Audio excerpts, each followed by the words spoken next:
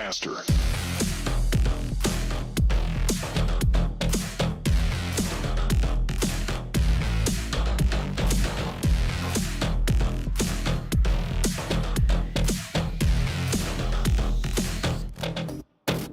Go.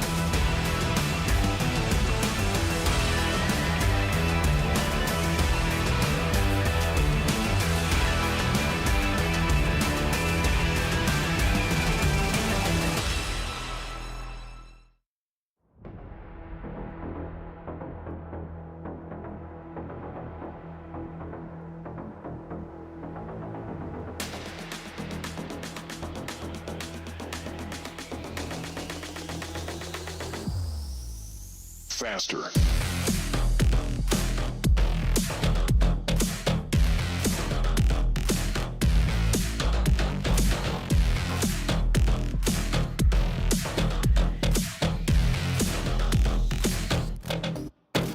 Go.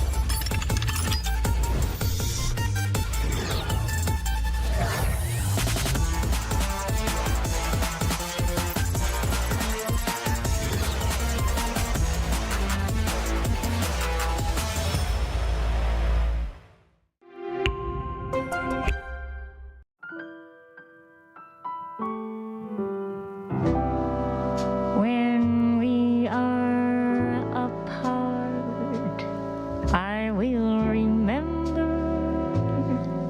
the summer. Remember when everything was bright and new.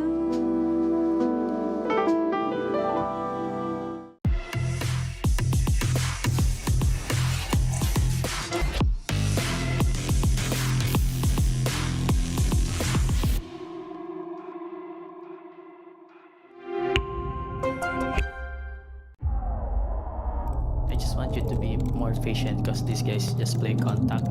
So Okay, TC Queen. We need you guys on the stage now. Come on, let's go.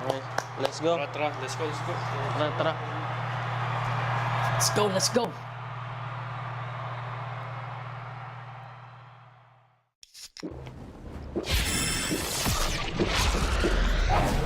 Red Bull gives you wings.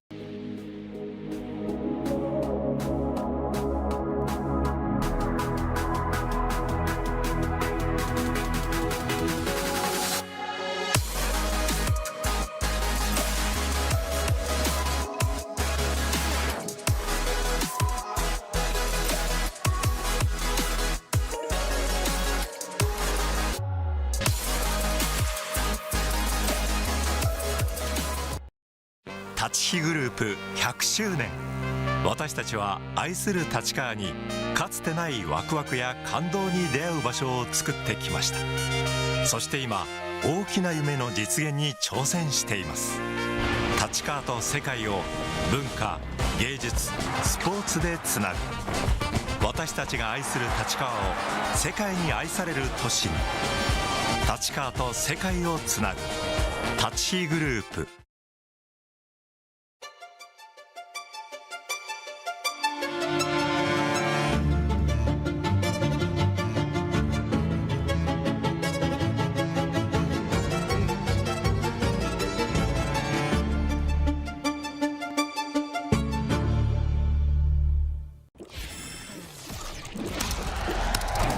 Red Bull gives you wings.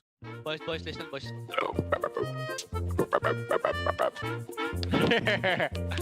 Wait, hey guys, then JJ and Aaron, you like can hear this all day lah. Not really. Bro, down here, I hear it. I'm trying to sleep, right? And then he comes to my toilet at like 3, 4 a.m. and he starts beatboxing in the toilet. 세상에 비호감 두 명일 때 두비두밥 어떻게 두 명이나 두비두밥 그게 너야 빠둠빠두비두밥 하난 나라형이야 빠둠빠두비두밥 야, 너 진심을 다해서 얘기하지 말라고. 근데 하나 더 있어 태호 형이야 빠둠빠두비두밥 아, 먼저 화이팅. 깔끔하게 얘기하자 오늘.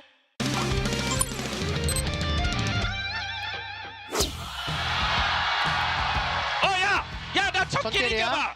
아, 일단 뭔지 모르지만. 나이스. 나 참길이야. Izu, my friend, one of my friend's girl, Love you. very like you, yeah. Very like you. That cute way, like Izu so kawaii. Yeah. Everyone say that. Yeah. Oh, it's smile. My bad. We didn't know you were cool like that, bro. My bad. 그냥 무빙 자신 있게 하고 자신 있게 하다 보면 알아서 총을 잘 맞을 거야. 인정이야. 야, 무서우면 그냥 죽여. 자신감 있게만 싸우자. 자신감 있게. 어제 못한 거. All good.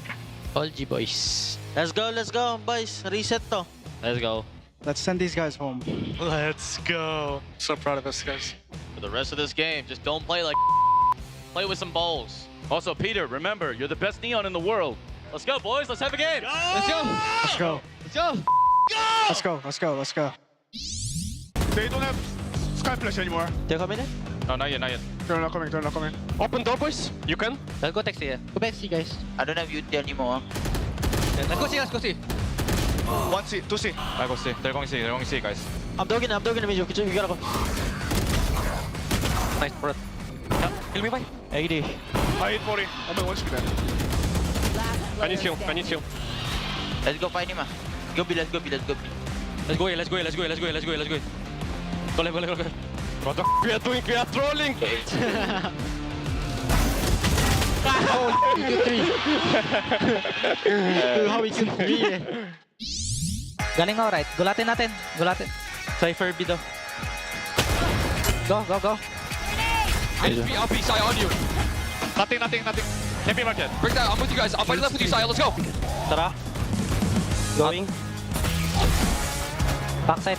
Dalawa backside ah. Plant lang. Backside lang. Dalawa pa. Ulti lang. Breach, left side. We gotta fight inside together, guys. Yo, I can flash. Wait. City. Trade lang. City. Ito sa akin. Dalawa. Icebox ka, Jim. Wait. Wala. Give me back. No, he's still alive. Wait. Give me time. 나 오른쪽 봐봐. Give me two. 나 수영하다. 그냥 수영하다. Go. Dalawa. Right side.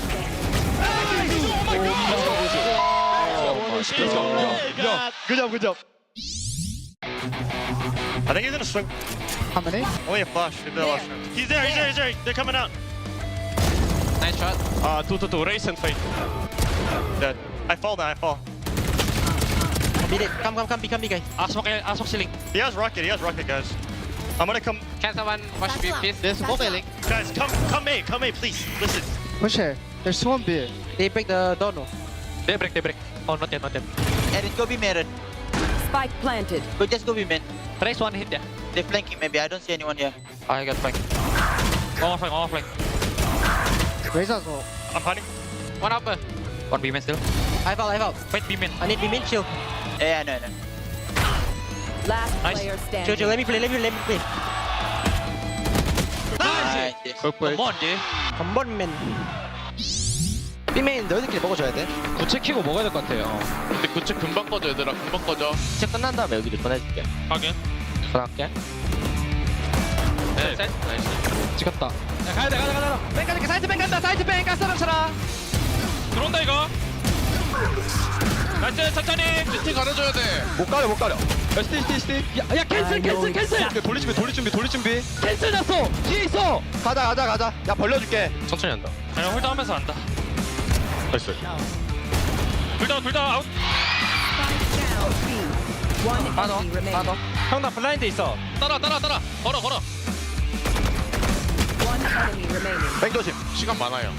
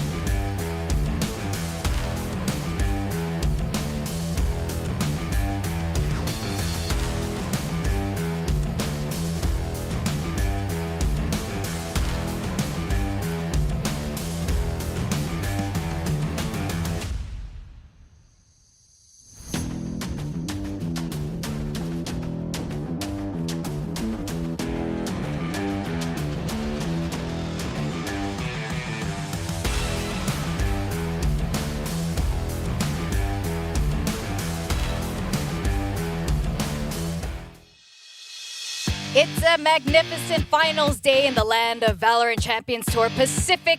We're in the co-ex Shinhan Card RTM and Gangnam, Seoul, where 11 teams duked it out over the past month, and we are now down to our J-Ball Master teams who will face off once more for glory, for honor, for the Pacific crown. It's the grand finals of Stage 1.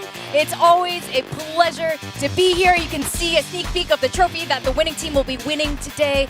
And I'm your host, Victoria, joined by none other than my fellow diehard Pacific supporters, Paper Thin and Quackamus Quack.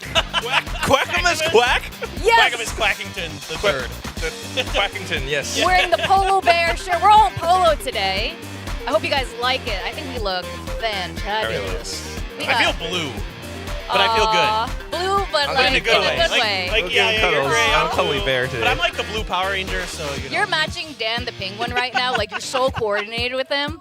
And are you and Dan the Penguin, how happy are you to see these two teams repping us in Shanghai? I am so happy, Vic. You have no idea. This is Grand Finals day. I'm like so happy that I'm ready to just chug a Red Bull, like shotgun it, and like smash on my head. Like, yeah, let's go. It's and then fly to Shanghai because it gets you in. Bro. How are you feeling, Paper Thin? I'm a little less. No, I'm very excited as well. I think. No. I am super excited. These are two incredible teams. I think we know what they're both capable of. Second and third at Madrid, continuing their strong performances here again in Pacific. So this should be an excellent finals, and I can't wait to see who's going to get that top seed. Oh yeah, it's going to be really exciting. We did see these two teams face off during kickoff in the finals, and they're rematching today, but it's going to be a little bit different because all the teams have leveled up across all the regions, including these two, even though they're back in. Jing's in for his first finals of the year. We're pretty excited about that. He's on top form right now. And again, we have our top three teams, so it's PRX, Gen G, and T1. T1 didn't look their best yesterday. It looked like they were experimenting a bit, Quack. Yeah, that's the thing. It looked like they were trying out some new compositions. Very interesting, very sound. So maybe they'll be able to, have a little bit more time to rehearse and practice that in time for Masters Shanghai. But apart from that, I mean, yes, well, we might have a PRX in like almost final form. Jing's able to frag on peak performance. Gen G with that 3-0 from yesterday are fired up to take down PRX for a second time today. Yeah, no, I mean, both teams look like they're in incredible form. I mean, it's a really powerful PRX team. It looks like they've really kind of found some new synergies, shifting Forsaken on over to that Breach, having these double initiator comps to set up Jing and something has really worked a treat. And now with Gen G, we're seeing them in that style that we saw at kickoff in Madrid, where they're a little bit more spreading the map. They're willing to take some of these individual duels, and they still have great executes and things like that. So this should be an excellent day today. Oh my gosh, yes, all of them are top form. And one thing we know about both these teams is their raw firepower, how good both of them are, and they're definitely both in top form today. Now, map pools also have changed a bit. PRX has expanded their map pool, most notably. Yeah, they're trying out some new maps now, maybe focusing on some like weaknesses in the past, trying to improve on it. As we can see, like across the board, PRX maybe coming in from last year and this year, Lotus is now one of the highest picked maps, not just for PRX, but for every team almost. I think T1 has picked it quite a bit, but Icebox is the one that's banned quite a bit as well.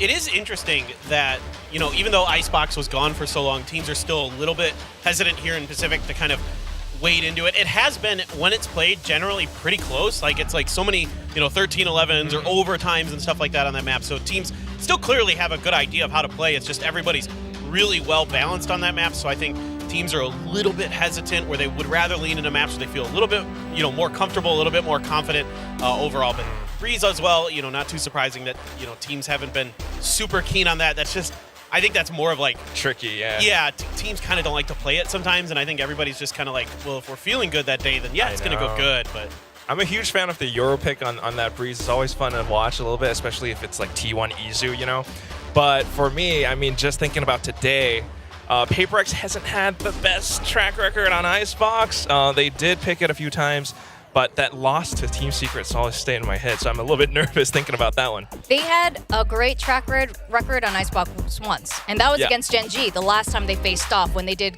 kind of crazy things with Jing on the stage, and they just pushed out super aggressively on that defense. I think because it's a best of 5 today, we're going to see most of these maps anyway. True. So, you know what? Ban what you want. Now, we're looking at some of the data. PRX is pretty infamous or famous for their timeouts and their win percentage there. And what else stands out to you guys here? Desks being smashed. Yes, There that was the should, desk smash percentage. we need to have that. Please note, audience and production, next time. But honestly, I think the one thing that stands out to me here is actually PaperX's defenders round win percentage. It's pretty surprising to see them that much ahead of everybody else. And I think obviously most people think of PaperX, they think of WK Gaming, they think of their ability to be aggressive and do all these kind of things, but their defensive posturing and things like that have been really, really good. Their timings, like when to go for retakes, when to back off, have been really well thought out. They're winning a lot of duels just all over the board.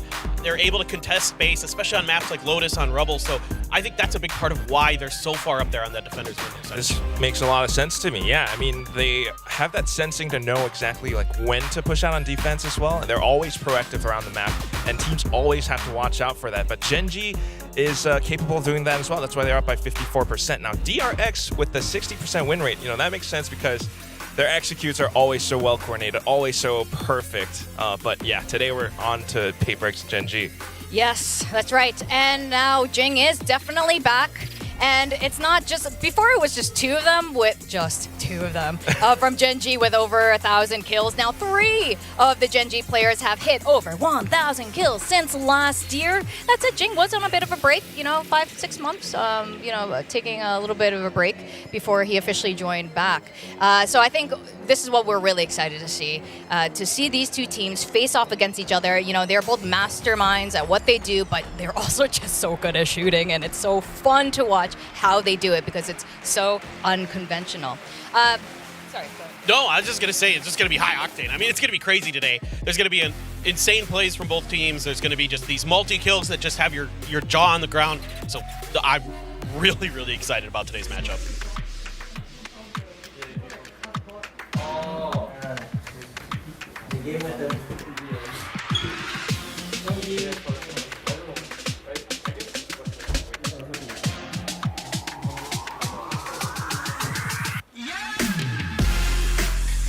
Forsaken, big day today. Now, kickoff grand finals did not go PaperX's way, but this time, both teams in their best forms and predictions are actually leaning more towards PaperX. So is there anything you want to say to Gen.G, or what are the talks or thoughts around today's grand finals? Well, I think we're pretty confident for this grand finals, especially now we have Jing. I think for this time we try to revenge Gen.G, hopefully. And for Gen.G, Macang to. Wanna fight? Come. Gen.G Macang to. Okay, let's fight. All right, thank you Forsaken, and good luck. He's about to throw hands. Yeah, or clicking. I don't know. I don't know how good they are in physical fist fights, but in game it'll be really good. And I think we're gonna see this on both sides, how comfortable they are. I know you guys saw them backstage as well. How comfortable they looked coming in, facing off against each other again. And now you can see Devi here is kind of given the IGL marker. We do know they all do calls, but Devi is sort of the leader for today. Yeah, it's really interesting to see kind of this evolution of the in-game calling for PaperX, whether it's been Forsaken or Devi or something like that. But now as well, they've been talking about how Something and Jing are calling for their own plays, calling for their own sets. They're reading their opponent and saying, hey, I think I can exploit a weakness here or there. Either Devi or Forsaken, back me up, let's do it. So things like that have really made them even more potent and powerful in some of their decision making. I mean, that's the thing about this team, right? Everyone has a voice. Everyone's always proactive, and they're encouraged to be creative and to make their own calls that way. And everyone kind of supports each other as well. I mean, I remember team handling for them a couple of years ago, and we would have these stories of how maybe it's like they're a little bit shy with some of these media shoots, but then Forsaken just comes in guys, I kind of want to do something, and everyone encourages him to do it, and he suddenly breakdances on the floor. No, but you're absolutely right. We were actually just remarking about this in the talent room just now. In interviews, they're very respectful and calm, but in game, they're calling, they're going crazy, they're having a lot of fun. But you know who else is like that? Gen G is now like this as well, and you don't really see this happening from the Korean or Japanese teams. I think that's changing, and this is what we want to see across the board. This is part of the evolution of how each of these teams are getting better. It's really about their comms and how they go. Now, we are going to be talking to Gen G. I don't know who Gen's going to be talking to, but who are you looking at? Munchkin, hopefully? Yeah. He's always got good stuff to say. He has lots to say. Let's see what's up.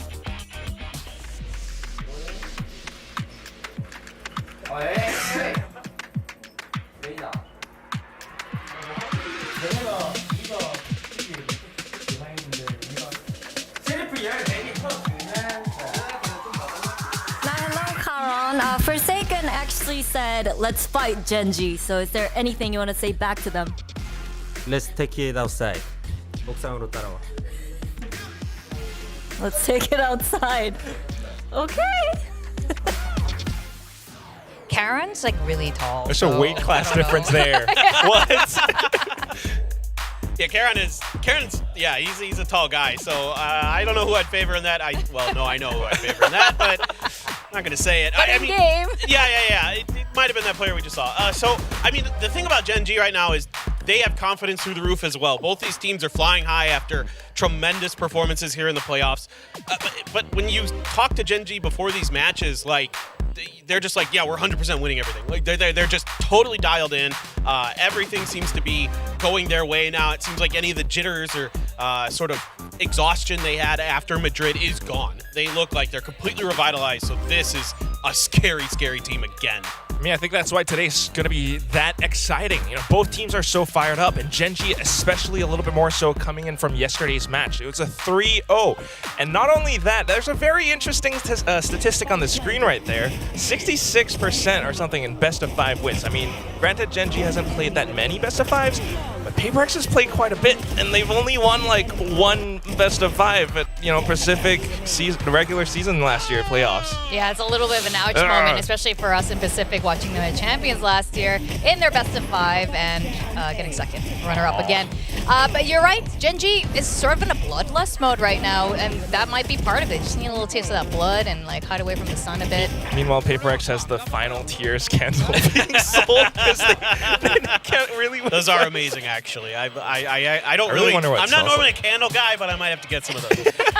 No, I mean, like Gen G, I think for me, the thing that impresses me is that they've been grinding so much this year. They've played so many matches across all different levels of Valorant, so many different, 2-1s and, 2-3s and things like that, and yet they're still here. It looks like, they've got this new breath of fresh air. I know that they've talked about that they're starting to do like an exercise regimen with their players. That seems to be paying off, that they've got this energy, this revitalization with them. It helps when you're winning too, of course, but they just seem to get more powerful the more maps they play. That's like something that they need to kind of get their feet underneath them. They start a little rocky in these tournaments, and then they just kind of turn it on towards the end. Really release that serotonin, get the blood pumping, and then it's just Gen G actually look really, really revitalized. Yeah, we were joking about this during kickoff. It was like they were collecting all the side quests to become super OP to face against PRX one more time, and then they won. But it seems like they're repeating it. So I don't know if that's so much of a joke anymore. They just seem to do better when they collect more games under their belt. Now we're looking at Jing and Texture here. What's really interesting is that at the start of the stage 1, and even like maybe halfway through, we didn't see a lot of PRX topping all those stats boards, but that's changing now. Yeah, you can see the comfort. And Jing opens up a lot of possibilities for you because of how good he is at the Raze in particular. His Sage is quite good too, actually. But the Raze, he's so... And I feel like a broken record because I talk about this so much. He's so good with the blast packs. Obviously, everybody knows that. But it's the way that he finds a landing spot and then instantly recovers. Like, his aim is so good. It's so on point. And that's really tough to do. Anybody who's played Raze knows that when you land on that blast pack, there's a moment there where your aim's going to be a little bit shaky and you're trying to recover from that. He's the best in the business, the best in the world at those moments. And that's what makes him so scary, is because you can know it's coming and he's still going to beat you. He really has that ability to kind of visualize what he's about to do, I think. And that actually reminds me of one round from yesterday. I think T1 tried to do something similar on Bind with the Saya player doing that double satchel into back to sight on A. He was able to get a kill, but, Jing, it's a strat that PRX does as well, and Jing would have done it a little bit differently, I think. Jing, he's able to get the kill and then kind of hang back a little bit as well as he kind of reads what his opponents are about to do. But we did see that Texture actually gets more first kills than Jing. Yes, that's right. Texture is definitely no joke. I mean, we have someone like Jing, but Gen.G has definitely proven their worth too. Now we're looking at the map ban picks here, and I think a lot of us say that, you know, with Shanghai, with the new patch coming in for Masters, you don't need to hide your strats anymore, it doesn't matter. But I think that might not really apply to PRX, because they didn't really, you know, use Viper in that way anyway. So maybe they continue to ban Breeze? How do you guys feel? Yeah, I think Breeze is just kind of the map that they're least interested in playing. It actually surprises me a bit that, because, you know, with something on there with how good he is at hopping, how good he is on Jet, I think they could do just fine on this map. It could just be something where they want to focus on these other 6 maps first. Then maybe in Shanghai, if it has to come out, you know, nobody's going to quite know what to expect on it. Again, you have no idea what they're going to be doing any given map, so that makes it even harder for teams to prep against them. But look, their other 6 maps are really good right now. Even their Icebox looks strong. So this is a team that has a tremendous map pool. Both teams do, to be honest. But PRX in particular, something that maybe you could have criticized them for in the past was they'd always have a couple maps that they didn't look the best on. That seems to be a thing of the past. Oh, yeah, 100%. And they even changed their comps, adjusted like here and there a little bit, and it seems to have improved them immensely. Forsaken, for example, being on the breach for the first time. Yeah, I wouldn't be surprised if they actually pull out something a little bit different today as well. Maybe a little bit of spice being thrown into the matchups today. But, you know, apart from that, maybe Icebox they fixed on it. Their head-to-head stats is the thing that we want to look at, and their head-to-head on Ascent against Gen.G looks a little bit shaky. So I would not be surprised if they ban that today. Yeah, if it's me, I'm banning Ascent. It's the map you lost to DRX as well, even though it was very close. And the Breeze is probably the 2 maps that I'm looking here for PRX. But then you can pick. There's a lot of maps I can see both these teams wanting to go for. They have a very overlapping map pool. Sunset, Lotus, Bind. What's like the first pick? Yeah. Lotus is going to be the first pick. Doesn't surprise me at all. I mean, PRX's Lotus looks unbeatable right now. Yes. So the last time these 2 teams faced off, even though PRX won that match, Gen.G actually turned that around. That Lotus that looked like it was in PRX's favor, they turned it around and ended up winning that. But this was pre-changes. Right. And pre-changes now, you've got Jing back in, and you know, PRX are trying new agents. You got that breach from Forsaken. It's really, really strong. Gen.G is going to want to pick a map where they can turn the tides if PRX are to win on They have to be trolling us at this point with how long these map drafts take. Every time, Solo. Super serious, dude. Every time. Seriously. It's Is this Alex in his just make a flowchart. Microsoft has free programs you can use to make flowcharts. I want Alex to just like look at his wrist like, dude, what time is it? Look at him. They're probably playing another game. I swear this is on purpose at this point. I swear.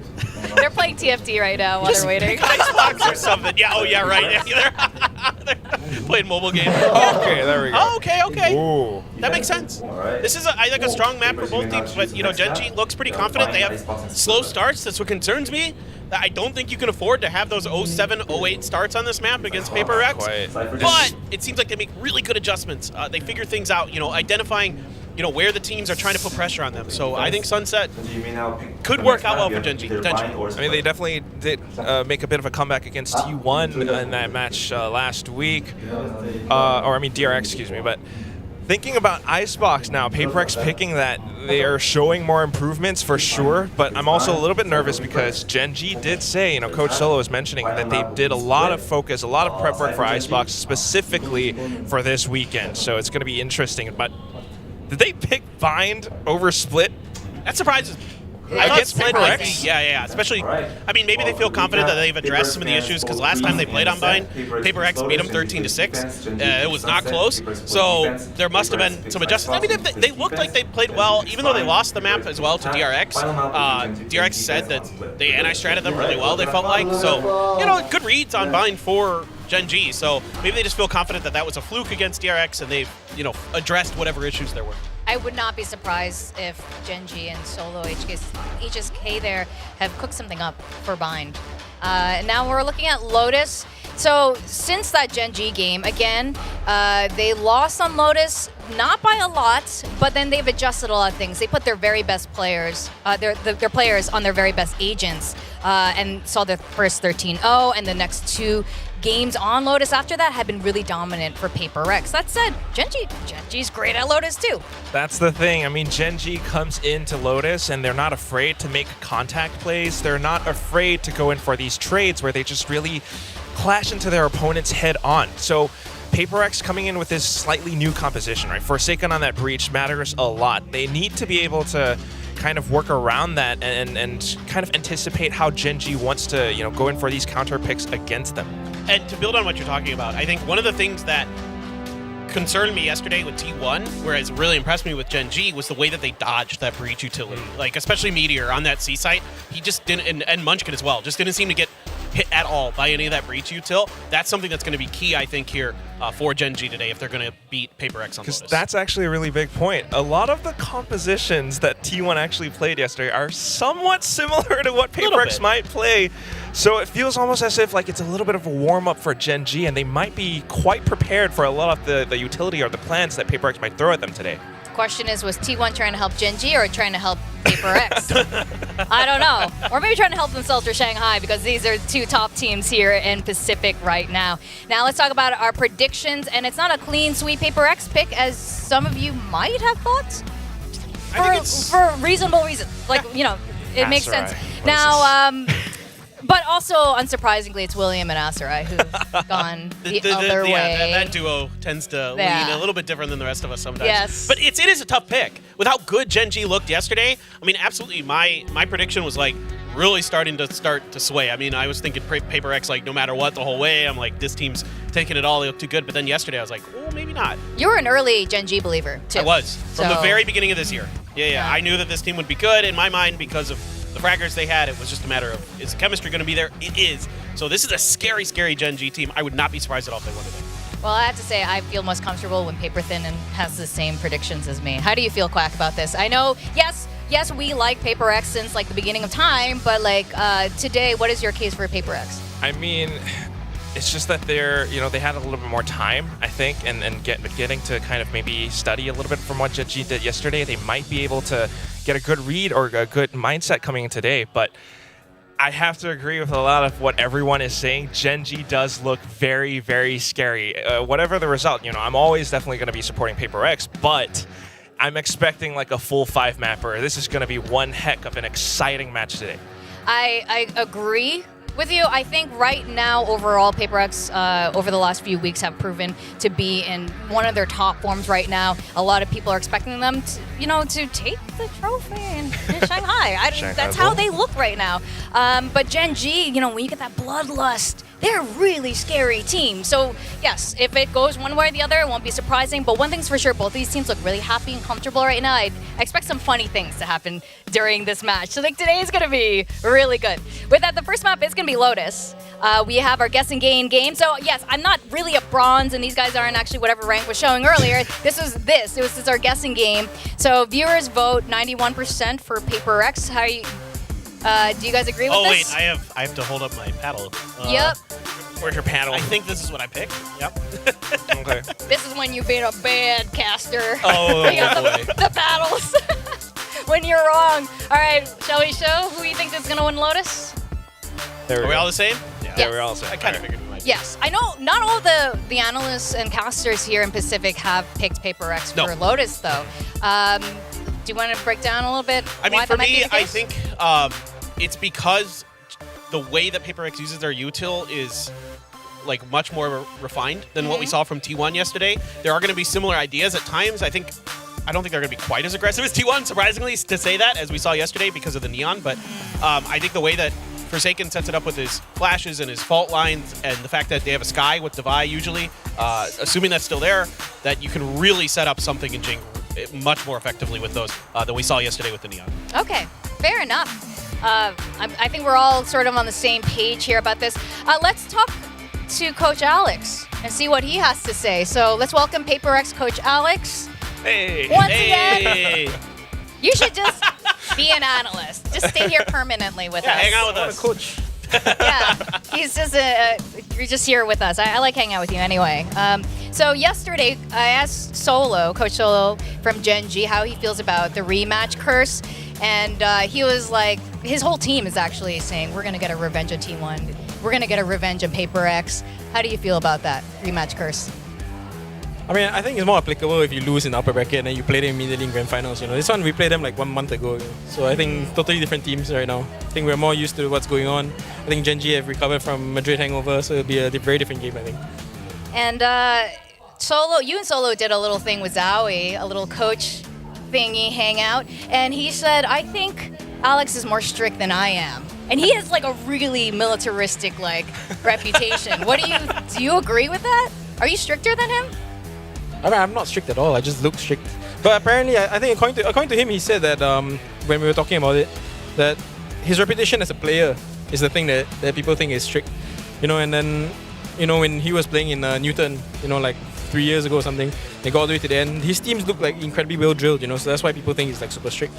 Even in another game, you know, in CSGO in the past, he was very same thing, you know, like super structured and everything. So I mean, for him to say that he's not as strict as me, I don't think so. I think he's stricter. I had my doubts as well. Yeah. So one thing I want to talk about is a player on your team who has recently kind of gotten a lot more attention globally.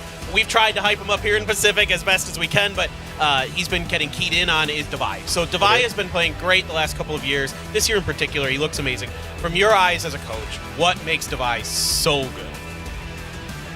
I think his flexibility is underrated, you know, because he's gone from duelist to sentinel. He's played everything as well. So as much as everyone hypes up Jason for being the most flexible, yes, Jason's the first person we go to. It's like, hey, plug this hole. But there's always another hole, you know, and the second person is Devi. So I think that's a big reason why. And also, like, he's a confident guy, you know, like nothing phases him. So when they're going at stuff, you know, that's who they rely on. Someone is like our rock, you know, our anchor. It's him and Mind Freak. You know what I mean? That's awesome. And I'm just thinking about it, like, because you've got, you know, Mind Freak, you've got Devi, you got Jason, you got JJ. How do you feel about the whole team coming into this, like, grand finals, best of 5, and looking back on the whole history of the team? Like, how do you feel? How proud of everyone are you? How calm am I? How proud? How proud am I? Are you a proud papa? Yeah, of course. Okay. I mean, I was a bit worried, you know, at the start of the year. I always am worried, but I'm quite happy that like we managed to get here. We kind of want to win a BO5. It's been a while, and we've tried our best to like try and figure out what went wrong in the last few BO5s. I think we're gonna try. You know, I think we have a good chance, and yeah, we're gonna try our best. Now, Shanghai is actually a really nostalgic city for you. You used to compete there as a pro player yourself with Lish, with Devi actually. Yes. What does it mean for you to go back to Shanghai? Yeah, I like the place. I mean, you know, in the lift, it was funny enough, when we were going down the lift and Solo remarked to me, it's like, hey, you know, that hotel we're staying in Shanghai? We were there 6 years ago. Like, Solo, HSK, me, Lish, we were all there. Xcured also. And probably Kevin as well. Yeah, so we were all there, you know, so that's nice, you know. I didn't actually notice, but like, okay, it's nice to see the whole hotel. You know, when we used to go to Shanghai, like Lish and I, we had no money. You know, so it was a bit difficult to enjoy the city. I mean, like we were... I hope it's different now, you know, like maybe you can go for a drink or two, go for a restaurant, you know, that kind of thing. But in the past, like we go there, we had a Chinese team, a Chinese org, you know, so the boss would bring us one dinner and then we spend the rest of the dinners eating whatever the tournament organizers pay for us, you know, because if not, we just can't go out, can't afford anything. So I think we're going to see a new part of Shanghai and I'm really looking forward to it. I think people need to buy the PRX bundle so you can afford your dinners. Yeah, hopefully. Lish too, man. That'd be Buy great. the PRX Thanks for the bundle. advertisement. Oh my goodness. I do have to, I know you're going to hate this question. I'm going to ask you anyway. Which team do you want to, if you win today, which team do you want to pick in Shanghai? I don't He's know. like, don't ask me that question. I'm like, I'm going to ask you that question. I don't know. Who are you excited to play against, at least? You know, honestly, I told the boys, why don't we just flip a coin? But they're like, no, I'm trolling if I do that. I have to actually pick it. I mean, I want to play Fnatic. I want to play... I don't know, actually. Anyone, you know. Heretics would be a good game, I think. But, I mean, I don't want to play them, but I want to play them, you know what I mean? So I won't pick them. I don't know. All right, he's still thinking about it. I have one quick last question. Yes. So your mom, who's definitely watching this, sent you to tons of Chinese tutoring classes. Why do you know this? Because she's always boasting about it. Can you show her your Chinese right now? Any message to your family or your fans before we go in? Mama, Papa, 我爱你. And for the fans, I guess, 很感谢你们的支持，谢谢。谢谢大家. Yay! Okay, Mama, Alex, I hope you were proud of Yeah, that. let's go. Well, thank you so much. You're welcome. Best of luck in your Ciao. best of 5. Bye, guys. Bye. Bye bye. Cheers. Bye. Hey. Yeah, as I was just saying, I love Awesome. you and, a message of support. Like, thank you for Thank the you for support to the supporting. fans. So, yeah. We got William flexing Korean yesterday, and now it's Alex flexing his Mandarin. Dude, that's awesome. Yeah, Nope. Paper Thin knows. I know zero. I know You some know Korean. what? I know a decent amount of Korean, but my Chinese is non-existent. I know, but Pacific Jiaoyo. There you go. Oh, yeah, Pacific Paper X. Yeah. Yeah, so we're really excited for Genji and Paper Rex, and we're going to welcome them down at the stage. So let's go, the grand finals of stage 1.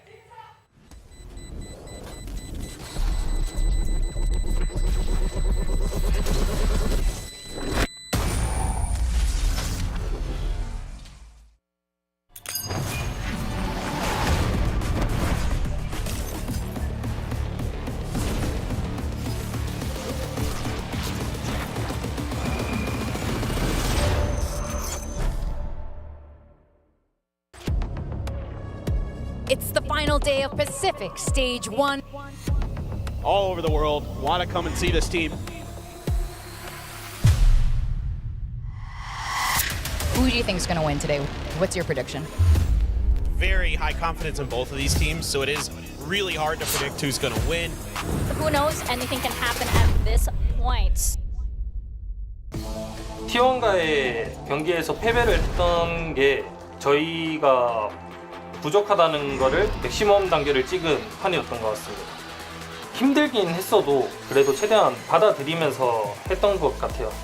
결승을 가서 결승에서 이기고 우승까지 하면은 결국 우리가 승자다 라는 얘기를 많이 했었어요. 2연속 우승 당연히 욕심 있죠. 꼭 하고 싶어요. I think the reason why we can get on the float because we trust each other and also because we're like family in this team. I can feel it that we're in form right now, especially with Jing coming to the team. I think we're like very confident. So yeah, let's see. PRX는 항상 변칙적인 팀이라고 생각을 합니다. 공격적이죠. 근데 공격적인 게 약점이 될 수도 있는 것 같아요. 양날의 검인 느낌입니다. PRX전 당연히 자신 있고 당연히 이길 생각입니다. Well, I think the strong point about Genji is texture and carrot. These players are really sharp with his aim and they're really smart. But if texture is not on fire, I think it's gonna be hard for them to play against us. 힘겹게 올라온 만큼 마지막까지 힘을 쏟아내서 결승에 임해서 우승하고 트로피까지 탈환하겠습니다. 이번에 킥오프 때 결승전이랑 마드리드 때도 우리한테 졌던 기억들을 다시 되살려 줄게요. Pacific is always been ours and now we try to bring it back. This time I will revenge you for the kickoff.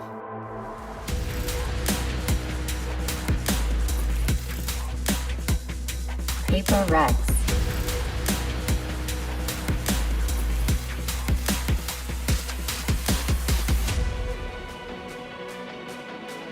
Forsaken.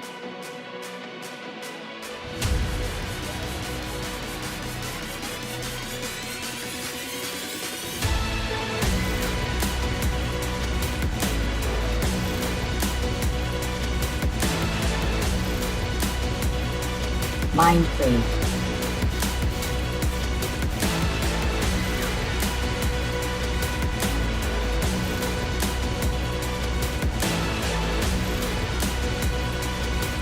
Divine.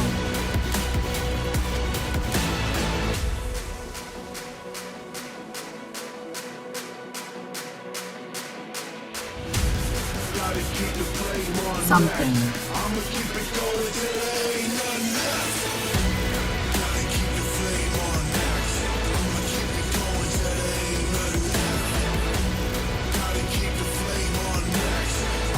Thing.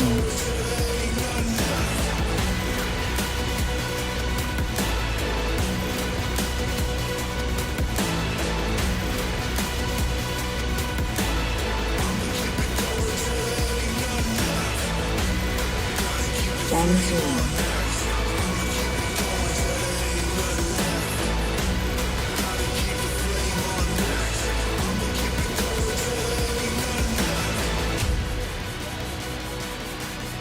Texture.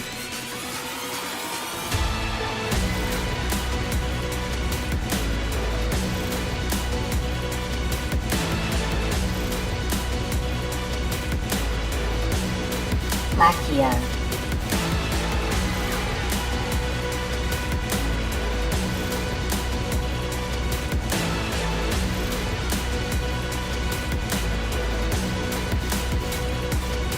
Munchkin.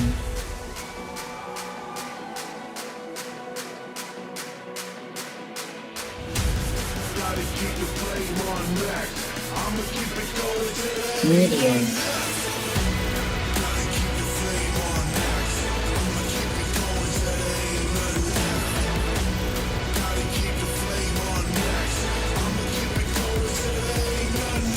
Sauron.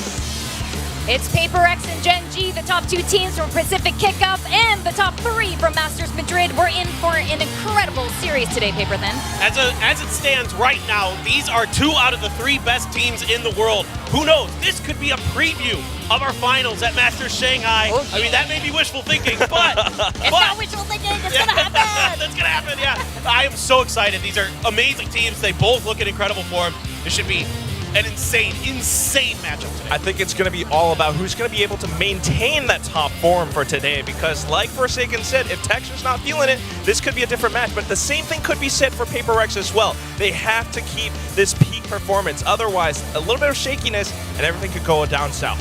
What I'm liking is that everyone is in tip-top form from what I can see. Everyone is in a great mood. The weather is great, which might not be great for Solo because he said when it rains, that's when they win. And today is really sunny over here in Seoul, South Korea. Yeah.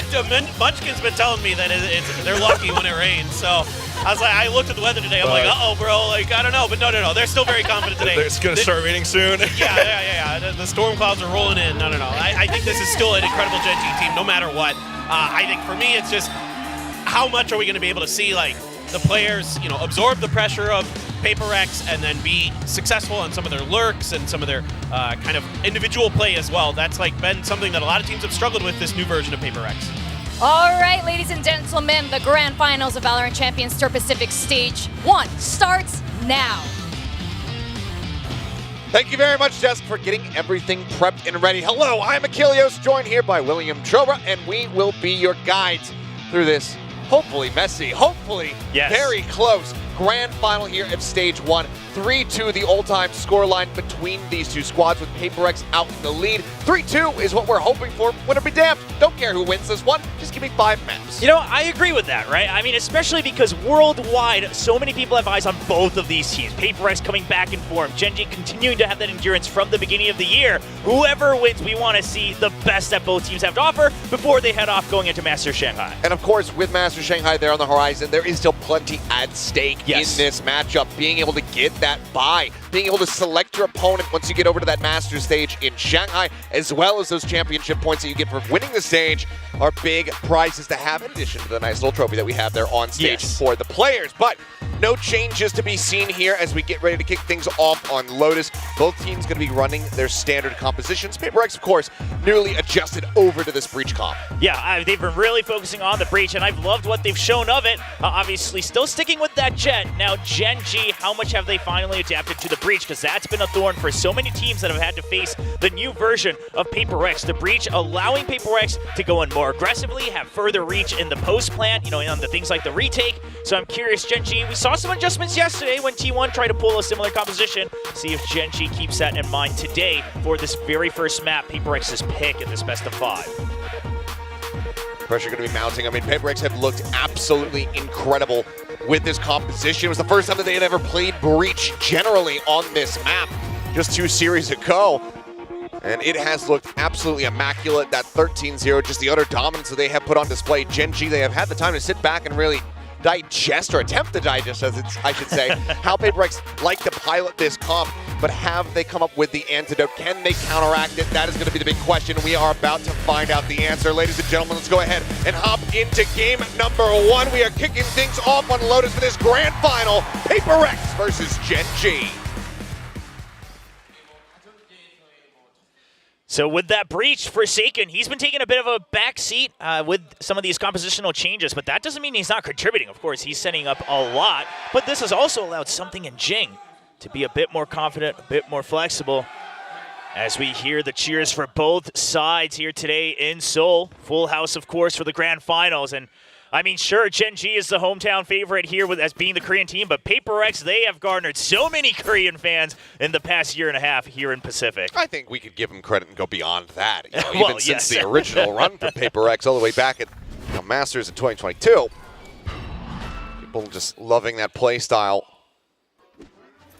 As for now, Haunt just quick clear, and it's going to be a very set back start for both of these teams. Neither really looking to aggress too much. Yeah, I love it from PRX. The patience just to say, we're not going to bite on your first piece of util. We're not going to waste that fault line just because you tried to get information. Gen G's trying to bait that out. We're not quite seeing it just yet. Rubble already now in control. A lot of fake pressure coming in from PRX onto the A side. Gen G just can't rotate off of this. Tap on the door. Across Lockett, still holding. Gets a little bit of damage across. These 2 players going to be knocked down quite low. An orb going to be snatched up here by Forsaken. Give himself 1 step towards that rolling thunder. Looks like they're going to be satisfied with just the 1 pick. So Lockett dead. Dexter missing the timing to be able to spot Device. He gets himself a back Rubble. And now Gen G, they're just going to have to kind of stick around these crucial rotation points. They can't really stack one way or another in this 4v5. Oof. Lots of damage already taken on Texture as well. Yep, some heals going across as well to put something in Jing back up towards 100. As there's the entry. Meteor here in the smoke, getting a timing. He doesn't manage to find Jing, but Mind Freak is right there to find the punish. Headshot from Texture. Comes up with 1 with that sheriff. Gets himself a second. Considering his HP, that is an immense amount of value. Brings it to a 2v2, but HP bar is very much not in the favor of Gen G at the moment. Fault line also available here for Forsaken. If he can suss out where the approach is going to be coming from, he can very easily shut this down. Gen G's got to stack up. One has to play bait for the other no matter what, just because of the HP. Spotted there. There's a headshot, and something will be able to collect the final 2 kills. 3 in total there as PRX will take the opening pistol round.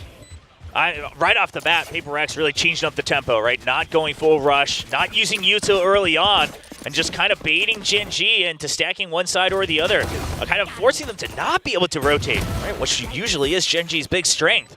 So PRX identifying the tendencies right here on the pistol, and that's a good lead. So Gen G, we'll see how long they can keep this in mind, because you don't have too many rounds here in VALORANT, as we've been finding out the past couple months. You really got to catch on quick right off the bat. Certainly do. Pin shells out, delays, does cut off something here for the time being. Haunt gets the reveal. Just take a couple pot shots here through that Viper wall, see if we can get any connections. Finally, Gen G suspecting that this is going to be an A hit, and they are correct. This Trailblazer moves his way forward, doesn't spot too much of anything. Tucked behind tree. Lockett not going to get clipped by that paranoia, but no one's pushing in through the door either. No opportunity to try to come up with a pick. And again, just hitting this, keeping it revolving, keeping attention tied here as they spray through. Let's see if they come up with anything. The smoke rotations, yeah, are really good here from Gen G. The toxic screen then into the one-way as well. So PRX, they don't really have the information they want. The rotation is a smart way to go. Yeah, Lotus coming their way through. Meteor trying to hold the door there. Just come up with 1 kill, put something down, but that's just going to be one of the pistol wielders there for the side of PRX. So overall, still not much damage dealt. 1 more sheriff in the hands here of Gen G, as Texture has that. Saw what he was able to do in the previous round. Against this level of firepower, though, will struggle to do the same. Oh, that's a well-timed guiding light. That's so much information that they want. So they're going to fill the site back. They don't want Jing to be stranded all alone. Push getting ready to come through. Device right here. Texture will be able to find 1 more kill, but otherwise, all the big weapons going to be carried over into the bonus here for PRX as they kick things off with a 2-0. Yeah, the Des talked about him, obviously alongside Coach Alex, but Devi just showing once again why he's such a crucial part of this team. The wits that he has about him, the timing that he reads, and then to fill the site to make sure that he's there for the trade so you're not dropping, maybe giving away weapons on this retake from Gen G. Really counteracts some of the weaknesses that B-site has in the post map. A lot of teams, a lot of players talk about how it's hard to hold on to, but this time, of course, with the weapon advantage as well, PRX plays it to perfection. Placing swarm grenade. Odin now in play here from Lakia. He's going to be set up over by A. Something. Bring that Outlaw out. Now all half armors. Do plenty of damage here if anybody gives him the time of day. But I think he's been showing this quite a bit, so Gen G should be fairly suspicious and expect that he is going to be bringing this weapon into the fold in the bonus round. Got plenty of cash, so find the Outlaw even there. Not going to break the bank whatsoever. Jing now one away from that showstopper. Yeah, but Jing, if he dives in and draws away the crosshairs, that's when this Outlaw can do a lot of damage. Angels over into Bend. Shots across, and yeah, wow, Munchkin taking quite a bit of damage, down to 40 HP now. Pulls back a bit. Follow-up smoke being sent over, trying to just cut things off here on C, try to dissuade this. This could be a forward position taken there by Texture, but now the pivot in towards B. Only counter on that upper at the moment as he's going to be taken down. That Outlaw able to find the kill. The dink is there, and Jing able to pursue. Even with a low pen on that Spectre, comes in with one. Meteor pushing that timing out of the smoke. Does manage to find two, interrupts the plan, but now 2v3 with Munchkin down to 40 HP. Texture needs to deliver. Showstopper also available for Jing should he feel the need to pull it out, and he will. Spike planted. Might as well. Immediately sends it, and that's going to send Munchkin packing. He's got to pull back around the corner. I mean, this might even force Gen G to go for the save, right? This is their first buy round. Like you said, they're not healthy on the creds either. You already had to waste so much time. You only have two people, and you can't group up on this B site. You have to create crossfires. For now, still situated forward. Waiting to see if they can spot out anything. If anything comes their way, if they could try to shut it down.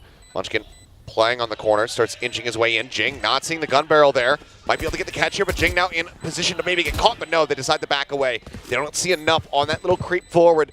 Gen G make the call to rotate out. 3-0 now for PRX as they will convert this bonus. Nightmare's over. Oh, Texture at least defending that weapon. Obviously, PRX, nothing to lose to go for the hunt, at least for one or two people. I love the showstopper there from Jing, right? Doesn't mean that you have to get the kills, but you know simply by wasting those extra 10 seconds or so that Gen G, already down in numbers, they're just not going to want to go for a retake there on B site. And that gives you that extra bonus round. Still puts them on a weak bye here going into round 4. It's the perfect setup for PRX as they've been here before, here in the playoffs, with a bit of a round win streak. You mean not killing somebody with Showstopper? That doesn't mean that you're a bad raise? Well, yeah. Then why does the chat just always spams Rose? I assume that's a bad thing. But it's a good thing, right? Rose is a good name that you want to follow, right? Surely. Turns out buying space, buying time. That's a W move. Paranoia out as they look to get a little bit aggressive over here at Rubble, though. Just shove PRX back for the time being. Orb take there for Texture, who's now one away from his own Showstopper. But PRX still very much just hovering around the spawn. I mean, I think this tempo change from PRX is really throwing Gen G off, right? Before it was all just fault line, go, aftershock into the site, get those extra flashes, keep pushing through. But PRX, they've realized somewhat of what Gen G's done yesterday. Mind Freak. Mind Freak, gotta be careful. Double TP, gets himself out to safety. Flash out as Devi, also actually looking to take some forward space. He moves up over towards Bounds, going to be sending that Trailblazer in the meantime. Texture getting in a lurk spot, gets the catch, and for a second it looked like Mind Freak was going to be able to get away scot-free, but that headshot does come through. About the scout, but they already know that Sky is still going to be on the C side of the map. Push up into the smoke. Heron going to be taken down. Not able to do too much there with the Sheriff. Locking out, just spamming, backing off here at drop. 30 seconds Trying to keep himself alive as the Haunt goes in towards Tree. Yeah, that seize was big, so was the Haunt. You knew you had already set up a 3v3 over on A. You can still restack it. Munchkin taking a bit of a hero play. He's not going to be able to get that first kill. He gets a headshot. Devi does have some healing, though. Something is down to 10 HP for now. Just holding over to Baby Door. He's got a very hard angle to work with. There's half armors on everyone as they get ready to take the corner. Somehow Meteor not able to come away with that kill. I guess granted the Marshal in hand, gonna make that difficult. Hops up into the corner. It's just over the shoulder of Forsaken, who will collect 3 in the round. Now 2 away from that Rolling Thunder as PRX move up 4-0. Man, Gen G doesn't seem like they're quite getting the reads that they exactly want. I would say round 4 is when they first started to really adapt to the new tempo that PRX has proposed. The way they reacted on C, on Mound, they didn't bite the util bait from the sky. Texture pushes out to make sure that he's pinching on the rotate because it's not the full force. So you're starting to get some better reads. But can they make better use of the first 20 or 30 seconds or so? That's where my eyes are at, because just trying to get the first read on the util and beat them up front, what you did against T1 yesterday, that's not working today against PRX. They will wait for 30, 40 seconds even into the round. Still no call out. Timeout called, rather, I should say. It's Jing just running him down. Meteor is done there, I believe, by the fault line. Ends up getting picked off first and foremost. Jing in deep. Texture aware of this, but I'm not sure if he's going to be fully prepared for the double duelist stack here. Needs some attention drawn over by the site. Swings out. Oh, he's going to be able to collect both of them. Showstopper now, drawn out. As he comes bouncing forward. Sends the Showstopper, not able to find anything over there at the entrance. It's a bit of damage on the divide, but kill not found. Mind Freak still positioned up here on top of the box. Forsaken in position for a monstrous backstab as Mind Freak will get flushed out. Forsaken now spotting one. Sends the shot, tries to get steadied for that second, but cannot. Defuse now being held. Divide will get taken down. Gen G able to course correct here in round number 5 of the pack of Texture's monstrous re-entry. They will get themselves online. Yeah, Texture pulling a bit of a PRX himself, gets the kills early, then the Showstopper immediately into the site. Knows that he doesn't want to miss out on that tempo, on that pace that he just regained for his team. The paranoia is just perfect, coming in from Charon as well. Leads to the double kill, no hesitation. That's usually the PRX way, but Texture taking a page out of their book. I will say, PRX turning up the tempo to 11 on this round was a crucial pivot. But Gen G, they're able to react with the retake. That should give them the confidence to adapt a little bit here in round 6. They're going to eat a bit of damage now, a ton of it. Texture, just go ahead and take his head off. It's a dink through the wall there as well on the device. Down to 58, and that's going to be unhealable. Odin now in position, spraying across, something gets picked off. And this aggression here from the side of Gen G, seemingly unexpected by PRX.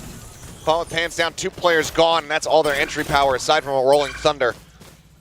The call for PRX in the rest of this round is going to be a difficult one to make. You hear the orbs as well, so Forsaken trying to see if there's another peek, but that's good util from Gen G just to check for that. He heard it. Heard it. Takes some damage though, and on the reswing, Karen will be able to take him down. Once again, dead. Devi, wise to it. Now Gen G, they can just hold on to the space that they've gained so far. Just rubble, B-site, and then you leave C to that Killjoy util. I mean, this is a huge numbers advantage. This shouldn't ever go wrong, but we've seen it time and time again so far this stage. Now, if Devi hit that shot. Well, then we'd suddenly be saying very different things about the round prospects. 30 seconds left. A very rough position to be in here, but still good amount of money. Devi lowest at the moment here on the team as the alarm bot will get cleared out. Lakia forced off the angle. I'll find you. Haunt will come through, avoids the paranoia as well. Haunt cleared out. Tap on the spike, Mind Freak wanting to play forward. They send in the pop flash, he's able to find one. Lakia dead, but Devi unable to find Meteor creeping in. It's going to be Gen G now, closing the gap a bit.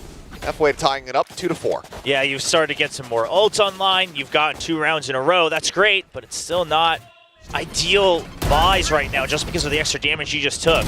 But Gen G now answering back and saying, okay, since you're not using util that much, you just did your kind of pace change over on round 5. So we expect you to kind of hold on to your util early again. And then you just push in. And that calls for an immediate timeout from PRX. 2 rounds back-to-back. Alex clearly not happy with something that's going on. I think maybe just a little bit of disrespect to Gen G, especially if you think back to that round 5, they took over C, and then you had 2 people just holding off angles off of each other, but in no way getting ready for a util retake there outside in the back of sight. So perhaps just a bit of adjustment on making sure that you're still aware that you're still playing against Gen G. Yes, it was easy the first 4 rounds, but you know what they're good at. You know that if they're not using util early either, that they're going to have that for things like the retake. Curious to see also what the adjustment is here, because now both teams have taken a bit of a back and forth in terms of trying to take control of the tempo. Let's see what the timeout can show us here as we go into round 7. Rolling Thunder available. Mind Freak as well. Does have that ult ready to go. Okay, Fault Line at the ready for Rubble. So it looks like they want to, the adjustment is to take full Rubble control. But I wonder if Gen G pushes fully out of C-Site as soon as they get that call. See if you can try to keep 50% of the map. Very forward smoke coming through. It's just going to be hit on the door. A little bit of Odin spray. And for now, PRX just sending out a little opening volley of util. Will just back away from that A site, start making their way over towards C. But this is a bit of a read from Gen G, isn't it? Because they just answer util for util, and they say, okay, it's not a stack, so we have no reason to change our default setup. They're still ready with the util on both B and C. Purple wall raised up, but alarm bot cleared out. Jing just fishing for any kind of wall bang shot he can get. PRX just poking and prodding, moving back and forth here, like the tide on the map. Figure out where exactly they want to go, but Gen G now, they do have this 3-man stack set up, clear out on that turret. It's PRX just trying to play with as much ambiguity as humanly possible, and now they start working their way forward over towards A once again. That is just Lakia all on his lonesome kill list so far, 0 and 6 to try to hold the line. Is he really going to just try to hold it with the Odin? Because he does have the Nightfall as well. That could be huge, but the door opens. Onto the ready, but yeah, backs away. Only gets a smattering of damage there on a Forsaken. Gets himself in the backside, pushed up the top of the rope. But oh my god, he gets around the corner just fast enough. Something unable to collect that kill. Texture now arriving over a drop. There's the Nightfall coming through. Interrupts the plan. What a dodge on the flash, and Texture immediately snaps and finds Forsaken. Finds Jing and Divine. Down A. A 3K. And all this back and forth, this swaying across the map. Left. Just leads to the timer running dry here for PRX. Texture will fall. Mind Freak stopping him from finding even more value in this round. He's going to have to just tuck back into A lobby as Texture put his foot down. Holy, those were some snappy shots, and the ante on the flash as well. But overall, a really good read from Gen G. They don't get baited by the early util, and then once you see the turret get broken, if you were watching the minimap, you saw Lakia actually back out into sight because he knew there was a possibility that it was still a fake. I mean, I'll still give credit to Lakia for trying to jump off of that Rolling Thunder as well. Gave him a bit of that edge to go onto the rope, but Texture, my goodness. And one of the things that PRX was talking about in that pre-tape that we had Yeah. was, we think we're fine unless Texture is really on it. Well, he's pretty on it. Some of the rest of the team still looking to wake up. Lakia finally got himself on the board. As Karan now spotting the feet. He's able to take out one. Something dead. Tree's still there from Jing, waiting up on site, but now flushed out. Meteor able to spot him. Once again, the duelist duo taken down first and foremost. Forsaken just above the head here of Meteor. Finding that one stray kill, getting rid of that potential lockdown. Something like that might give them the feeling that they have a way back into this round, but can't find that. Karan noted will fall, but the rest of Gen G start flooding forward. Mind Freak now picked off. Just Divide at 42 HP, Forsaken at 89. To try and figure out what the hell they can possibly do. 48 seconds. Still try to play around the map here, but Gen G, 4 players to work through. Yeah, they have a bit of a sense of this. That jump peak, Texture only spots Divide, so they think, okay, Forsaken's probably somewhere else trying to create some space. So Gen G, you see on the map, they're all playing pretty far back. If you give the plant, so be it. They're You want picking the this round. position as well. They suspected Forsaken could be here. Mm-hmm. Texture, though, not watching for this push. Oh, either able to be snappy enough, turn on the flash. But it's a 2v1. Swing out, Forsaken does find the headshot. Now they're getting ready to move, work their way forward over towards the site. Munchkin is going to be steadily, silently dropping his way down the rope. Push coming through, catches one. That's the spike now on the floor. Dodge out on that fault line. Forsaken either has to kill all three or get this plant here in the next second. Tucks back around the corner. They know he's going to be holding for it. The push coming through, and Meteor will be able to take him down. Had Forsaken even been able to win that fight, Lakia could have simply pulled away in this round. Pretty much it was done and dusted regardless. That's now 4 rounds consecutively for Gen G to tie things up.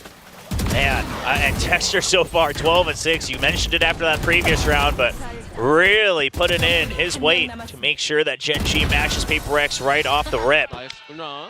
And I mean, this previous round too, just classic Gen G. Once you get the first number advantage, just trade for trade for trade. It's a war of attrition here for Gen G. It always has been in 2024. So you really want to watch out. Of course, PRX, they've got their heroics, they've got their clutches, but you only get so many per map. That should be the ult coming up for Sky. A little bit extra that they can use. Or rifles still, so you don't have to go into the B site. It's not like you just have to go for the run-in guns. A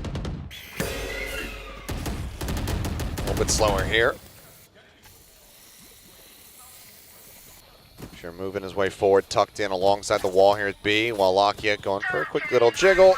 Sees enough, hitting out down over on B. Trying to sway the wraparound, granted. Could just do the cut in through Baby Door. Really just still avoid the pit. PRX do 1. Texture's here as well, so Gen G's looking to fill the site. Seeker's gonna fly, Texture, Showstopper out, sends it, something gonna be taken down, but not before Lakia does fall. It's a little bit of damage, Splash Pack to try to slow up the approach, finds the kill, Jing now dead, Paint Shell's in hand, resets, tries to snap on a Forsaken's unable to find a Devi. Stinger in hand is able to take down Charon. Man advantage now here for the side of PRX, the plant coming through. Lockdown sent, it's being watched from the opposite side by Munchkin, but now that smoke comes in, it cuts him off. He's spraying across, he wants to try to catch them. Lockdown is now destroyed, and they know his position. Tap on the spike, Meteor trying to draw some attention away from his comrade, try to bring them back over into the site, and so far it's worked a treat. 2 of them swinging around the back, but now Munchkin spotted, and Meteor not fast enough to pull the trigger. Mind Freak will take him down. PRX, they break the win streak here for Gen G, and they reestablish a lead. Oh, that 2v3 in that post plant. Just so many individual mind games going on between these players. It really just goes to show why they are representing the 2 best teams of Pacific here in the mid-season grand finals. But of course, Texture once again trying to pull off whatever heroes he could. I thought the Paint Shells might give him that win against Forsaken, but it's Forsaken we're talking about. But the lockdown, and then you don't account for the smoke. Munchkin's trying to draw attention. Meteor goes for the fake. But back and forth, but the numbers advantage for PRX comes true. Now getting aggressive over here at C. On up over the top, Blast Pack out around the corner, and something, shot out of the air. As that is just going to be a flawless crunch from Gen G. We'll have to play the replay because it happened so very quickly, but immediately drop 1 round, and they just say, screw it. We just full send. And this is why Gen G's always been able to match or beat PRX, is that a lot of teams would fold after a round like the previous one. Oh, but the adjustments on the slight timing differences. It seems like PRX even almost suspected a bit of a crunch too, but the Yuto comes out on a slightly different beat, and Gen G is able to get the better of them. Absolutely gorgeous from the side of Gen G. As once again kicked back, just not wanting for PRX to get any kind of momentum, any kind of bank built up. PRX now maybe looking to play a little bit more pacey themselves. Forsaken snap via Semper, finds that first, cannot get the second, puts Lakia down to 87, so the rest of PRX start making their way through into the A site. Texture still here. Looking to hold the line for his squad, but Showstopper is available on the opposite side, and now it's going to be drawn out. Blast Pack used for mobility. He's able to dodge it, but Jing lands in behind him, finds the headshot. Something at the same time going to be taken down, and Charon working up the top rope, finds that kill. Meteor swoops in, coming out of stairs. Cleans up Mind Freak. Munchkin Texture to 2 casualties, but cash aplenty as we go into the last round of this half. Gen G potentially getting themselves 7-5. Holy, I mean, Forsaken said as long as Texture's not online right from the get-go, we should be able to win, but boy, is he online. Sure, he's not the one who gets the kill, but he draws so much time to have that decision-making, to Blast Pack forward, to dodge the Showstopper. Brilliant. You see just how many steps ahead it was, too. As soon as he heard it, he was like, all right, I'm going to set this up, and then I'm going to wait for his entry. Then I pop myself up to try to dodge it. It's very smart. And now the Killjoys switch up as well for Gen G here for the final round of the half. But PRX, they're not going to care. It's a death ball.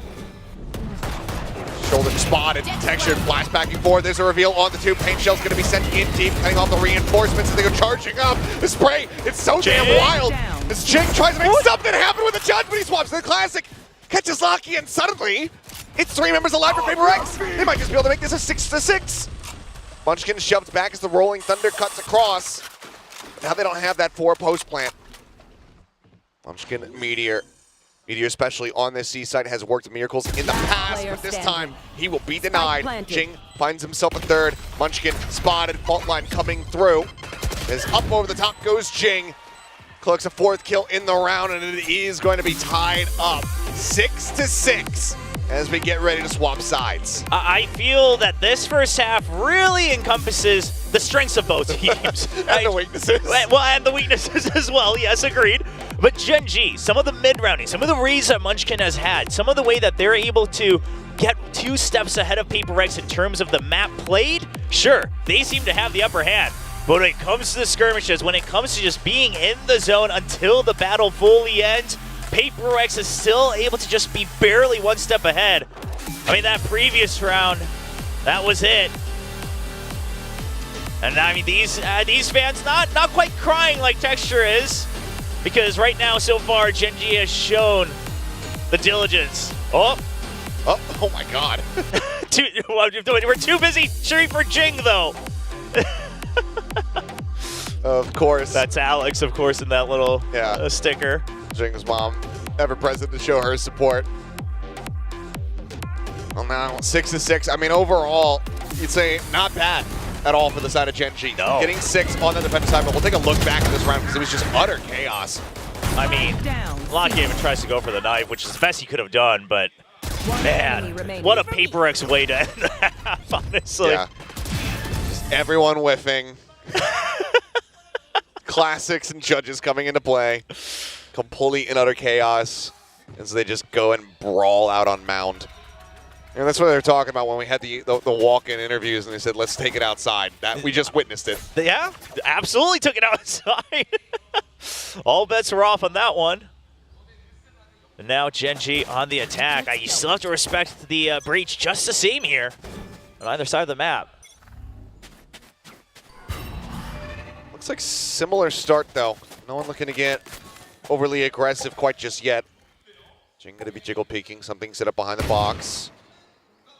Shot sent Jing's way, but gonna leave something to sit here, but they have read this beautifully. He's crept out now behind Mound. Spotted. He has 1 shot. He will be taken down. Texture. 2 through the box, 1 into the chest. Something is dead. First blood found. Meteor now starting to creep forward. Forsaken wanting to take the challenge. Texture finds himself a 2nd kill. A headshot there on the Mind Freak. Hopes open up that C site. Now it's wide open as Meteor also is able to find Forsaken, get some damage on the Devi, which is then cleaned up by Munchkin. Gen G will tie up the pistol round count and now take the lead. It almost seems that Gen G has gotten so accustomed to PRX now, right? You see someone like Jing jump peeking, and you're thinking, Jing never just jump peeks on his own. He's never just anchoring on his own looking for info. There's something going on, but there was no fault line. So what else could it be? You're not taking any chance. The fact that Texture spams that box 5 times with the Sheriff and still has his suspicions just goes to show that they're not counting anything out. Wow. Fantastic read and start from Gen G. As Divide just going to be backing away. Prowler sent through. Gets a spot on the one. Pop Flash going to be sent though. Blast pack backward. And now fully blinded up. But Charon still able to come away with the kill. Divide going to be taken down. Not that much damage going to be found here by PRX either. Only Texture at 82. Swing onto the corner. Quite a bit of damage is found there actually. It's Mind Freak playing close. Will be able to collect himself 2 more. Now the 3rd has to go for the reload to swing on the corner. And Meteor will bail them out of what is already catastrophic. And he will get them the round win. 2 rounds up on the Mind Freak. Oh, man. Oh, doing what he does best. Yeah, flashbacks to Madrid. Player standing. The only difference is he didn't have to pick up the Gen G Classic this time to rub salt in the wound. The Classic here on A side doing so much work for Mind Freak. Like you said, catastrophic is the best way to put it as Gen G. I mean, they'll still dump whatever econ they have to try to match because they want to keep the momentum, but this could get very, very costly. Big investment here.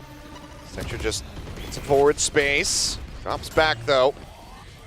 Getting stunned up there by that fault line wants to make his exit. So widely just avoiding the rest of the follow-up utility here from the side of PRX.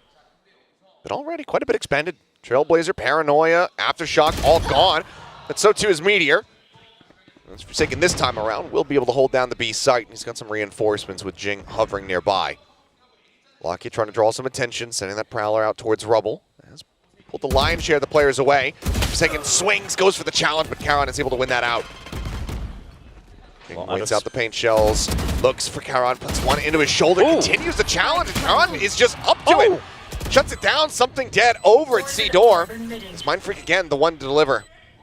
Finally brings an end to the reign of terror here. The enemy Omen finds himself follow-up before getting picked off here by Texture, who will be able to collect the final 2. Similar scenes to Paper X's start on the attack. Gen G looking quite streaky thus far. 3 in a row in the second half. I'm curious. I wouldn't be surprised if a timeout came here just because it started to look like Paper X just getting a little bit overconfident in their own individual skill. I mean, I don't think you can ever fault these 5 players for getting confident, but the fact that you're playing against Gen G and you're still going for these repeats after you lose 1, 2, 3 people might be cause for concern, but Alex says not yet. Only 1 timeout left, wants to use it wisely.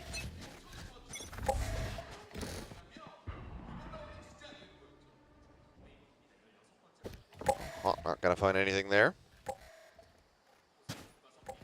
Creep forward, Judge in hand there from something. They keep that hidden. It's the Guardian for Forsaken that clears the Prowler, so he continues to hold that corner. We'll see if Gen G really suspect if that's gonna be in play. But now with the revolving door pressure as well, Paper X can definitely over-rotate a bit more over to A, right? The Judge was still hidden. You made it sound like Mound was fully in your control as well. So Gen G's gonna have to work a lot to regain control. And you see Jing even also coming over to that A side to provide backup.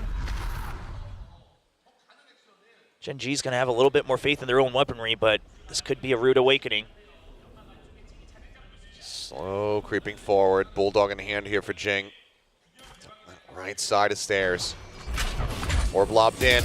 Tap on the door, fault line at the ready. That gets sent, but it's going to be a wide approach here from Gen G coming around that left-hand side. Not stunned up, not caught by any of the util. Mind Freak tries to find it, tries to clutch it out.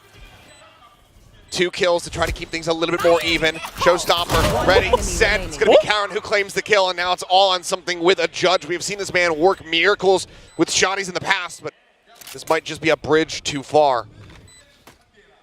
Texture the first on the challenge. He won't be able to win that one out.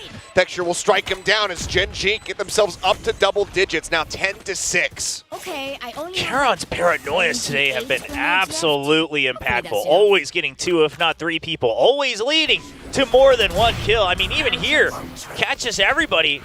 Even Texture able to get all the way back and catches Forsaken off guard. Then you still leave someone on the plant to make sure you're covering your back. And the death ball of Gen G is something different. That tap on the door was everything for him. Just getting that fault line directed away from everybody as they go for that entry. Monstrous there from the side of Gen G. Paper X now using their second timeout. Gen G, even with the early streak coming through, being down 0-4, have yet to use one of their own on this map. True. I mean, the coaching staff just taking this time that Coach Alex provides for both teams and reassessing the situation, looking fairly confident, it seems, in the preparation they have for this weekend. But meanwhile, Coach Alex, I mean, Paper X, we saw on the desk, has some of the highest timeout win rates. But so far today, 0 for 1. We'll see how this one goes. It's been a rough go of it so far. We'll see what the call is. Try to course correct here. Because right now, winless in the second half are Paper X. And it's looking like it might just be a brawl over on this A side of the map. 3 players here from PRX, everyone from Gen G ready to clash on the opposite side of the barrier as they get ready to drop here in 5 seconds. Yeah, no fault line right in range though. So Paper X might have to get ready for an exit. And Shell's coming through, Texture way out in front. He's gonna mow down 2, Mind Freaking Ching. Bolt is taken down and time again. Gen G just have the answer off the back of these timeouts. Boombot gonna be sent, Device still tucked in behind the box. Paint Shell goes in deeper than that. By swinging out, tries to look for a little bit more, but so far it's only gonna be the kill under the race that he is able to find. A-Site now completely opened up something, working his way over towards Baby Door to try to challenge Forsaken here at stairs. Swings out, looks from Munchkin, but he's the one being found. Something now with everything to do, and only is able to find the one. The timeouts continue to work against Paper X. Gen G now move up to 11. I don't know if I've really ever seen this from some of these players on Paper X, but you saw in that repeat from Forsaken, you could tell that he was starting to get scared that he doesn't have much time to go for the correct shot. He was afraid of the double swing out because Gen G always has extra members to trade. And that's the pressure. I mean, the fact that Gen G can force Paper X to feel a little out of comfort on some of these ego peaks on the repeaks, that's impressive. Damn impressive. And now the buy weakened. Jing does have that showstopper. use that aggressively here. This is a 4-man stack set up. Blind out on the Texture though. He will get taken down. Showstopper now out from Jing. Sends it. Kill found. Karen going to be taken down, and that is as good of a start here for PRX as you could hope. 3 remaining players for Gen G. See what the call ends up being. Do they suspect something up on top of the box? Probably not, but they're still able to collect the kill all the same. 20 HP now remaining here for Munchkin. This PRX very well poised to collect their first round on this defending side. Oh, they need it so much. If not, it's going to be map point. Obviously, the Cred's not looking great. This PRX would love to stem the bleeding just a bit here in round 18. And they've got him trapped. I mean, Gen G, they're going as a death ball of 3, but absolutely trapped here. Some amount of damage taken there by Forsaken. They do have Mind Freak nearby to go ahead and reinforce. Seekers now coming through. Those are going to be cleared out. Aftershock to further delay and shove them away from this B site. Triple push up now towards Baby Door. Makia trying to get the spray across, but it's going to be Jing winning out on that fight. Paint Shell's now sent in shallowly. The spike is on the ground. Meteor trying to lob in that Nano Swarm. Can't even get it popped in time. He and Munchkin versus the world. Winning from this position, nigh impossible here, even for Gen G. Time working against them as well as Divine. It's a one shot. Mind Freak will get the follow-up. PRX finally break the win streak, and they get themselves a round win here on this defensive path. 5 in a row for Gen G, 1 more than PRX had at the very beginning of the map. But at the end of the day, PRX just going to be happy that they stopped it. Unfortunately, they did have to invest the Seekers. I imagine they wanted to hold on to that for as long as possible. But they will have to invest that. They'll still be able to buy up just a bit, but it's going to be messy until they can get a streak going themselves to try to catch up to 11 before they let this map point happen. And now look at this, a full stack over on C. PRX just bouncing on one side of the map to the other. Blades out for something. No tags. Look to get this pretty pacey. Yeah, no tags, but that knife tags ahead. Looks for a little bit more. Unable to get that one, but it doesn't matter because Mind Freak collects Lakia, collects Texture, and Forsaken pushing out. Does find Meteor. Gen G. Formerly the ones they were doing the crunching, now they get crunched. As everybody just sat in on top of this one. Now we've seen some teams, take a little bit more damage than they needed to by trying to guard the spike. PRX is in a better position, a little bit more spread out to try to get some early info. Don't think they should be caught off guard too much. Of course, Munchkin just looking to do whatever damage he can. Before some rebuys. Right now, Gen G's economy a little bit all over the place. Careful. As from here, it starts slowly creeping forward. Forsaken just got the orb too, so Forsaken can be the one who gets the kill, or even just die. He'll have the Rolling Thunder. And Munchkin, that might be something he has to start to consider. If you don't want to give that up too easily, you have your own pit. Maybe you're trying to make map point happen in the next round with a bit of a play. 30 seconds left. Don't want to give up that point too easily over to that breach. Yep. Looks like widely the call. Just to go ahead, sit back, try to hold on to the weapon. So unfortunate here for Gen G and for Munchkin, who's just had to run around the map for the last minute or so. But for PRX, it's flawless, which is exactly what they need to try to get themselves back into this game. Close out their map pick. They'll get themselves now up to 8. No one feeling confident enough to go for the hunt, even Forsaken knowing that he'd be able to get the ultimate online. Will just go ahead and allow for Munchkin to survive. A warning for the rest of the players. It just goes to show how intense this game already has been. But I love the variations on the Seaside Crunch here from both teams. Obviously, for PRX, a very different composition than most. And finally, a timeout forced away from Gen G. So Gen G, they just had, what, like 40 seconds to talk as Munchkin was trying to survive. And then you have another minute here to reconvene, try to cool off PRX as well. Yeah, maybe for those last 40 seconds, Solo was listening and was just like, I don't like anything. It could have been that, they're cooking up right now. So let me pump the brakes and tell you why you guys are wrong. Either way, just not wanting to give PRX any kind of wins for their sales. We've seen both of these teams, how quickly the momentum can shift. I mean, the last time they played against each other, Gen G looking down and out on this very map of Lotus. Yes. Then suddenly Texture comes up with that incredible ace over on that C site, and they run away with the rest of the map. That's what Gen G is looking to avoid right now from PRX. Yeah, I mean, we've seen it from PRX, just like you said. Sometimes it's Forsaken, sometimes it's, something. I mean, it's anybody over on the side of PRX, quite frankly. But you just want to make sure, okay, we gave away a couple rounds, but we don't want any one singular player to suddenly pop off, turn that switch on. Because on the side of Gen G, Texture has had that on for the entire map. 25 kills already, absolutely carrying the entire team on his shoulders. Yeah, he's just been an absolute monster. I mean, he's got Jing and Something's kills combined right now. Oh, it's not something that you really think you'd ever say, given the form that we've been seeing from them. Something in the meantime crept forward, tap on the door. Texture still just saying, screw it, I'm going in.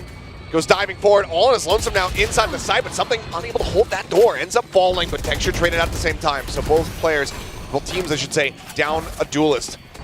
Yeah, Gen G over in towards C. Nightfall going to be sent, but Forsaken does manage to dodge this. Smart from Forsaken. His position's going to be hard to read. Jing spamming through. So much damage. Actually going to be Divine. No, he's Managed here. to come up with that one. Now the pit going to be dropped in. Locking, however, able to take down Forsaken. Jing dead. Munchkin spraying away. Comes up with another one as Mind Freak will fall, but Munchkin dead means the pit gets dropped, but now Divine in a 1v2. A lockdown also available, but Spike not yet planted. He's to try to isolate, but they double face, they take him down, and Gen G get themselves up to map point. Where are you? Man, and once again, PRX, you might be talented, you might be some of the best players in the world, but a lot of these rounds, it's one guy standing on his own without a backup plan. And if you cannot win every single duel that comes your way, that opens up the map. Forsaken even does his best. Wraps around far wide, avoids the Nightfall, tries to catch a timing, but doesn't lock on to Lakia fast enough. And Gen G, one round away from taking PRX's map pick. And they will have been watching the composition, studying how PRX were able to pull off, things like that 13-0. The dominance that they've been putting on display. And part of that dominance was Something using an operator. Something that we haven't been seeing up until this point. Granted, the economy has been very rough for them on this defending side as well. It's Jing forward here at Mount. Prowler scouts him. Paranoia now sent. Looks to just make his exit. Minor amounts of damage taken there by he and Mind Freak. Giving up that space, but you're still holding on to rubble if you're PRX, so you don't feel too bad about giving this up. You've had some util trades. You still have Rolling Thunder for the retake as well. Not all is lost. See the call here. I mean, they're more than happy to basically just leave Something on his lonesome with that operator. I think they might push out if the lockdown gets used. It looks like Forsaken's just set up for this. Oh, not even going to wait for it. They're going to go aggressive on this one, and Jing able to isolate, finds the kill there on a Meteor, but Texture answering back. Does take him down. Opposing Raze now dead. Showstopper online for Texture, but low on HP. The creep around the side, stabilizes the aim. Karen comes into the rescue as well to find that kill. Forsaken now trying to find a little bit more, but Karen able to collect a second now. Down to a 2v2. Showstopper still in place. Something trying to flank around the backside here up B. The Showstopper comes in, but no one to be found.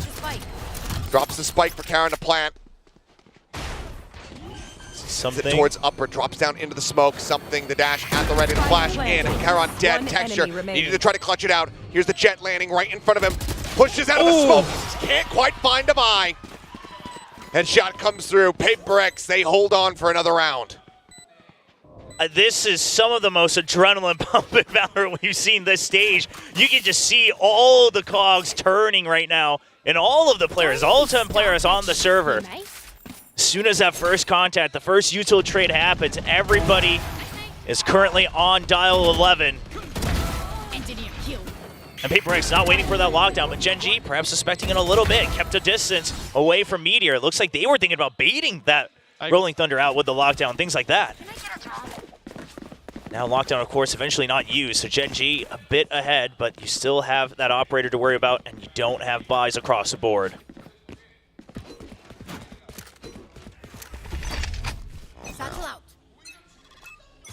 Heavy stacks here from both teams over towards A. Texture again, just jumping very far forward. Jing swung around the side. Texture gets in behind him. Jing's not aware of how deep Texture had gone. Swing forward. Texture instantly snaps on, finds Devi's head, then ends up getting clipped. Mind Freak off the flight, but the TP forward. He's trying to take control of Rubble, but Karen has swung around the backhand side. Mind Freak dead. Now just leaves Forsaken and Something all in their lonesome. Up in play. And they don't. Munchkin on the hunt. Finds him. And now it is all down to the captain, the IGL Forsaken, to try to drag this one back to keep them in this map. But it seems like Gen G may have just done it. TP across the map. as they get situated there on C, and Forsaken has no idea where any of them are realistically. Yeah, I mean, sure, you know the spike has to be going down over on the C side, but you saw that lurk coming in from Munchkin. The fact that the dash was heard from Munchkin gives him that free kill to something. And Forsaken spots the jump. The footsteps heard. Lakia gives the call. No time to play with ambiguity realistically here, but Forsaken still tucking in, cutting across beach, just trying to clear out as many flank angles as he possibly can, trying to make sure that he's got all the players corralled down to the end of the side. There's the first. Charon going to be taken down the fault line. Sent.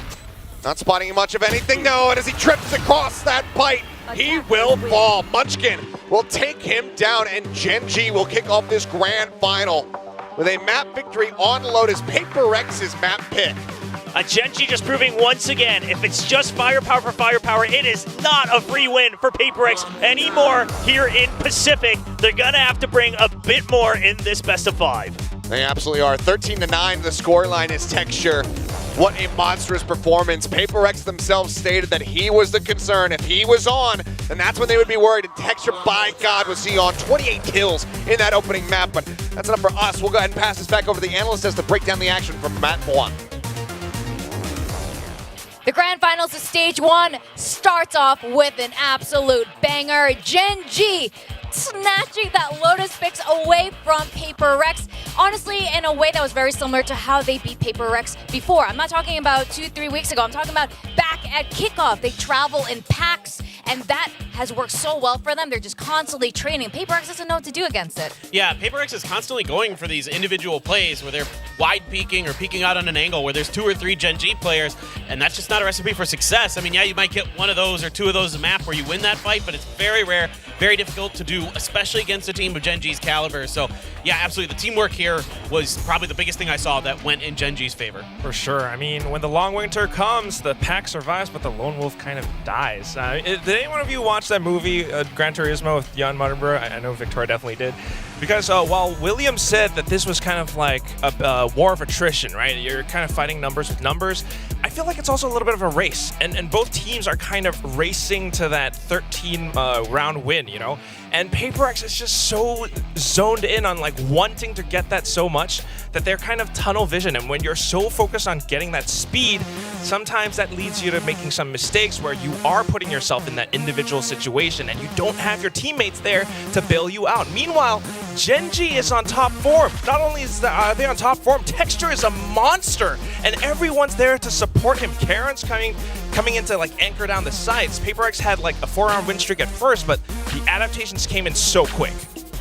You know, PRX is often described as a death ball. I think Gen G proved to be that death ball today. You know those fire ants, or whatever those monstrous ants are? You can kill 1 or 2 of the ants, but they just keep rolling in, and they keep going and causing devastation. And Forsaken said it too in his interview, if Texture is on, it's going to be really hard, and Texture was so on. Yeah, I mean, some absolutely ridiculously good paranoias as well. The Fade utility for Lakia was on point, and the lurks are something that, you know, I talked about in the pre-show that need to be thought about for PRX. A few of those came through and bit him in the butt, but it wasn't so much that.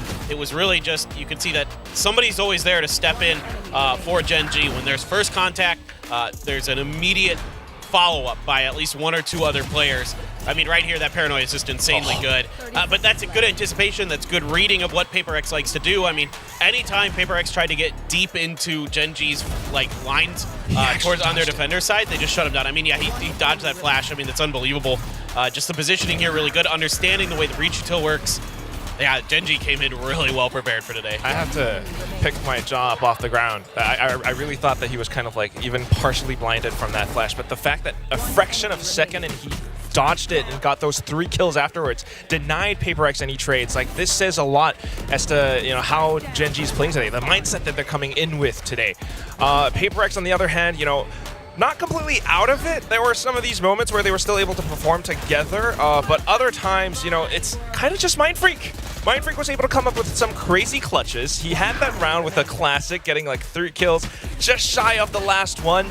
But the rest of the team, you know, feels a little bit off. Like, we're seeing a lot of these moments where sometimes something's like perched up trying to watch an angle by himself. Or multiple times, he's trying to go through C door to wrap back up around against Gen G or to hold pillars against Gen G. But Gen G works as a squad, dude. It doesn't work that way. Yeah, PRX needs to remember, this isn't your standard team in VCT. This is Gen G. And you need to play a little bit differently against Gen G than you do against other teams. This is the Gen G that we saw go to second place in Madrid. This is the form that we saw. Now that we're going to Sunset, I think this is going to be very exciting. This is a Gen G pick.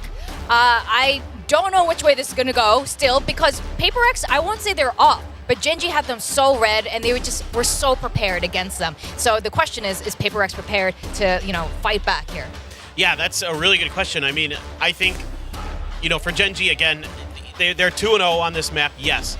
But it hasn't been convincing to me. Either of the wins, they've been a little bit rocky at the start of both times, where they've just basically gone down pretty heavily to start these maps. So that's something I don't think you can get away with against PRX. You're going to need to really dial it in throughout this entire map. But if Texture's on, I mean, yeah, you saw it in that last map. He's a force to be reckoned with. Yes, the support's great behind him, but he's hitting crazy good shots, crazy fast, breaking space so instantly, making it impossible really for players to kind of react properly, to really get in those positions where they can support each other. So that's going to be tricky here for PRX, no doubt about it. For sure. I think something that Gen G focused on a lot, during the past week when they had a little bit of time off, is to figure out how to play against this breach pick. I think PRX, this is something that they've worked with for quite a while now. Forsaken clearly sending in those fault lines, those flash points, and they've worked great against other teams, but Gen G's figured that out. We can see in a lot of these rounds where Texture's able to dodge that flash. The rest of the team, Karen, they're able to kind of sense where that fault line is about to hit, and they are just kind of working around it. If someone gets stunned and they're gonna die, sure, let's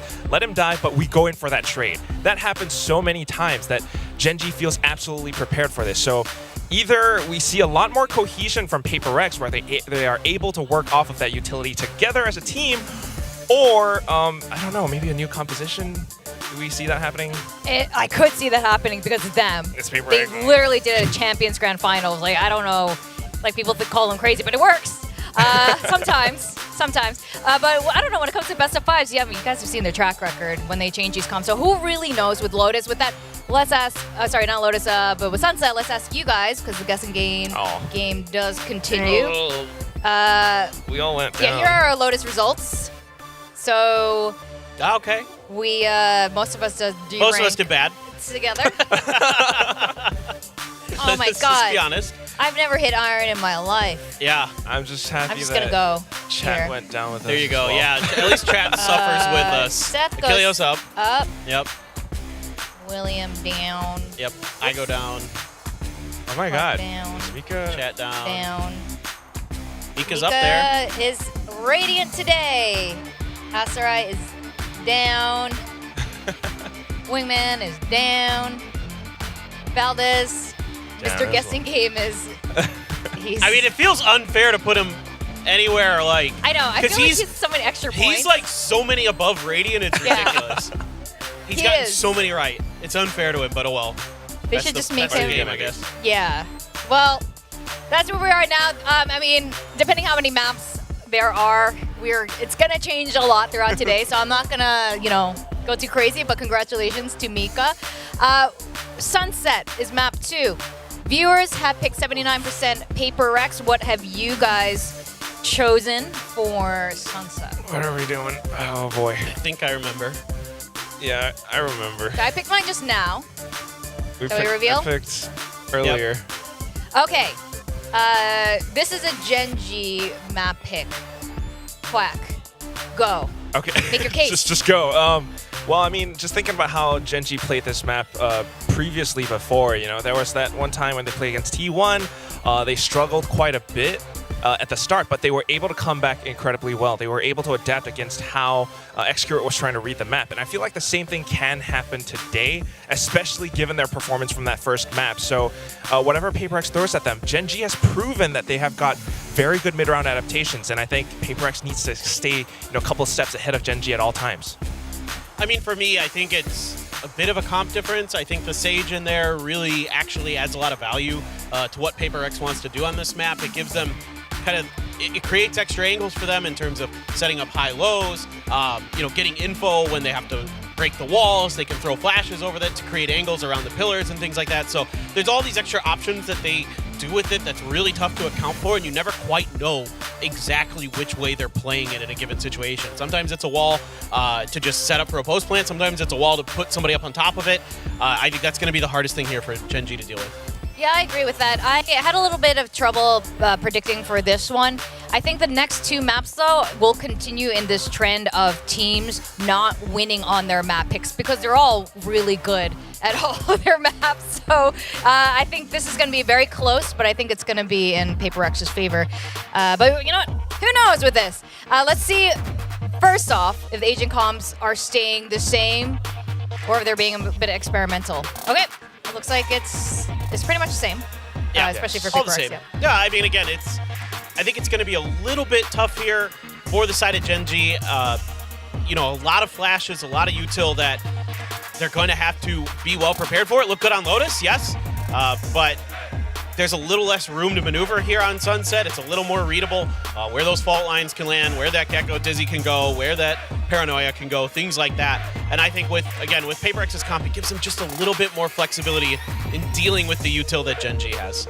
Yeah, I need to see them make use of this composition, like, together as a team, right? You've got these two initiators. They're really good. And at the same time, like you mentioned, Paper Thin, Davai on that stage just gives them a little bit more flexibility, creates several angles as well, or just interesting setups since they are starting out on defense anyway.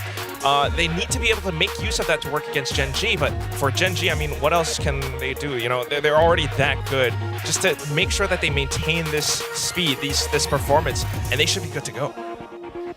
Yeah, we are going to find that out. I mean, Sunset for PRX, they looked incredible on it at the start of this year, but that was with also a player difference here with Manya, who is still playing. PRX has been fairly successful on Sunset, but, you know, not as strong before. Let's see how this is going to go. We're going to go to our casters for the second game of today's grand finals, William and Achilleos. Thank you very much. Yes, let's go into Sunset now. See if Gen G going to suffer a similar fate and drop their own map pick. And we saw how strong the anti-stratting was from them. And that opener there of Lotus. Same could be expected here for PRX, who of course will have done their research. Yeah, the surprise factor gone from Gen G, bringing over a bit of that Ascent flavor here onto Sunset. Just looking to take that mid control nice and early, of course. Much easier to do that on the attacking side. Just with the angles that you can hold. Put that pressure down nice and early in the pistol round, and that's conditioning right off the bat. Flash already up over the top. So look to take some control here up top mid. Texture up and over the top, and instantly finds a headshot there. Finds a second. Takes quite a bit of damage, but Mind Freak unable to confirm that kill. Now holding forward, dash at the ready. There's a swing, and Jing will be able to take him down with the help of that Frenzy. It's a bit of damage, but now Plant can come through safely alongside the pillar here, but for Munchkin. Dizzy up over the top. Jing looking to take some space. Comes up with the kill, but Karon will to answer back in kind. Two-piece for him. Once again, Forsaken now. The Lone Ranger, last one standing versus three. Does have that ghost, just a glimpse there of Karon for a brief little moment, who's now looking to take some more forward space, become a little bit more unpredictable as he jumps out over top of the smoke. Just eats so much damage, seeing way more than he wanted to. Saw a little smile on his cam as well, just realizing that there really wasn't much he could have done. That'll be the cleanup. Well, excellently done, Gen G. Concise plan, well executed, and also just some very snappy shots from Texture on that entry up through mid. Leads them to a pistol round win, now taking the lead 2-1 in that regard. Yeah, and a huge pinch onto Boba. I mean, a set play right off the bat on the pistol, but it's a great pistol round, and it's great against a team that doesn't have a traditional Sentinel, right? Because how are you going to try to control that top mid in the future? You're going to have to make sure someone is watching it. And Texture says, you know what, yeah, just continue, just send me first, see what happens. You know, just place me in there, see how it goes, because he has been opening up sites non-stop. Cage trigger. Texture take the wheel. Main shells try to clear some space out over here at a main. Will be an orb take for the side of Jing. Just want to try to get that showstopper online. With the help of the 2 kills he was able to collect, it's already going to be over halfway there. Now big target here is Meteor, but it's lonesome, so does end up getting pinched there. Something swings out from that mid pillar. Spike planted. 1 for 1 thus far, but obviously with a weaponry advantage. Odds still very much stacked against PRX. Dizzy in towards Market. Clear out. The wingman scanning around the side. Charon able to come away with that headshot right as that paranoia hits. Swings forward, looks for a little bit more, puts some damage down to Mind Freak, but starts getting a little bit whiffy. Ghosts could be picked up here. Still 2 Phantoms in play. It's Mind Freak out in the open, taken down. Boombot. Not going to be able to garner too much here for them as something comes in from behind. They actually bring this into a 1v1 with a frenzy. Munchkin will just barely be able to stabilize that spray. Take down Jing, but it's a pretty hefty cost here for the side of Gen G as they move up 2-0. Yeah, Gen G, something I'm noticing is that their anti-eco buys are really built for them. They're such a trade-heavy team. They know that most of their rounds might end up with only 2 people alive, sometimes only that 1 person for the clutch. So sure, they drop a Phantom, so they go in for that extra investment, but the rest still sticking with those Ghosts. So they'll carry over one of the rifles. It is a bit costly, but they can still match. And if they win, they can really start to build on those creds. Same thing that happened on Lotus. Yep, this is that snowball potential. So now, quick check forward with that 0 point, nothing spotted. Back off the angle. Paranoia through his Jing, looks to make his exit, but Forsaken not caught by the blind whatsoever. He's able to find Texture, punishing that aggression. Very nice start here for the side of PRX as they look to get themselves on the board. Something, though, taking a peek down into mid. It's quite a bit of damage. Frankly, he's likely to come away with his life, where Devi can now just go ahead, rotate over, join in with him, and get that heal across. PRX has to respect this mid control. Swing out, though, before they full heal can even come in. Ends up getting taken down now. Forsaken going to be dead. Devi still hovering nearby. As mentioned, put the spike down on the floor, but can't readjust to find Meteor. 2v2, Mind Freak here, trying to hold the line. Sat in Boba, Meteor going for the challenge. Paranoia is available, but not necessary as Mind Freak will be able to find that headshot. So casualties obviously here on both sides, but PRX, they do not allow for a bonus conversion to come through. Yeah, defending the round, that's what's important. But of course, again, both sides should be able to match in relative power here. Just a matter of some of that armor. Does look like Charon not going to be able to get it by himself. But here, Jing's movement to decide to blast back towards Forsaken. Just really good split-second blast backing. It's always good for those. Forsaken there to cover his teammate on that early kill. And now this mid-control continuing to play PRX just a bit. So we'll see what the adjustment is in the future rounds. 3 Sheriffs, Phantom, and the Guardian in the mix here for Gen G. Rifles are bound, but Meteor able to put 1 down. Does find Devi there at mid. Munchkin, however, fallen. That's a lot of their info gather, as well as their flashes now taken away from them. It's Mind Freak hovering here in the back, able to find 1 before falling. Weapon can now be scooped up by Charon. He's going to TP forward, grab that Vandal. And the drone clears out everything, so no need for the Paranoia just yet. They could try to save that for the post plan even. Nothing spotted, but still plenty of positions that had not been checked by that drone. Wingman at the ready, leading the charge. It's drawing the attention of Lakia. But he ends up falling. Forsaken now able to find Charon and Texture. He's only got 2 HP and no hope in hell. The consolation prize is going to be the Thrash Burn at the very end of the round there for Gen G, but PRX, more importantly, they tied things up at 2-2. Yeah, I mean, Gen G, they decided to go for those Sheriffs to try to make sure that they're building bank back up, make sure they don't get caught in a weird situation if they end up going on a losing streak. So all in all, in Gen G's situation, like you said, you took the Thrash out, it's not too bad. But PRX, of course, no matter what it looks like, as long as you're keeping up the numbers to match on the round win board, that's what you want the most right now. They'll still have all rifles. You still got a showstopper. Things are looking okay for PRX, and they're deciding to just leave mid open once again. They'll deal with it when it comes to it. Knives pulled here from Texture. Just wanted to try to bank up where possible.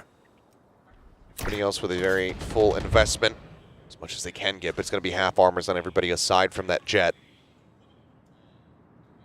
And Gen G may be suspecting a little bit of that showstopper tiles crunch, but doesn't come through yet. So they want to try to fish this out just a bit more. Wanted to go for that swing, but knows that Forsaken has been playing right there alongside him. Jing now going aggressive, is able to find the headshot.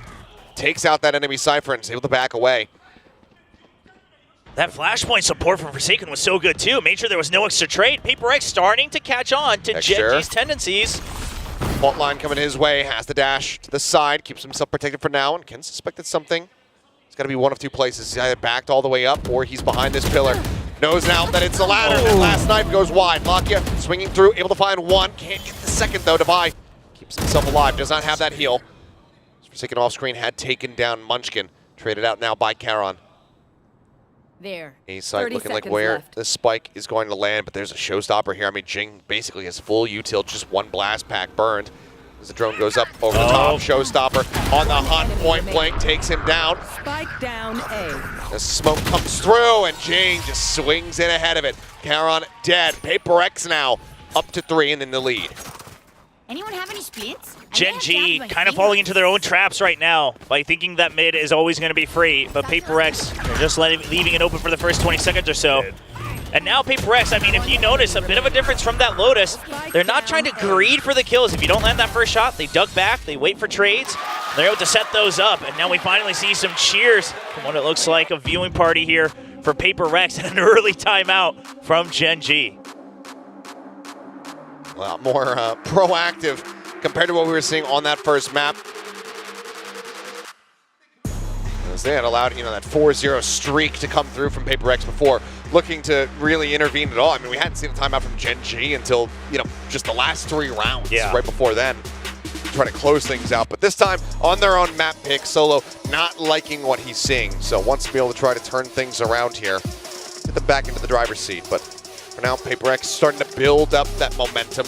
Shots being hit where they were being whiffed previously on the first map. Absolutely, and I don't blame head coach Solo on the side of Gen G. Because on Lotus, sure, you might have been losing a couple of those rounds, a lot of those rounds in the beginning, of course, but it always felt like you had the right read, that it was the execution maybe a little faltering, PRX having some heroic moments. But right now, it almost seems like the reverse. It almost feels that PRX read through you immediately after that pistol round loss, and now they say, okay, you want to take mid control, take it for a little bit, we'll go in for the trades, we know how you want to set up for the bait and switch, things like that. And Gen G, the fact that they've been trying to save this youth to try to creep up, create that point of contact first, it's not working out against the Singaporean squad here.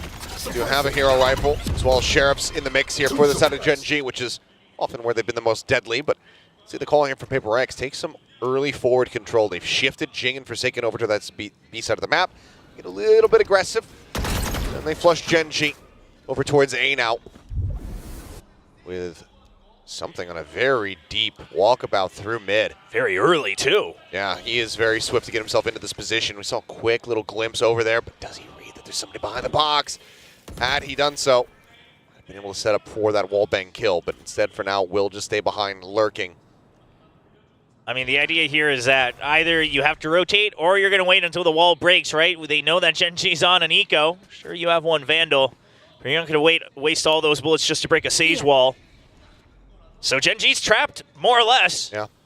Drone's been used, so you can't try to drone and then Hunter's Fury. You could maybe try to get the recon off, and if you get a ping, then try to open things up that way. But even for Gen G, in a thrifty attempt, might be a little bit bolus. There's a swing in.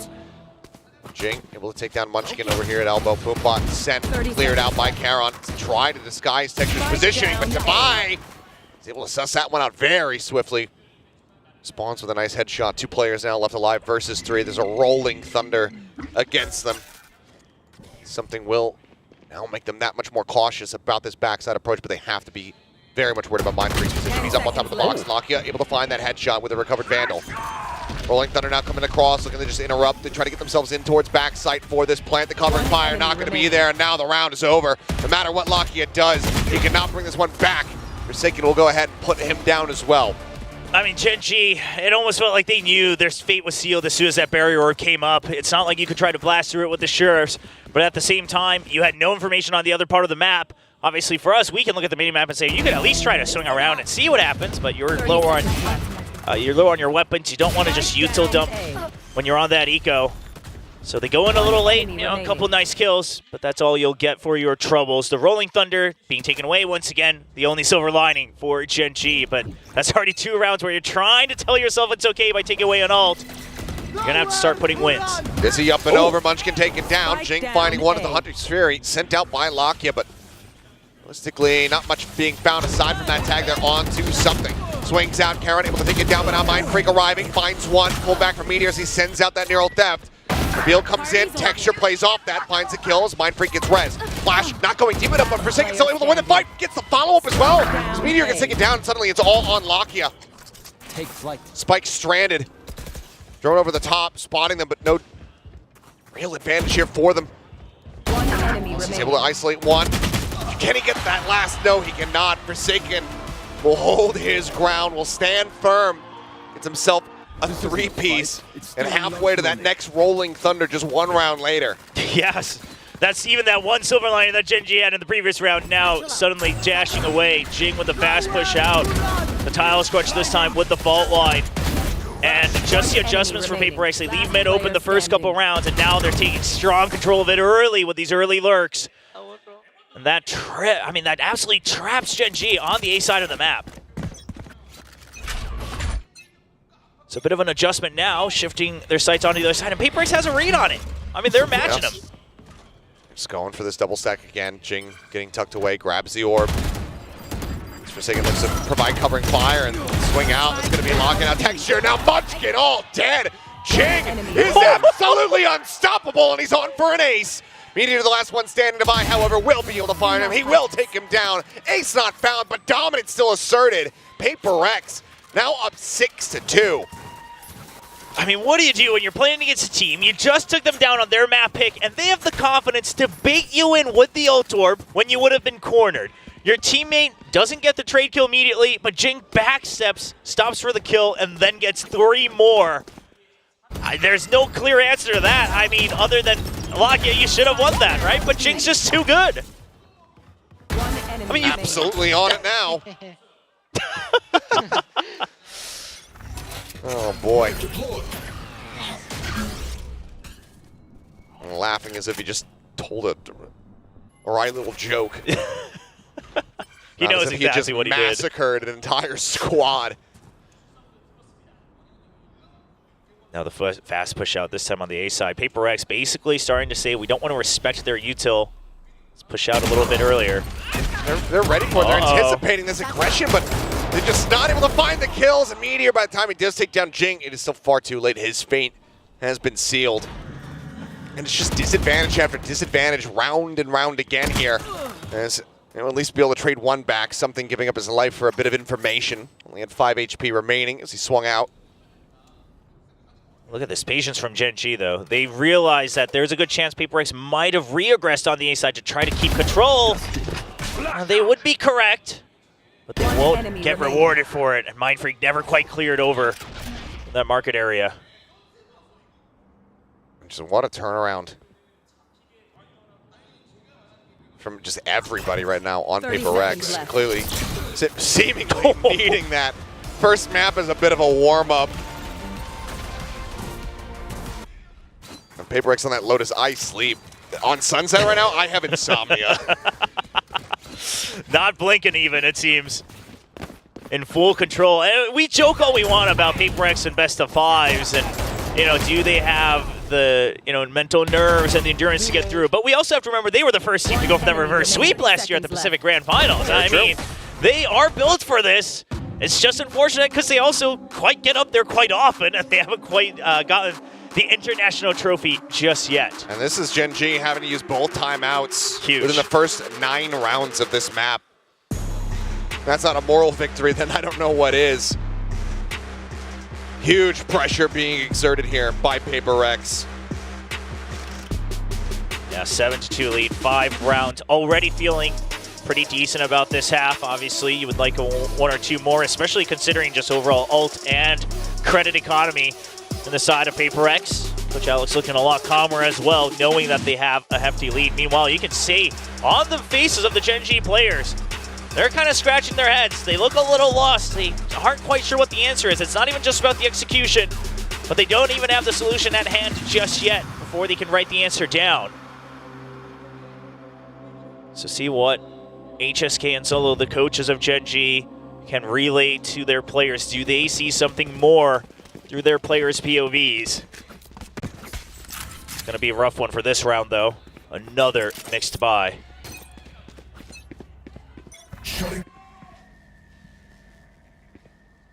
Zero point out over the top, something.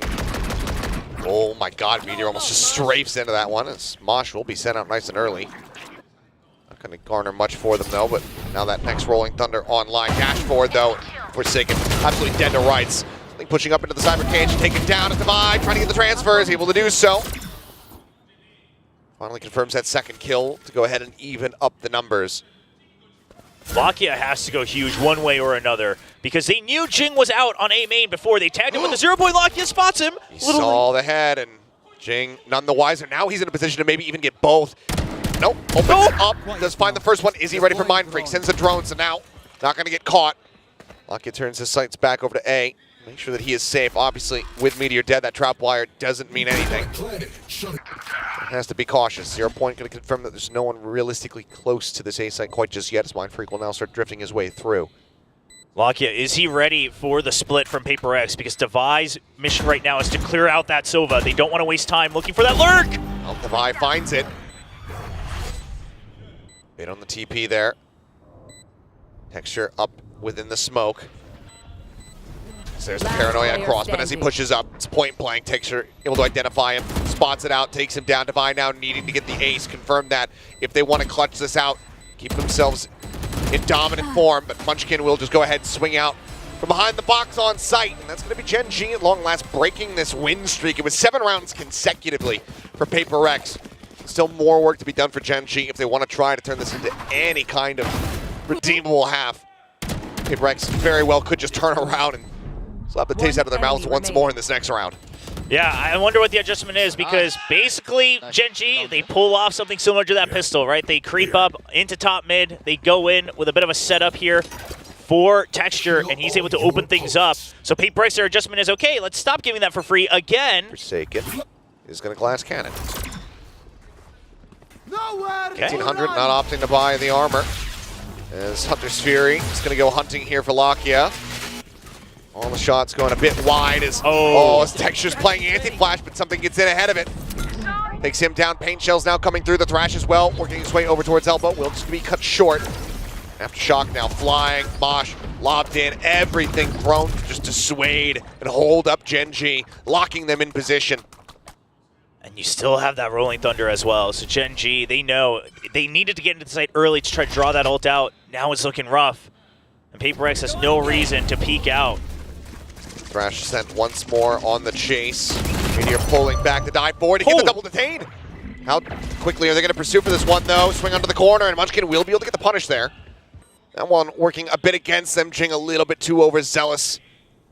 Smell that blood in the water, but this Rolling Thunder, this could be absolutely devastating. Waiting for it, something playing for contact on it. Now Sen catches on the Meteor with the covering fire. The only one not getting stunned up is able to find him, but Mind Freak swings the corner, able to find two. Neural Depth invested, Mind Freak pulling back. Devi trying to get into pole position. Meteor, however, able to find him now. It is just Devi with an operator. Trying to win this one out. If he can get one, there's nobody really in position for a res either. So even that, not really going to be a boon for him. I mean, yeah, you have the creds to buy up rifles. He'll get one. Surely he goes for it now. If he had a wall, he could get himself across. Get that player. There's just no way in hell can he isolate. Tripping forward, and Meteor will be good for it. A 3K there from Gen G Cypher to rescue the round. Last round. PRX getting a bit too overzealous. Man, I mean, every time we see moments like this in the making, it seems like Gen G's also prepared for it. They start to push in a bit faster after the first kill, so Meteor is able to escape the Rolling Thunder. I don't think they were quite reading it 100%, but at the end of the day, this man on your screen, he's the hero. Looks like he was asking about that operator. Yeah, and they will, yeah, they'll bring it over. It looks like they might have just bought one themselves, but either way, op in hand, Blade Storm there as well. You're watching, not able to get the dart through, but keeping tabs there on Jing, has the trap wire set up as well. Now we'll look to try to start this lurk as that dart not going to be cleared out, and Forsaken going to be taken down. Very nice timing on that flash from Munchkin. Sets up for that kill. Lurk interrupted. Arcadora does come through as there's the res now on a Forsaken. Spam not going to be able to catch him, but here's the backstab. Everybody's attention paid forward onto the site. Meteor walks away with two. Darting out, trying to keep him honest. Meteor just keeping them busy. Backpedals, wraps all the way around now towards main. Op still holding the close angle. Takes him down. Knives pulled. It's going to be a little bit whippy there from Texture. Loses his life, but Op can be picked up if they so choose. Gen G will be able to rescue the half and make it 7-5 in the end. Yeah, Meteor, absolute perfect impact for Gen G. Exactly what they needed. Bit of a hero play in that second to last round, and then a great lurk. Again, that's one of the weaknesses of this composition from PRX. No true sentinel, no traps, no info that you can gain passively. And that Cypher on the side of Gen G, they break through that. Right through. Got some fans, it's like from abroad here cheering for PRX as well. Oh, wow, that on the left side. That is gorgeous. I mean, all three parts of that is beautiful. Wow. Wow. I think there's a little bit less of texture screaming in agony and a little bit more of that Alex desk slam at the moment, given the run back that we've seen, but they're still in the lead. Gen G, 2-1 in pistols thus far. PRX can tie things up, be in a very nice position to go ahead and look to close out the rest of this map, because now we move them over onto that attacking side. See how much more they get with that initiative. I mean, they started off, again, like you said earlier, 7 rounds in a row. Not off the back of any one singular player, but just really good trading all through and through and winning each of their own duels. I mean, you see only 3 assists for all 5 players on the side of PRX. It's whoever got that first contact. They're able to battle through. A lot of multi-kills coming in as well. Meanwhile, we see 2 sheriffs on the side of Gen G. Texture and Lakia defaulting to their basic abilities. It's all do 3, yeah. you know, on Lotus. All those pivotal rounds that they were able to just dominate in. They have a Not lot shying of away from those, but sometimes you need the util, you know? Yeah, it is nice to have that util. Especially on defense. I mean, against the Breach, perhaps just allowing them to get into the site and then go for the aim duels could be the answer. Angels the check. Entry going through. Jing spotted. There's the blind. Wingman interrupted. Dizzy cleared out. Jing dead. As it is just a meat grinder over here at B. Mind Freak trying to do his damnedest, but he's only going to be able to find the 1 kill.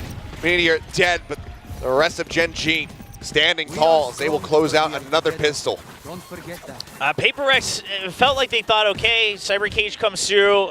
Once the timer goes through about half of it, let's just blast through, catch him off guard on a bit of a beat. But the call's too fast. Meteor, he wants to play anti, so he calls for his teammates to smoke. The paranoia again from Charon. Absolutely massive. Doesn't allow anybody to check for that left corner. And again, it's like I said, I don't let him come in. Use their util, then we'll just fight him fair and square, gun for gun. 3 sheriffs now for the side of PRX to try to pull off some thrifty magic. So, a couple shots across. Forsaken unable to get the connection there, though. As Meteor tagged low, 47 HP remaining on him, and no damage answered in reply. Here. Very big jewel peek there from Mind Freak, as Forsaken now in position to try to send out that fault line. Texture moves off the angle, shifts over to the opposite side, and swings out just in time to take out something, and that's going to be the spike now spotted as well. Does quickly get recollected. It's a slow push out into Munchkin, who's got Guardian in hand, and he continues to be an absolute monster with it. A 4K from the KO. We're tied up 7-7. The IGL of Gen G. Just him with the Guardian, it's just something different. Yes, he plays well with other weapons, but when he has the Guardian, because I was looking at the minimap, I was looking at the screen, and I'm thinking, I mean, he's got the Guardian, he'll get maybe 1-2 kills. It's that shot onto the buy. Yeah, exactly. That's where the trade should come in. Yes. You know, the first 2 kills, okay. Sure. That last one, to be able to come through is just disgusting. And then by that point, there's just no way for Mind Freak to, you know, he's not counter swinging anymore. He's just lone peeking. And now an op here for Texture as and well. Now, a pause of the tech variety. Of the tech variety. Really not a long one. Generally, they've been pretty swift. I assume it was a very last minute, you know, maybe a cable unplug or something like that, since it's called right before the round begins here. But yeah, I mean, like you said, I love that you pointed that out, because up to the second one, I mean, Munchkin, he whiffs a couple shots, but he's able to stabilize. He's got better weapons, things like that. But man, the trade not coming through, and that's just the window he needed. So the issue is not actually on stage. It's in one of the coaching booths. I have an issue with... I can only imagine which side it might be. Certain coaches set up that will get fixed, and we'll get things underway here once again. So players unaffected. Shouldn't be anything too drastic here. As well, he's looking like he's typing away. So yeah, everything he's typing. Wonder what that could mean. should be hopefully taken care of here once more. Oh, man. I mean, I can also only imagine at which scene that this tech issue might have arrived. Perhaps it was the 4K from Munchkin. Quite impactful, I would say. We should get Alex one of those, what is it, like the ergonomic keyboards or whatever, where they're like split in half, and kind of like raise. Oh, there you so go. it just looks like he's smashed it in half. Then at least you can hit like right in the center of the desk and just go right between the two panels and not have to worry about actually destroying a keyboard. We'll have more advanced coaching setups in the future, I'm sure, as VCT continues on. There was a Korean content creator that the current status of it couldn't be more appropriate. There was a Korean content creator that imagined that if Alex was strong enough to break the desk every time he slammed it, how much damage would he have done to VCT financially? And of course, that has never happened. The tens of thousands of dollars. Yes, it was very high. Because not only do you have to consider the desk itself, but all the things on the desk that would then fall and eventually break. So we have to calculate monitors into this, audio switches. It's a fun little bit. There's a lot. We should do a segment where we have them like doing like karate chops and breaking boards and stuff, and see which coach would be able to do it. Yeah. It turns out Termy's actually the strongest, breaks through everything. Just got to get him in the right mindset. Munchkin though, to hold here, something able to win out that fight. Just dry peeking on the corner, takes him down right through the corner of the box, and that's going to be a strong opener here for PRX. One that they need is Gen G. Right there. Has just managed to tie things up at 7-7. Yeah, Texture, very high stress situation now, all alone. Forsaken tagged low. Oh, and Texture, whippy on the op shot. Wants to go for the re-peek, and something says, yep, come to me. Another headshot delivered. Dizzy now up over the top block. He's going to be blinded. Has to try to tuck back. Tries to take the fight. Something claims a third.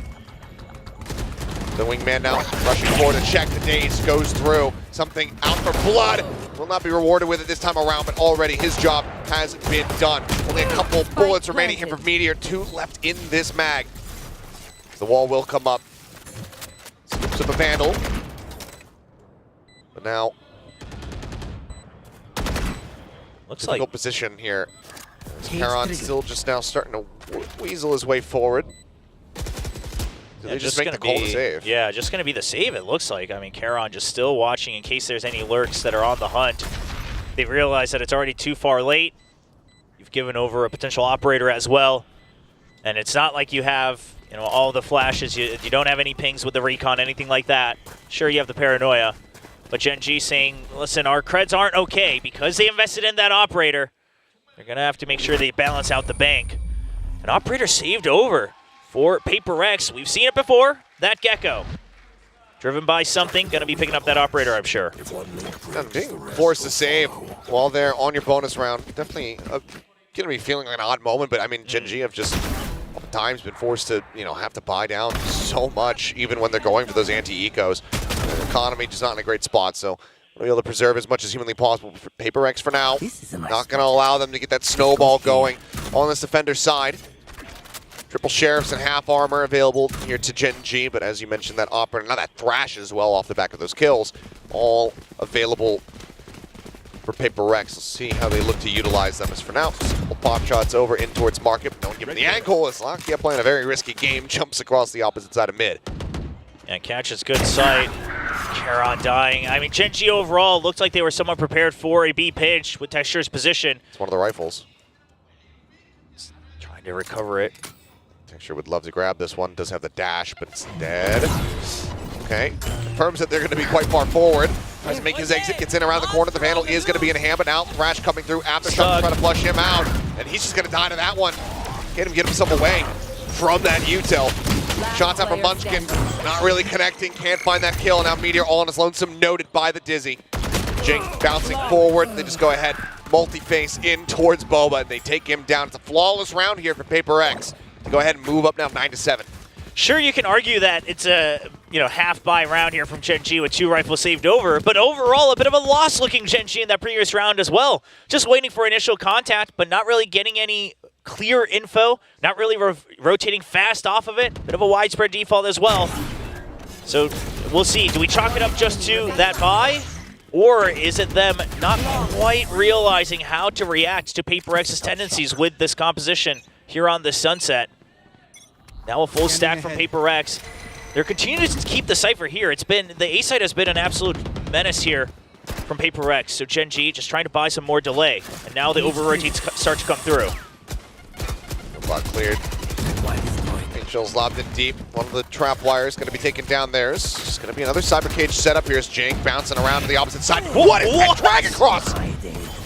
Are you kidding me? Gets a shot, swings in before the reveal though, and something watching the wide angle is able to take him down. Reping does come through. Texture now swinging out, jumps in the corner. It's his shot. Mind Freak dropped. Now 2 for 1. Trying to be for Gen G. Lock, recon available. This lurk, they're just buying time. If they eventually do come in, Munchkin's still going to be very valuable on that lurk. Something now holding the angle though. No, actually pulls off of it. Peeking in over towards site. He's inching his way forward. He's looking to try to get in here. Spot a pixel out of place, but he cannot see Karen. And now Texture is made all too easy for him. Something just disrespects the angle. Now the spike going to be dropped. Peek out the headshot. Instantly hit. Forsaken. Dead. And there's the cleanup from Karen. Gen G keeping things neck and neck. One away from tying us up once more. I got to see the shot from Meteor again, because to start things off with that was just absolutely nasty. I mean, sure, you heard it, but I think he starts spraying on the right side, and he hears another blip through the cyber cage, so he just swings it across, and somehow the bullet lands right on the dome of Jing. But then it's just a chain of insane shots from Texture as well. So now PaperX, you read that. The Cypher setup consistently going over to that A side. They'll try to take some control over a beat main again. Munchkin barely making it out. Looking for the catch. He was well set up, but Munchkin does get away. Okay, now he gets away. Gen G have just been re-peeking like maniacs. I mean, taking a page out of PaperX's book. You got to match him if you want to fight him. This is what PaperX were getting punished by on Lotus. Gen G certainly getting punished by it on this map. Just everybody feeling so confident, but being at some disadvantages in these fights.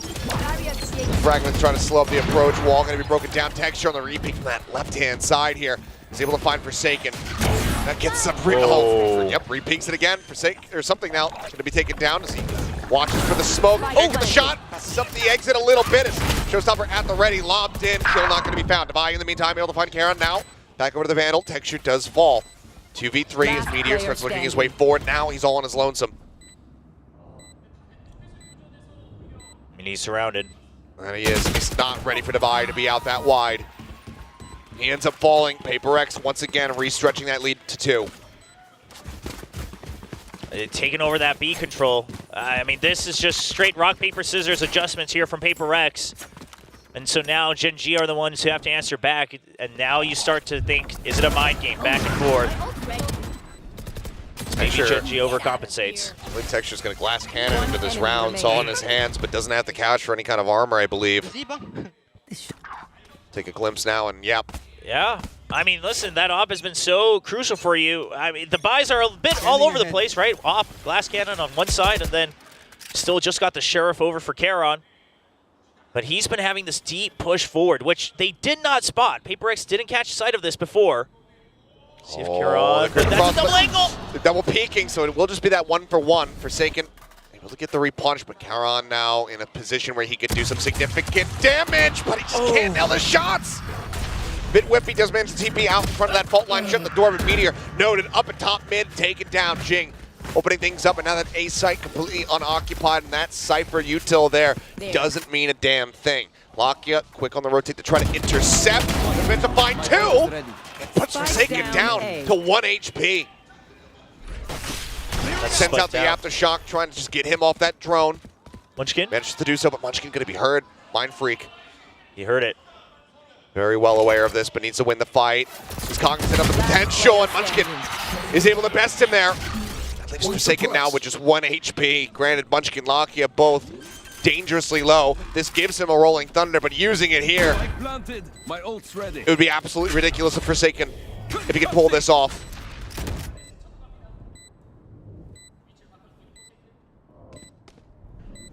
This reposition's hard to read. It's absolutely tucked in. Paranoia, not hearing much of anything there. Swings out, Charon will go ahead and shut it down. Gen.G with the defuse. They will get themselves up now to 9. Not allowing for PRX to stretch this lead any further. The pendulum continues to swing back and forth between these two squads. Whenever they need him most, Lakia just shows up. Like you said, not only does he bring Forsaken down, it's the spike drop, it's 2 members gone. By so much time, and Munchkin once again wrapping all the way around. That's another thing PRX have to worry about. Again, no true Sentinel that's really fighting them if the round goes on for too long. If they can't get in and just take over the site and plant it, they're always going to have to start worrying about that flank. Rolling Thunder now available. See one that decides to come into play is Jing just getting positioned up on top of box again. Texture, oh, he glimpsed up for a brief little moment, but not fully prepared for it. Ends up getting taken down, so advantage off the rip here for the side of PRX. Won't be snatched up. Showstopper just 2 away now. So what the call is from PRX. Is it just a Rolling Thunder straight up into the side? Everybody from Gen.G has already made their way over to B. So Paranoia looks to try to slow them up. Wingman leading the charge. Meteor out wide, spots way too many players. Quite a bit of damage in. Something going to be down to 1. Jing at 19. Levi can only heal one of them. Yeah, but the spike stranded in the site as well. So PRX, I mean, you do have a minute. You might want to wrap around. It looks like they might want to go for the ult orb over on the A side for Mindfreak. See if you can get that from the shadows. I mean, since the change, you can just pick that spike up even if they try to block it. It is in the open, so I don't think Gen.G would do that, but... No, it would be absolutely suicidal. As for now, wall coming up. Flashes out, 0 point used. Devi, the only one being noted now. As yep, this very well looks like it is going to be the play. Oh, they have a couple players now getting ready to stack on top. There's one, but Munchkin not joining in with them. And you should just be able to pick it up from the side anyway, so I don't know if this is going to work out well. Munchkin, I mean, he's sprinted to try to get there. They've actually stopped it. They've actually stopped it. Unbelievable. Completely undone. They can get these kills. Lakia trying to hold this door. Karen now last man standing. He needs to stay alive. Spike picked up. He's trying to interrupt it, but as he swoops forward, he will be struck down. Gen.G, it felt like they had it in their hands, but PRX rip it right back out. PRX having the extra layer to be able to just wrap all the way back around the map. So what they do is they send something in, check that the ult orb is there. Okay, great. Now you push in even further, see if Gen.G has rotated. And then when it doesn't work, you start to just push through because something's already here on Boba. So quick with it. I mean, Gen.G, they take away the ultimate immediately. No chance for a pickup on the spike. But it doesn't matter. Oh, once again, there's that 2-round lead. Lakia. Oh, I was going to say, he's got a Bucky in hand, but Texture pushing the corner instantly. Met with that Thrash. Jing collecting 2.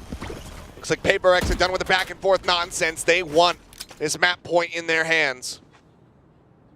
Munchkin considering it.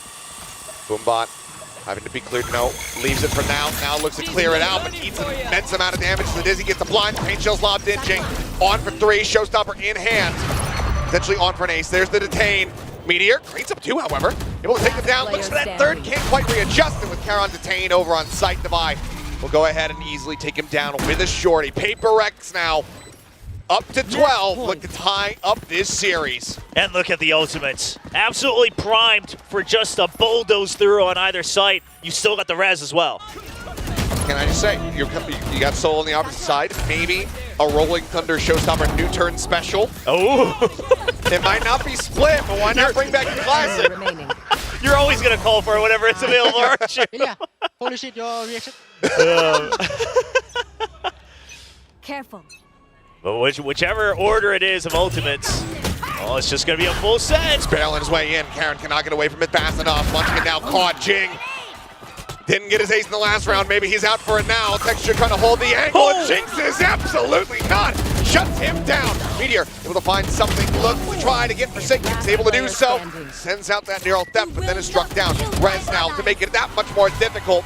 Was not even necessary. Lakia will fall. 13-9 on the first map. 13-9 here on Sunset. We are tied up as PRX go blow for blow versus Gen G. It's an absolute deadlock between these two teams, and it just goes to show, I mean, they've met 5 times so far in their entire careers, 4 times alone this year, and that is what makes it so much closer. Antes on both sides, 10 incredible players on stage, now tied 1-1 in this grand final. Well, the analysts have plenty to talk about, so we'll go ahead and hand this off to them. We'll see you guys on the other side of that for Icebox. My heart rate right now is like unhealthy right now. That was a very stressful match to watch. It doesn't matter who you were supporting. That Sunset was really, really intense. But PRX keeps themselves in the game. Now we got a 1-1 score. We got ourselves a really good series, and it's exactly what we expected. Both these teams are in top-notch form. Yeah, and I think the biggest adjustment that I saw from map to map was just PRX not wide-swinging stuff, not just going for these crazy plays. It's like, quick peek, get a kill, back off, or don't get a kill, back off. Like, they're not overcommitting to these angles and things like that. That's a huge part of being able to get those one-and-dones and then back off. There was better support with the utility, but really it's just not over swinging angles was really one of the biggest keys for them here. Yeah, right? Like, it's a war of attrition, and you want to play numbers for numbers. You know that Gen G's always ready to go for those trades. They're not afraid. They're not shying away from these duels. If you have the numbers advantage, if you're taking those one-and-dones away from them, and you're going into 5v4s, that's how PRX is able to come back. They did struggle a little bit on that attacking side, though, once they swapped over, or once Gen G start to get a read on them, because Gen G still, you know, they're able to kind of get a sensing for where PRX is about to hit, and then they come up with some strategies of their own. Like, we saw some rounds where, you know, whether it's Munchkin with a Guardian, like, just threading the needle through these, like, really tiny angles, or Meteor coming in with a big flank, and nobody from PRX is watching it because they're not really, you know, focused on that at the time. So Gen G's still very much in the game, but you gotta love those adjustments from PRX. And I mean, the biggest round in this one, I think the straw that broke to the camel's back, round 20, though, the one where Mind Freak tried to do the from the shadows, Gen G had the read on that, but PRX had the read on that as well, so they wrapped around the site. That was awesome. Yeah, that was a great round. I mean, one of those rounds that both teams are reading each other really well, understanding the situation really well, knowing that, okay, if they go for the orb, they're going to try the TP, we're going to body block it, then they're going to have to come back, and then we can try to fight. Karon tries to hide long enough to delay the plant, but just barely PRX is able to respond in time. Rounds like that are just so awesome to see because these two teams are so smart, you know, so with it mentally in the game most of the time. It was a tremendous map. The tension in this stadium on that particular round, again, doesn't matter which team you were supporting, it was so intense. This was a really fun game, and I just love what we're seeing right now from both of these teams. Again, top notch from both of these guys, and these are the two that are representing Pacific and Shanghai. No, this is great news for Pacific fans, like in general. Like, this is like, you are seeing two of the best teams in the world going at it, and they are showing you why they got so deep in Madrid. And it's looking like they could potentially repeat it. I mean, I know a lot of the other teams in the other regions looking very, very good as well, but this is really high-level gameplay. I mean, Jing here, this 4K was absolutely disgusting. Just the individual mechanics are through the roof on both sides. Texture with some of those amazing op shots that were just absolutely ridiculous flicks that he's having. Meteor is so many multi-kills where it looks like it's a PRX round for sure, and then Meteor just finds 2 kills, and you're like, okay, well, maybe not. You know, it's insane. They're all playing nuts. I mean, it's got to be Pacific's here. It's got to be. I'm sorry, Liz Marchini or Marchini, excuse me, but yeah, it's got to be Pacific's here. I mean, look at how both teams are playing so well right now. Texture on this operator, Munchkin on the Guardian, or sometimes the whole team on Sheriffs, of all things. They are able to fight back, and then PRX as well, just trying to adapt, trying to play better together. You know, the first map, that was a little bit of a warm-up. They were starting to play individually a little bit, but on this map, they fixed that. On this map, they had the right compositions to make it work. Even though Gen G was trying to adapt around Devi's, you know, Sage Wall, especially with that B-side execute. PaperX were able to kind of work their way around that. You know, they might leave the Gecko out in the open, but then they'll be able to take control over areas like Market and just find different angles to punish Gen G for some of these duels that they're trying to take. And that looks incredibly great. Yeah, it's fantastic. And both of these teams, you can tell by their energy levels, these are two teams that are experienced in Grand Finals events at this point, going the distance in a best of 5. You can see that they're both extremely serious. There are moments where you see Texture, you know, having a lot of fun, and PaperX, of course, usually are like that, but they are both so focused right now on making sure that they win. This is a proper opponent today. There's so much respect on both sides. Now, Icebox is a PaperX pick, and we've seen them face off before, and the last time these two teams faced off, PaperX won quite in a dominant fashion with a lot of surprises. Gen G looked very surprised by what they did, but I think it might be a little bit different this time, Ethan. I think it'll be really close. I mean, I think, you know, with Texture on the Jet, he's really looking very dialed in today. I mean, this is some of the best we've seen from him. It's forcing PaperX to adapt and be able to not play the way that they want. You're not seeing a lot of that explosive PaperX play because Texture's so good on those opening kills, no matter what gun he has. The op in particular is scary. You know, PaperX was eventually able to kind of take that op out of his hands and start shutting him down early. They're going to have to be really wary of that, especially when they're on their attacker side. You know, the real question to me is, again, how well are these Sage Walls going to be used for PaperX?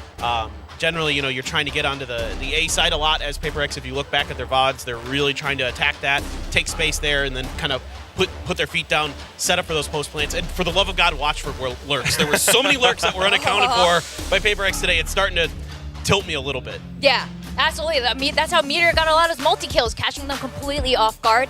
And PaperX on defense side, on Icebox, has been incredible. They play it like an attacker side, and that's what caught Gen G off guard. But they looked so good on Icebox yesterday against T1, and yeah, they're prepared for this, and there's no way Coach Solo is going to let that happen again. I know. He talked about it. They drilled this Icebox. It's going to look incredibly good. I mean, we've seen how Texture is on point with the Operator today, and Icebox is a map where he can definitely exploit that. You're definitely going to be anticipating something versus Texture duels on this map, or maybe even the Outlaw. Now, before we move on, we need to acknowledge our guess and gain picks. Yeah. Did I get it right? Oh, I did. Yeah. Whoa. All right, so I'm going to start. What did I go for? With PaperX. Yeah, I did it. You did it. I felt good because you picked the same thing. So Mika stays in Radiant. Valdez is back in Radiant. Let me put you. He should have never left. Yeah, he was always there. What did our audience pick again? Did he pick PaperX? I believe. Oh my God! Congrats, audience! You audience is Radiant. Wow. Radiant. Asarai, I saw him backstage just now. Down with you.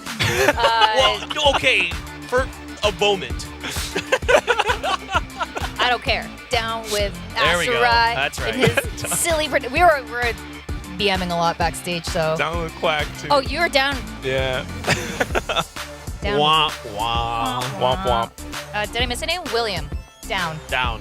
All right, back in bronze where you I don't mind belong, it. William. Kind of happy. Okay. This is everything feels right now. You know, like William and Quack back. I don't know. You guys are like a little parent there. Anyway, what is your prediction for Map 3 Icebox so I can pick the opposite? Let's go for it. You're gonna pick the opposite? I'm gonna. I gotta remember what I picked. Really? I think I know what I picked. Yeah. Okay. Yeah, I feel good. I kind of saw. What did you pick, Paper then? Yeah, I feel good about this. Okay, I guess I might be staying there. Icebox, Gen G, I kind of, we talked a bit about why I think they're going to be prepared against PaperX this time around. Is that why you picked Gen G? Yeah, I mean, I think in general, sometimes PaperX's protocols, especially on holding their A plants, get really messy, and teams are able to exploit that pretty quickly.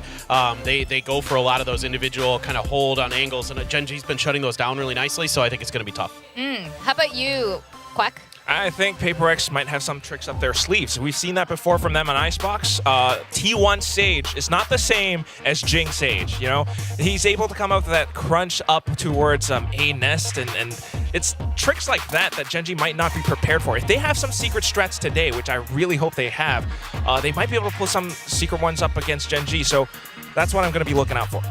Yeah, I think that's fair enough. PaperX is starting on the attacker side, though, and as we know, they do much better on defense on Icebox, so I think that might impact it a bit. I mean, happy to be proven wrong, when it comes to these two teams because when they show up, it's always magnificent here. Now, team comps, AJ comps haven't changed very much.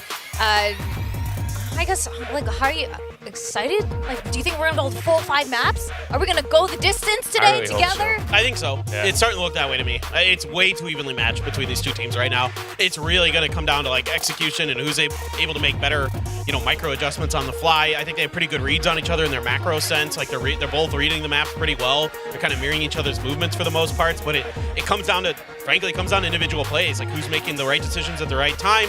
Yeah, there's some good util combos, of course, and things like that are winning rounds, but those are to be expected. So really, it is an absolute brawl. It has to be a full-on clash, and both sides have to stay laser focused. I mean, PRX is starting to heat up, and Gen G, after that loss, how do they feel? Are they able to come into this one with a clean slate? They need to be able to do that.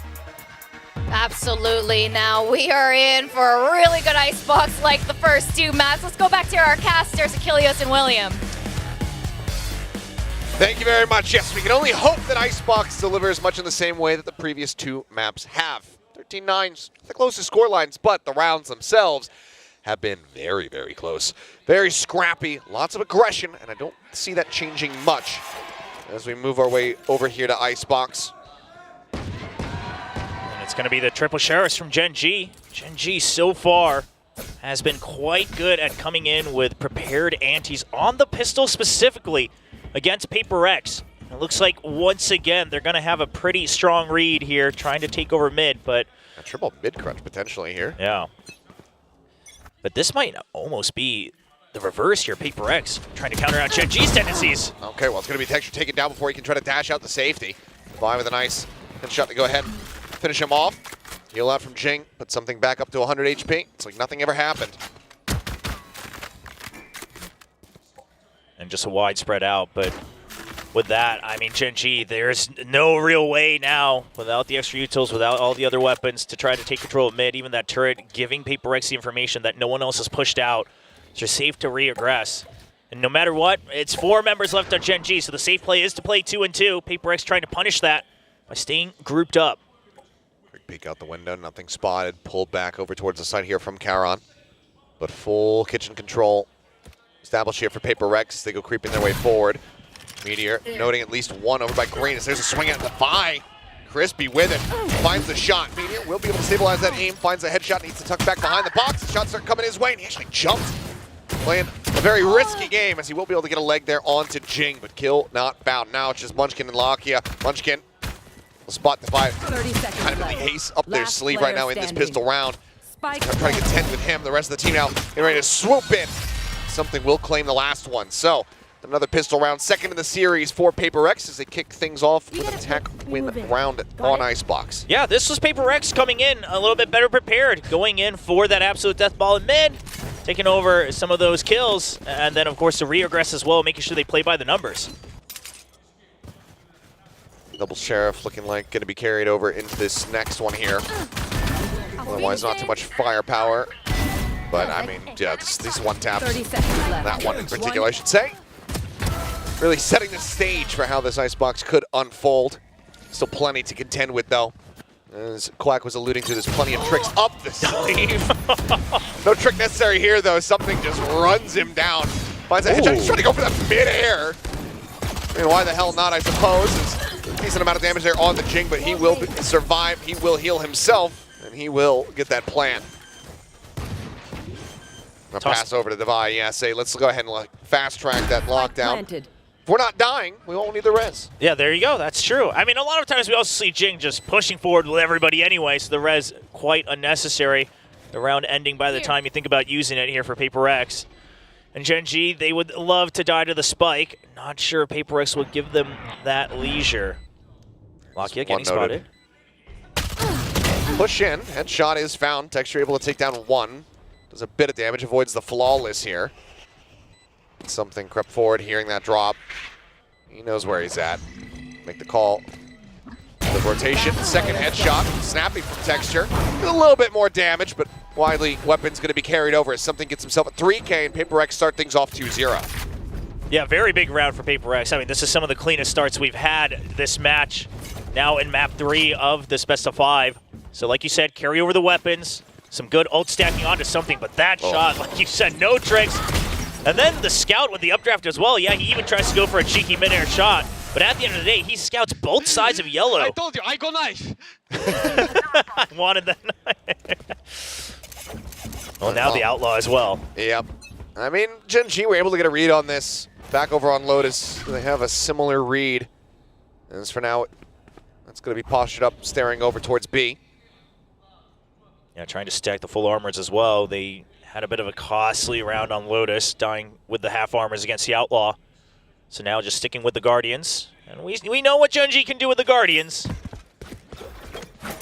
So far, very slow going, but they like the amount of space that's been taken here by something. No interference, no contact, no nothing over towards B. So they will go ahead and just leave Mind Freak on alert. Continue to take space. That alarm bot just around the corner, but pinged out. Has heard it as Texture up over the top. Thank you for the picture-in-picture. We do see Mind Freak getting taken down, so that lurk now punished. The way the teams often do play this map, suspected, yeah, the one player that you pick off over at A, likely going to be by themselves. Now the rest of the team shifts over as the plant starts coming through. Interrupted, though. Jink backs off it for a moment as Meteor. Ooh.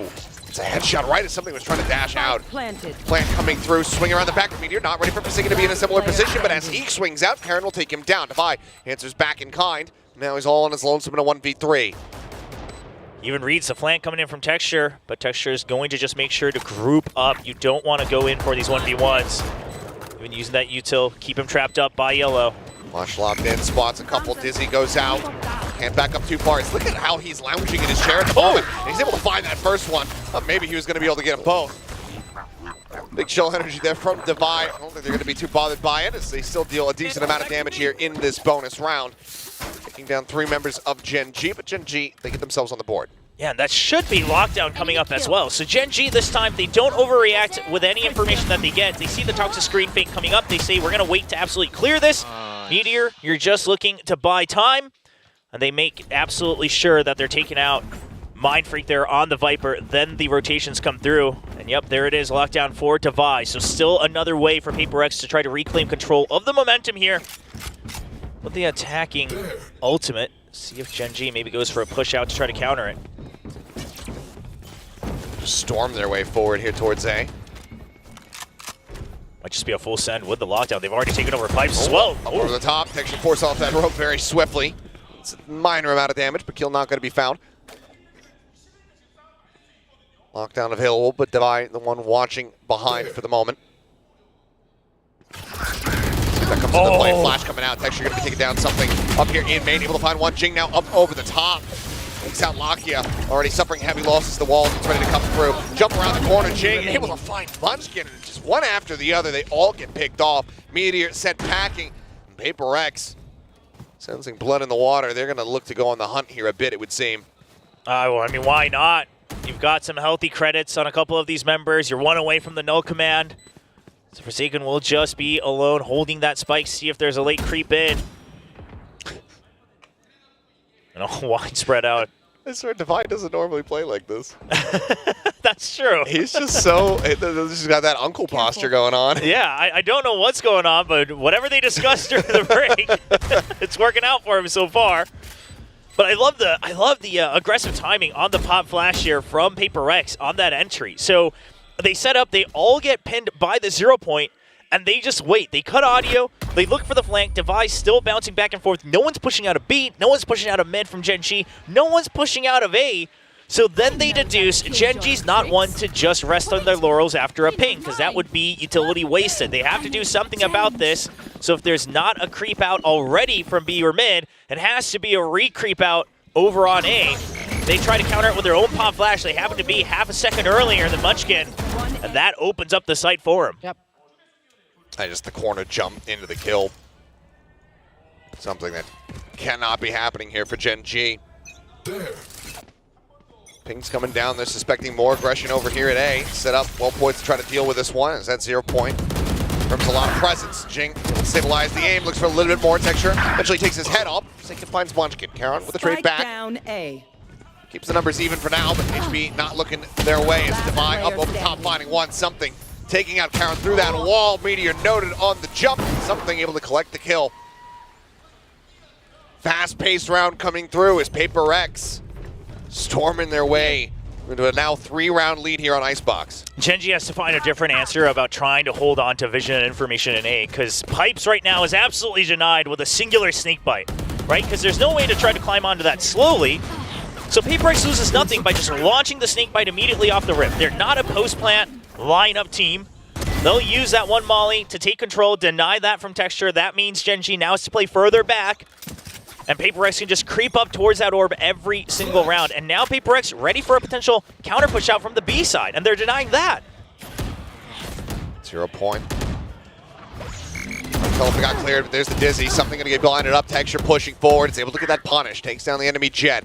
And here, stuck back over at A, watching to see if they start creeping their way forward and give it the presence, given they're not spotting anything over at green. Gen.G maybe being a little bit too hesitant to make the call to rotate.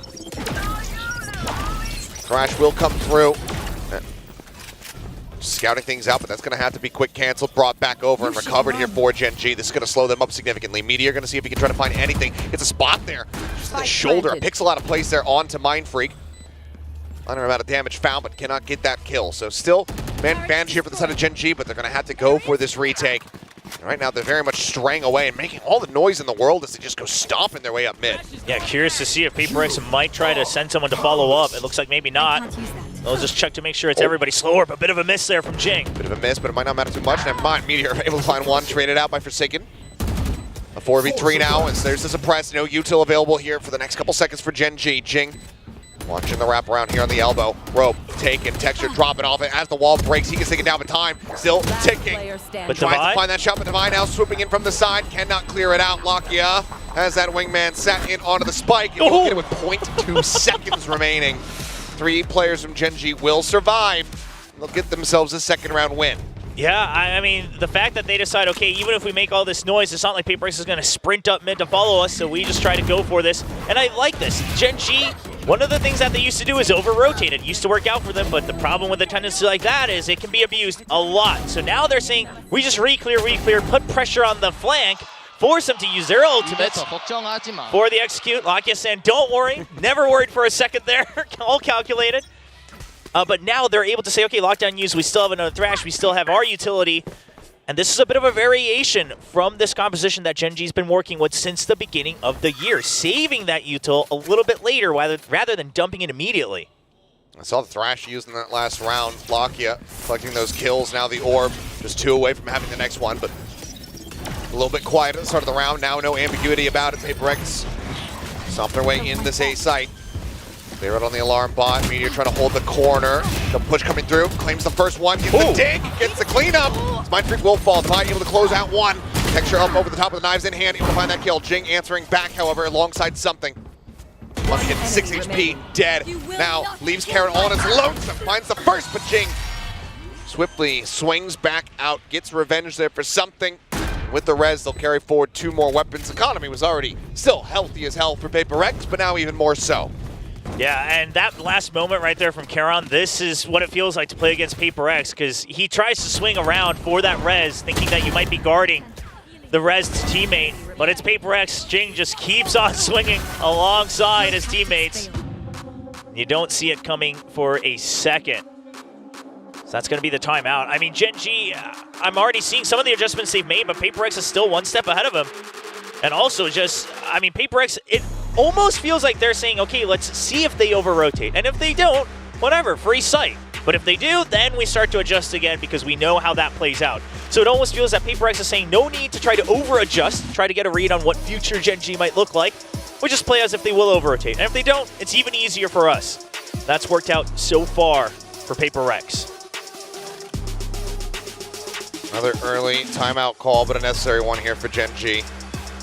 One of the things that Dusk was talking about was how that defending side often comes to fruition for the side of PRX on Icebox, which granted we haven't seen too many times, but this here is a very star-studded start for them on the attack. Very much setting the stage. I mean, Mindfreak hasn't even needed to get involved yet. Yeah, I mean, those 2 assists might just be from the early snakebite that pushes Texture down and then someone picks up the kill there. Really hasn't needed to do much. But that's the other thing about intangible impact, right? That one snake bite has really ruined Gen G's defense on the A site a lot.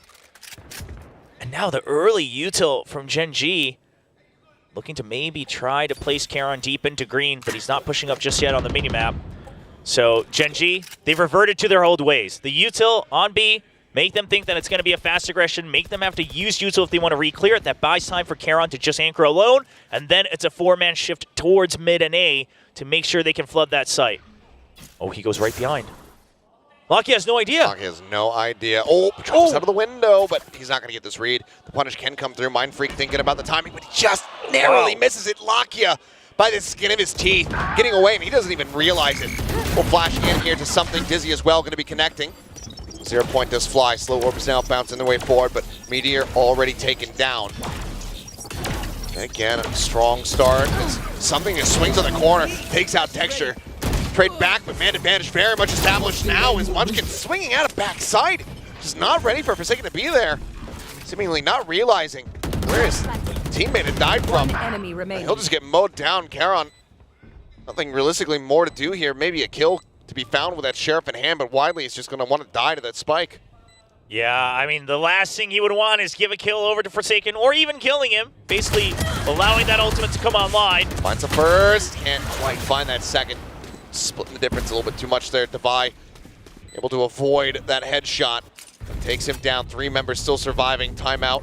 Not delivering a round victory here for the side of Gen G. I mean, round wins few and far in between for the Korean team in this grand final. Really impressive just how evenly spread the skill level is here for PRX. I mean, everyone taking turns. Picking up the frags. It looks like everyone's playing a bit more relaxed. Forsaken leaning back too. I mean, granted, Gen G are not giving them much of a reason to sit up. No, not on this map. This has been very much a one-sided affair. Talking about anti-stratting on your opponent's map picks. Seems like a lot of effort went into Lotus, maybe not as much here on Icebox. Still time to try to turn it around, but that needs to start very soon here for Gen G. Shoulder spot, and Meteor taken down. Jing spraying away, finds the second. No, it's Forsaken who takes it out. Munchkin will put that KO down to the floor, but perfectly resible. Gets brought right back into the fold here. Now the null command, not going to be snappy enough to find that headshot. Locky does take out Mind Freak, gets himself another one, but has to go for the reload and is going to be punished. Texture now arriving from behind, gets the first, gets the second. Oh my goodness. Now brings it to a 1v1. Dash available, dashes forward. Not sure if that was accidental or not, but either way, has the second one ready to go. Gets the weapon, cuts over into the corner. Texture, can he actually save this? He can! Unbelievable scenes from Texture. Bails them out of this round. Somehow, some way. You push them back economically, you give them some sheriffs, and my God, Gen G. They will just roll a nat 20 and absolutely dominate Texture. What in the hell just happened? Man, I mean, the 2 first shots, and then the dash forward as well. And let's say it like it is, though. This all happens because the spike just wasn't planted from PRX. They're too busy hunting, thinking that this was an absolutely washed round. And boy, did that bite him. You can never relax too early against these aimers. I mean, same thing goes against PRX as well. Drift across. The open Texture not snappy enough for that shot. Trying to adjust, but something able to find Munchkin. Texture unable to find that punish, locking out. Noted up above. Cannot get the kill, but Texture gets the collat to go ahead and bail him out. Bring this back to parity. 3v3. Now the man advantage, Gen G. Starting to find their footing. Wall comes up. The wall's too close, though. Yeah, can't get the plant there. Freak just on the edge. Dash now gone. Charon watching the opposite side as there's the arm spotted. Snake bite down. Trying to flush him out. Kill. Noted. Jing. My ultimate is ready. Picks up one. Now a 1v2. Trying to isolate, but he's been spotted and taken down. Charon with a second. We'll get Gen G their second round win in a row now as they move up 4-6. I was Still about plenty to to say. call back, but Operator still in hand. That momentum's starting to build. Yeah, I was about to say, I think this is a round for the timeout. The previous round, sure, if you're a coach, it might have been frustrating, but you let it go. They're probably talking about it. Yo, You gotta get that off. He just like me for real. Very true. Very true. Can't attest for that. But here's the thing, is that how many times have we all said, and even some of the players on PaperX, that the moment you allow Texture to turn that switch back on, that momentum is really hard to stop. That's 2 rounds in a row now where he's made incredible things happen for Gen G. You want to cool him off. You want to make sure that the train doesn't run away from you before you can get back on track. We've seen it from Texture time and time again. And again, you know, I'll keep mentioning it, but against PaperX, that Lotus, that ace, that was the turning point. He just got that monstrous clutch 3K with that Sheriff. Gas tank likely filled up now. And onus is on PaperX to drain that one down. Siphon everything out that they possibly can. So timeout called here from Alex. First one since Lotus that we've seen. Feel the pressure, didn't feel the need for it over on Sunset. See if they find success off the back of it. Knives going to be pulled out here from something. Rifles for everybody else. Jing does have that res in the back pocket should they need it, but they are stacked up against 4 ultimates on the opposite side. Yeah, it looks like it might be a setup for a retake over on A as well. With all these ultimates online. And everyone getting tagged by that 0 point. Something going to try to find an off timing to dig deep into it, though. Something up over the top, eating quite a bit of damage. Tries to send the right click at range. Cannot find the kill, but helps set up for it, though. Gets the assist there on a Karen as he does get taken down. Rash chasing forward. Nothing spotted there. Meteor playing very aggressively. Spots one. Takes a while, but eventually does find the shots. Lockdown now committed, but in a punishable position. They'll just swing the corner. They clear this one up with Texture. Punishing Jake on that jump peak, snaps down, finds something. Follow-up off shot, Forsaken now. Last one standing and not for long. Texture with a 3K. Showing, yeah, I'm back. Cleans it up at Gen G now, get themselves up to 5. Man, I mean, I was almost getting worried that Gen G was dumping these ults a little too early, perhaps. But they just said, PaperX, if we spot more than 3 people, it's a death ball. They're coming in. They aren't able to watch their back. And there's the thumbs up. There is the smiles from Texture. This is exactly what PaperX wanted to avoid. Now, last round of the half. Couple half armors and a Guardian for Forsaken on PaperX. Not where they want to be. Uh-oh. Well, notice right before the music kicked in. As we get word as far as what the issue is, we'll go ahead and push that over to you guys, keep you informed, but looks like it's going to have another brief little tech pause here. It's another issue in Alex's camp. Oh, boy. We've lost him. We've lost We don't know Alex. where he went. He slammed the desk so hard that he just fell through the ground. He's now in a different dimension. He created a black hole that consumed him now. He's right here. It looks like he might have unplugged something underneath the desk, so we're on just getting that back up and running so we can carry on our merry way. Hopefully should be an easy fix. It's like that little audio switch it looks like, but it has like a glass case over the top. Yeah. Like the nuclear button. Yep, exactly. I've thought that every time I catch sight of it. Slam the button. Oh, man. Well, an apt sign. We can zoom back in on once again. For any of our fans wondering where some of these stickers are coming from that we show up on the screen and some of the fans are drawing as well, the Korea Valorant Esports Instagram account always asks for requests as well. Moments that you'd like to see from Pacific. So feel free to leave a comment the next time you see one. They've got quite a few others as well. Yeah, there's been some nice ones throughout the stage. There was the Buzz going for the fist bump with Bane, and Bane just completely ignoring him. And they've been drawing them and animating them. Yes. And putting them up as little reactions. It'd be obviously amazing if that could be something that gets integrated into the game itself. Oh, I hope so in the future. That would require the other regions to step up their production. So I don't know if I want to hold my breath. Oh, well, Champs is coming to Seoul, so we might have some moments there. We got some young Gen G fans as well with some of the new Gen G merch, but lots of PaperX fans as well. I mean, Oh, yeah. We say it every time PaperX is on stage. If it's against a Korean team, sure, there is a hometown team, but PaperX have just stolen the hearts of so many fans around the world that you cannot ignore them. Certainly cannot. A lot more to cheer for the latter half of this Icebox so far. Gen G, I mean, it was just struggle street for them the longest time, but now 3 rounds consecutively. Potential to make this a 6-6 half, much like we did see on Lotus. See if they can get it done. Rez lockdown available here for the side of PaperX as we go back into game.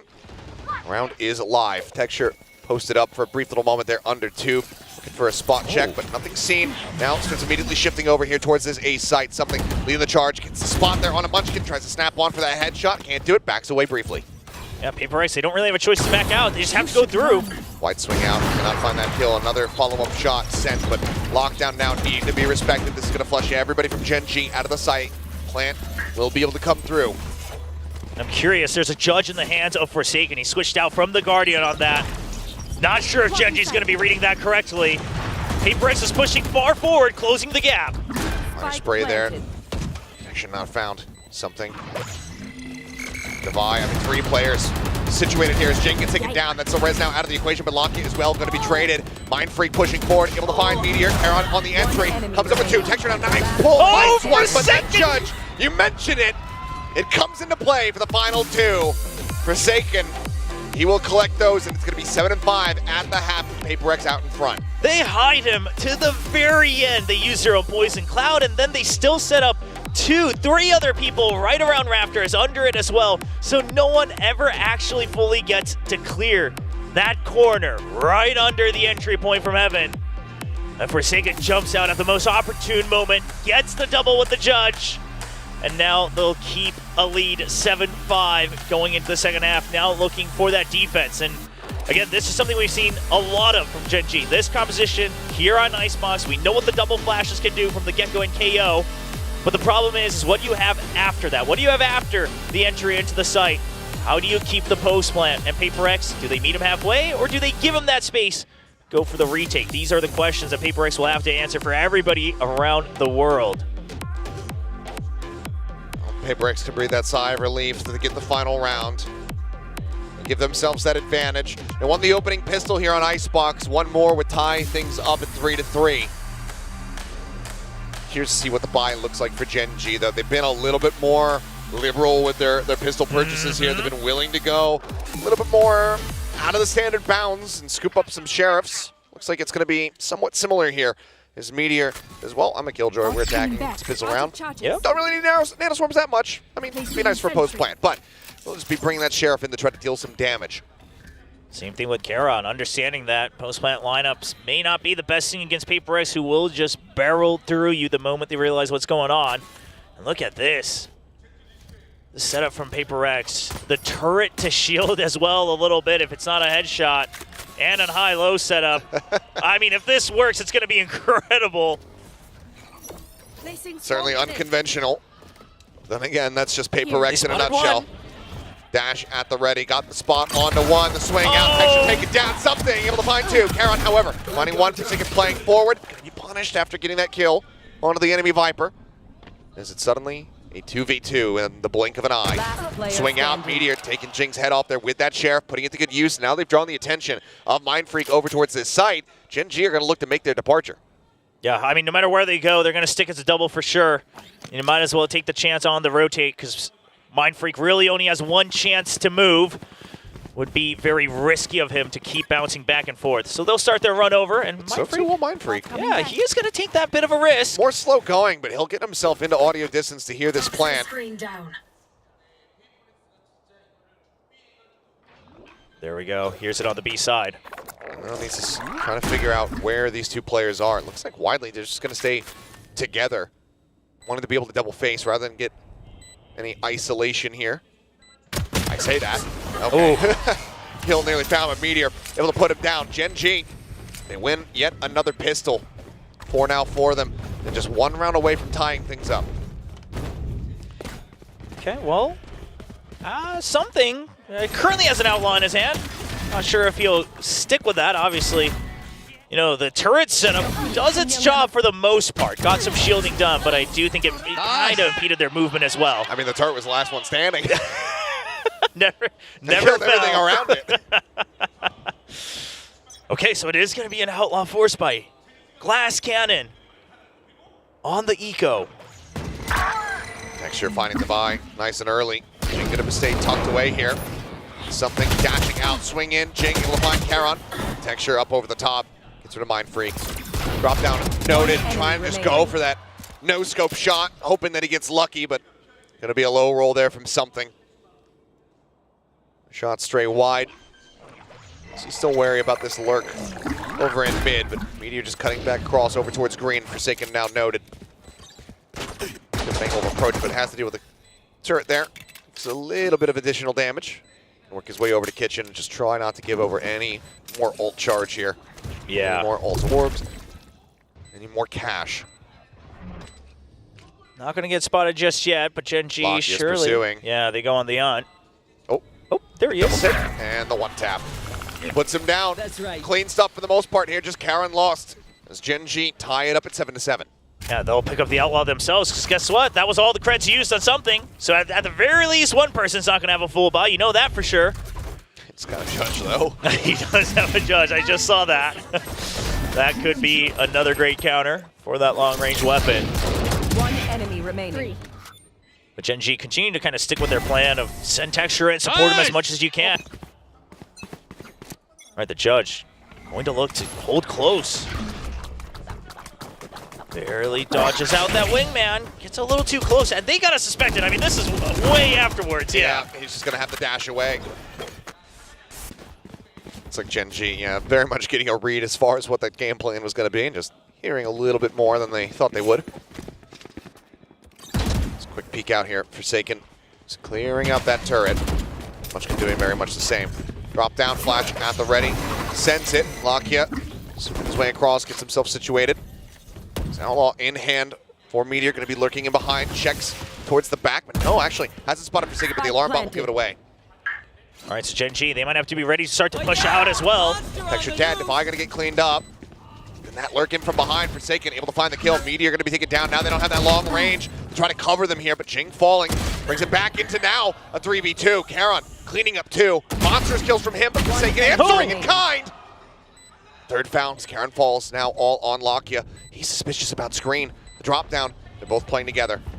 Swing in. There's the headshot. There's a swing out. Something. He'll be the last man standing, but he will get the lead back into PRX's hands. Forsaken gets so much space and so much value on that lurk in. I mean, just even bringing the turret early means that Meteor can't really join his team, has to hold an awkward position because the alarm bot was already placed inside the building on the A side. But afterwards, he's able to get the kill as well, just completely throws Meteor off as if he's already gone into the site. And then those two quick kills, it's everything. Allows for the 2v1 trade. Yeah, you know how much that meant. You know how much they needed that to try to keep the lead here at 8-7. Get pumped up. Still, an immense amount of damage dealt there by Gen G in their bonus round. So while they can't convert, they're still overall going to be decently satisfied with what they were able to do. They're going to win this follow-up at least. Killed my bot. Alarm bot going to be taken down. Meteor still, at this point, in a fairly committed position, as something continues to take space.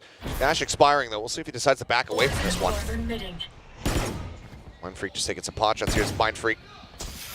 Gets a little bit of damage there on a Munchkin.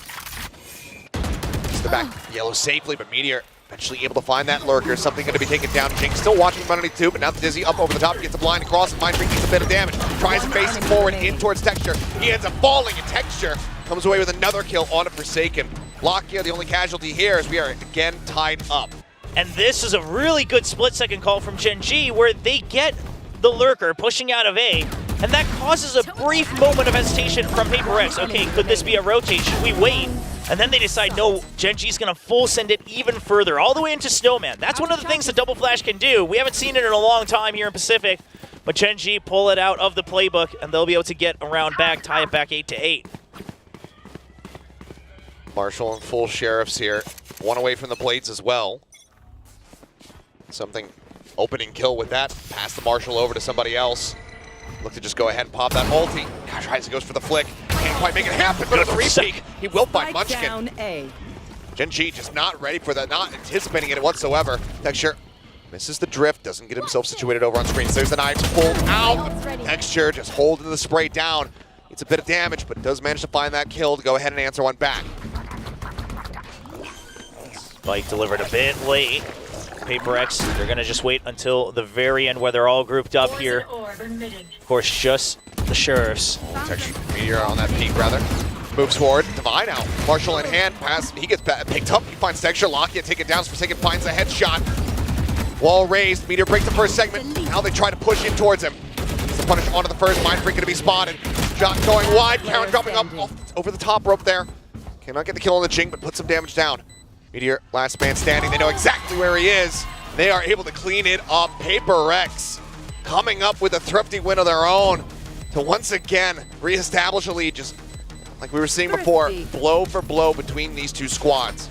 And this is what you can do against this Gen G squad, is that unless they're all just in the site, once in that post plant, you get one kill or you push them back with one piece of utility, then you can really start to take that space. You can use that stage wall, you can use the slow orbs. It's a lot of space taken. But of course, this time it all starts with Forsaken and Divine each getting a clean shot each on that retake over from Rafters. That gives him that opening. Divine, of course, wanted to go for that defuse as well, 1 point away from the lockdown. Thrash back online for Lakia, though. He's been cycling these so very quickly. Get out of my way! Alt economy, a decent spot here for PRX, considering that they have the lead. Thrash not going to be finding too much there. Knives now having to be resheathed. It's going to be a fast rotate as well because something already has all the space right under Cat. Jing just sprinting over. Thrash just going to be picked up, but still have to try to wait that one out.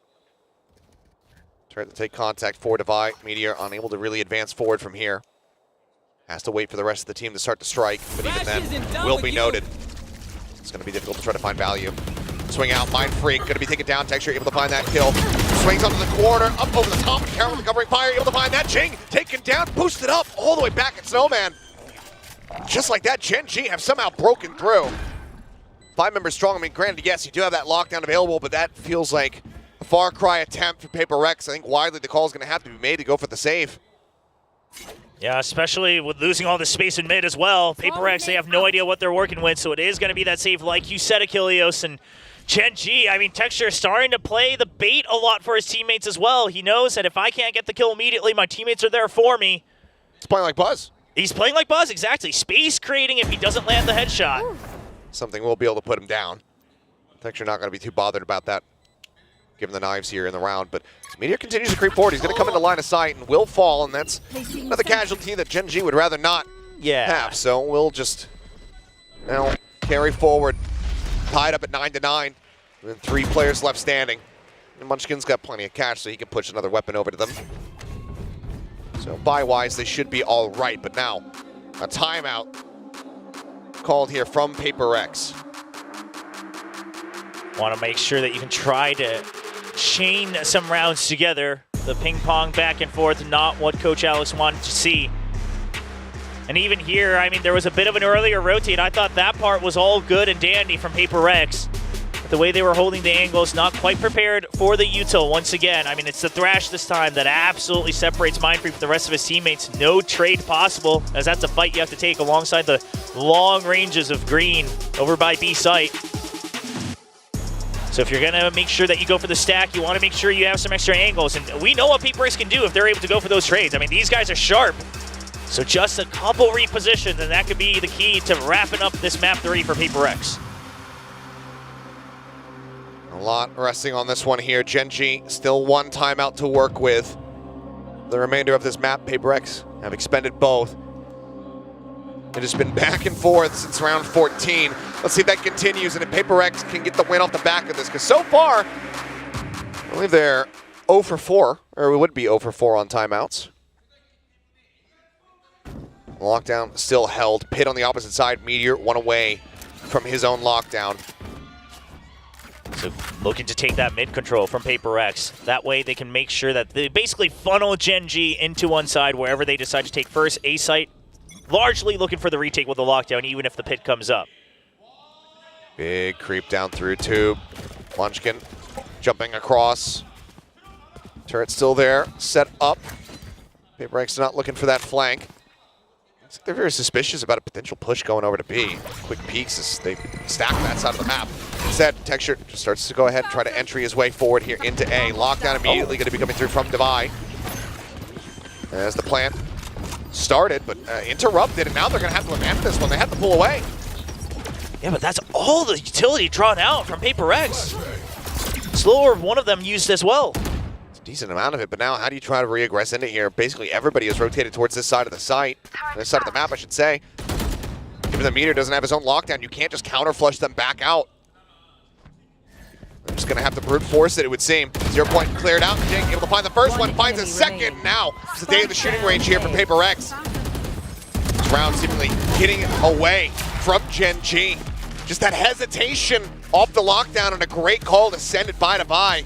They will get a win off the back of the timeout. The pendulum continues to swing. And now, Cash looks a little bit rougher for the Gen G camp. Finally, a bit of a mixed round coming in economically for Gen G, but you're right. I mean, Gen G, they looked a little flustered. Wasn't quite agreed upon if they wanted to stay and fight while the plant goes down. But it looks like largely the team said it's too big of a risk, because what if we get detained afterwards, even if we trade 1 for 1? They back out, and then both sides missing out on the flashes. Gen G, no info on the flank. And now again, a very fast aggression here from PRX. They're largely just saying A is a retake site, no matter what. Look at this push, though. Here's the pop flash. They're way forward. Yeah, pop flash, and Karan taken down. They'll be happy with that. Look to make their exit. Mind Freak, though. Looks like he's going to stay on a bit of an extended linger. And are they ready for this one? The swing in. Guardian makes it a little bit more difficult to find the kill instantly, but he still gets Texture in the end. Keeps him at a man advantage. Divine out here in mid. First shot on that Marshall. Missing. And both of them go whippy. And Meteor somehow comes away with the kill. Res available, however, so Jing can bring him back into the fold as soon as they know the coast is clear. Will be able to do so. Lock in now. Basically last man standing. Wingman going for the plant. Meteor out in no man's land, just trying to watch, trying to get some kind of punish on that res. And he cannot. Placing swarm grenade. 5 HP. Swarm grenade not able to find much of anything. They're just going to look to hold this one as there's so much covering fire. 3 players left standing. PRX win 2 rounds in a row for the first time since round 8. And now they are 1 away from at least locking in overtime for themselves. Really good adjustments after the timeout. 2 rounds in a row, you aggress on different sides of the map. You say A side to retake, and you force them in. If you don't get the info, you're ready for the retake faster. But if you do, you're getting the kills just like you did in this round. One enemy and PRX, they don't miss too often. And that has now thrown a wrench. That's his name. Alrighty, well. All timeouts now burned here in the map. Gen G using their last one. Don't want to hold out for PRX to get themselves up to 12. They want to try to just go ahead and run this back. 4 consecutive, though, given how the map is shaken out. It feels like if this one is going to be extended, it's probably going to overtime. Yeah, I mean, I would be very surprised if it doesn't, just given how back and forth it has been. The ping pong, very consistent until that most recent timeout from PRX. So Coach Solo trying to work a bit of his own magic. I wonder, it's got to be a bit of a default switch from Gen G. I mean, to stack in to get to Marion first, it hasn't really been working out. But now you have to consider what's PRX's read on our timeout as well. I mean, there's so much to discuss in just 60 seconds. So you have to stick with what your gut tells you. Now, a lot of ults online for Gen G, though. I mean, you could try to use this round to mask your timeout, go for an ult play, then go for the default switch. But all of that can be nullified by one little command there from Forsaken. At least slow it up. Speaking of which, orb goes out, Munchkin cutting across, not spotting anything there, but it's just going to be that slow creep down, that triple push again here from PRX. Just prodding, seeing what they can find around mid. Nothing spotted.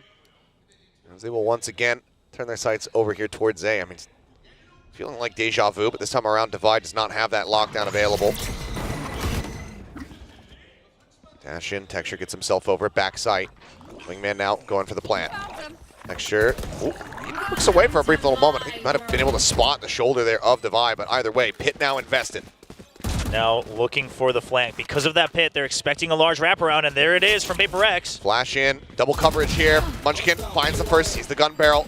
They suspect how many players are actually in this position. Cloudburst comes down, Lakia on the backside, able to find him. Cleans up 2. Keeps him in with the advantage so far. Jing now up over the top. Texture turns off that angle for a brief little moment. Media on the opposite side, watching for it, now noting it.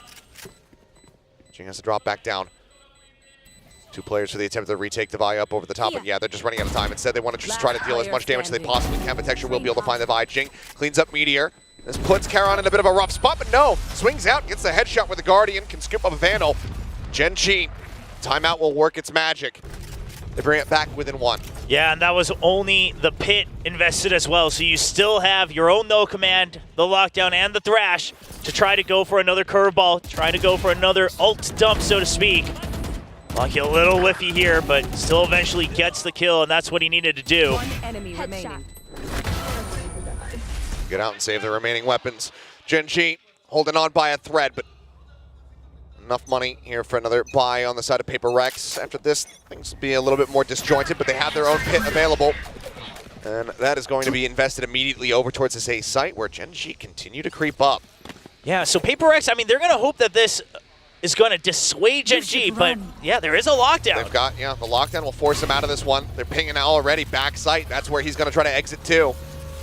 It looks like cognizant of this though, Mind Freak is going to send a parting gift and a snake bite. And works his way all the way around outside. We'll look to reapproach, but for now, hit now dropped. But the flood is ready from PRX. Gen G. Oh, Lakia lucky to be alive. 8 HP remaining on him. Crash at the ready, Forsaken going to be put down.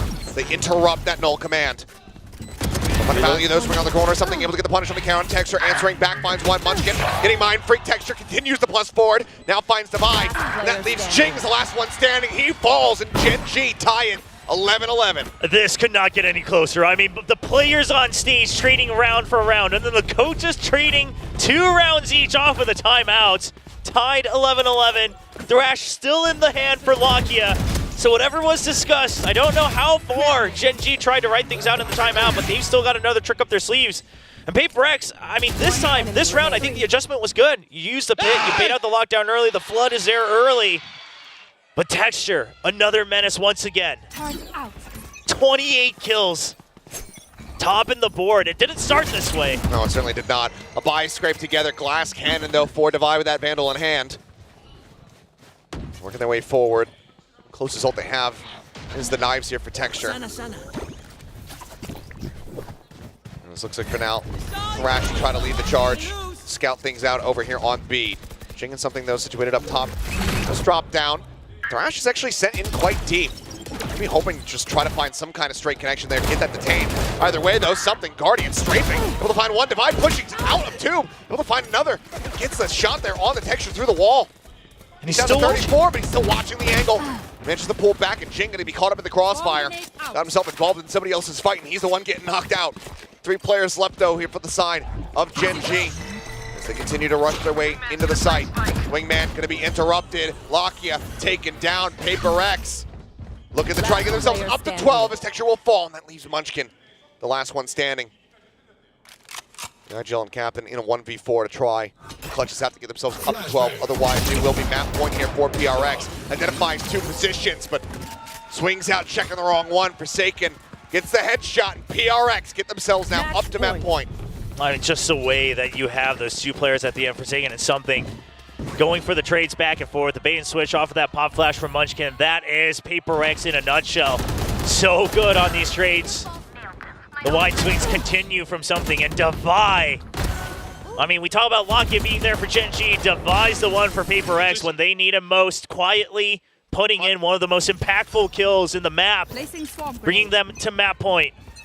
Knives v knives for now. Jing 1 away from having that res available.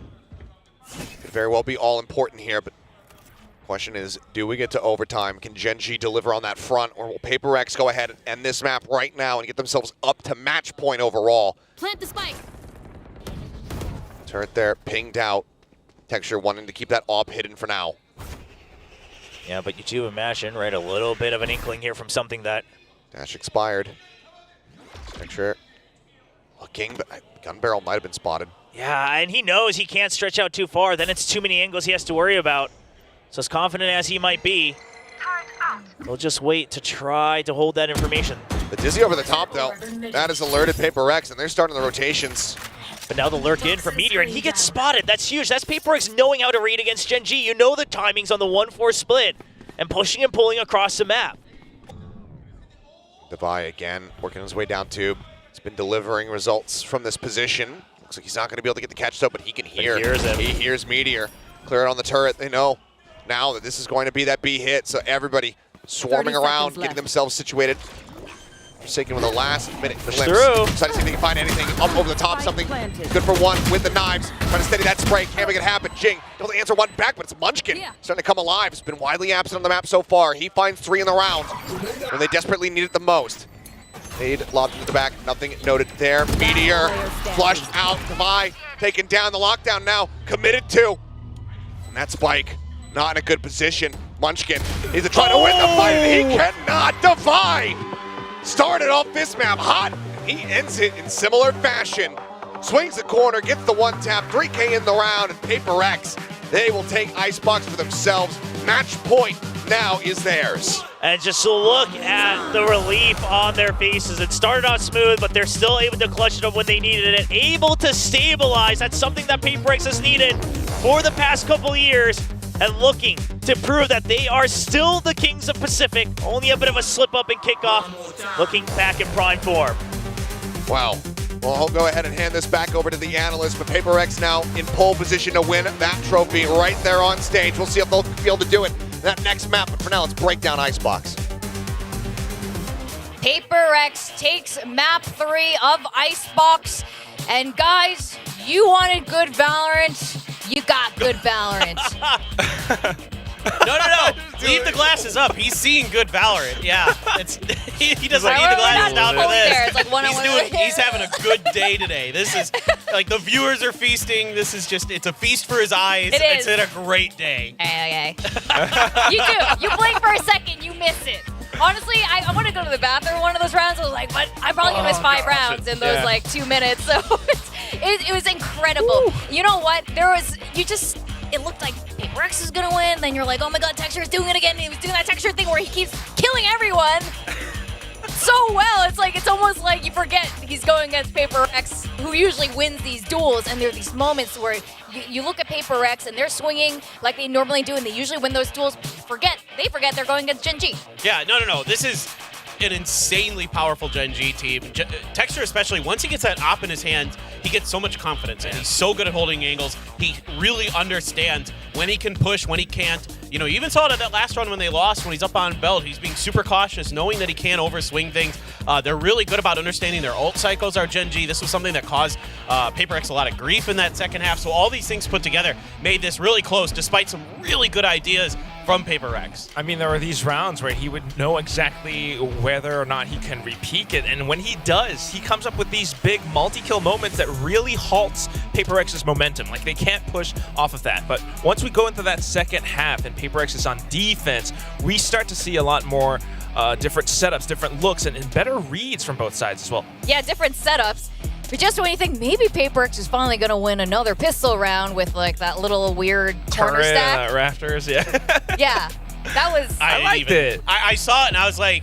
I liked it. Okay, I mean... It's cute, I guess. I think the idea behind it, my guess, it's funny. I mean, I don't mind stuff like that because they're pistol rounds, and that's the round where you can, you know, kind of try to do some wacky stuff. But I like it because I think the idea is that you wait it out, you don't give up much info unless they peek, and then maybe you can just spread out and do your normal default setups. But if they like hard push towards the orb around that corner underneath pipes, then you've got a phenomenal angle to just shut Gen G down. The problem was Gen G actually really spread out. They went belt, they went nest, they went pipes. So it was a little bit tougher for that stack to work out. But it's still a cool idea. I mean, I get why they did it. You know, it's a good idea. Like, other teams should take that against PRX. Like, that would work perfectly against, you know, a PRX attack. Honestly, it's like they forget also, they're like, no, not everyone's like us. Sometimes they yeah, but our 2 duelists, something a Texture on form.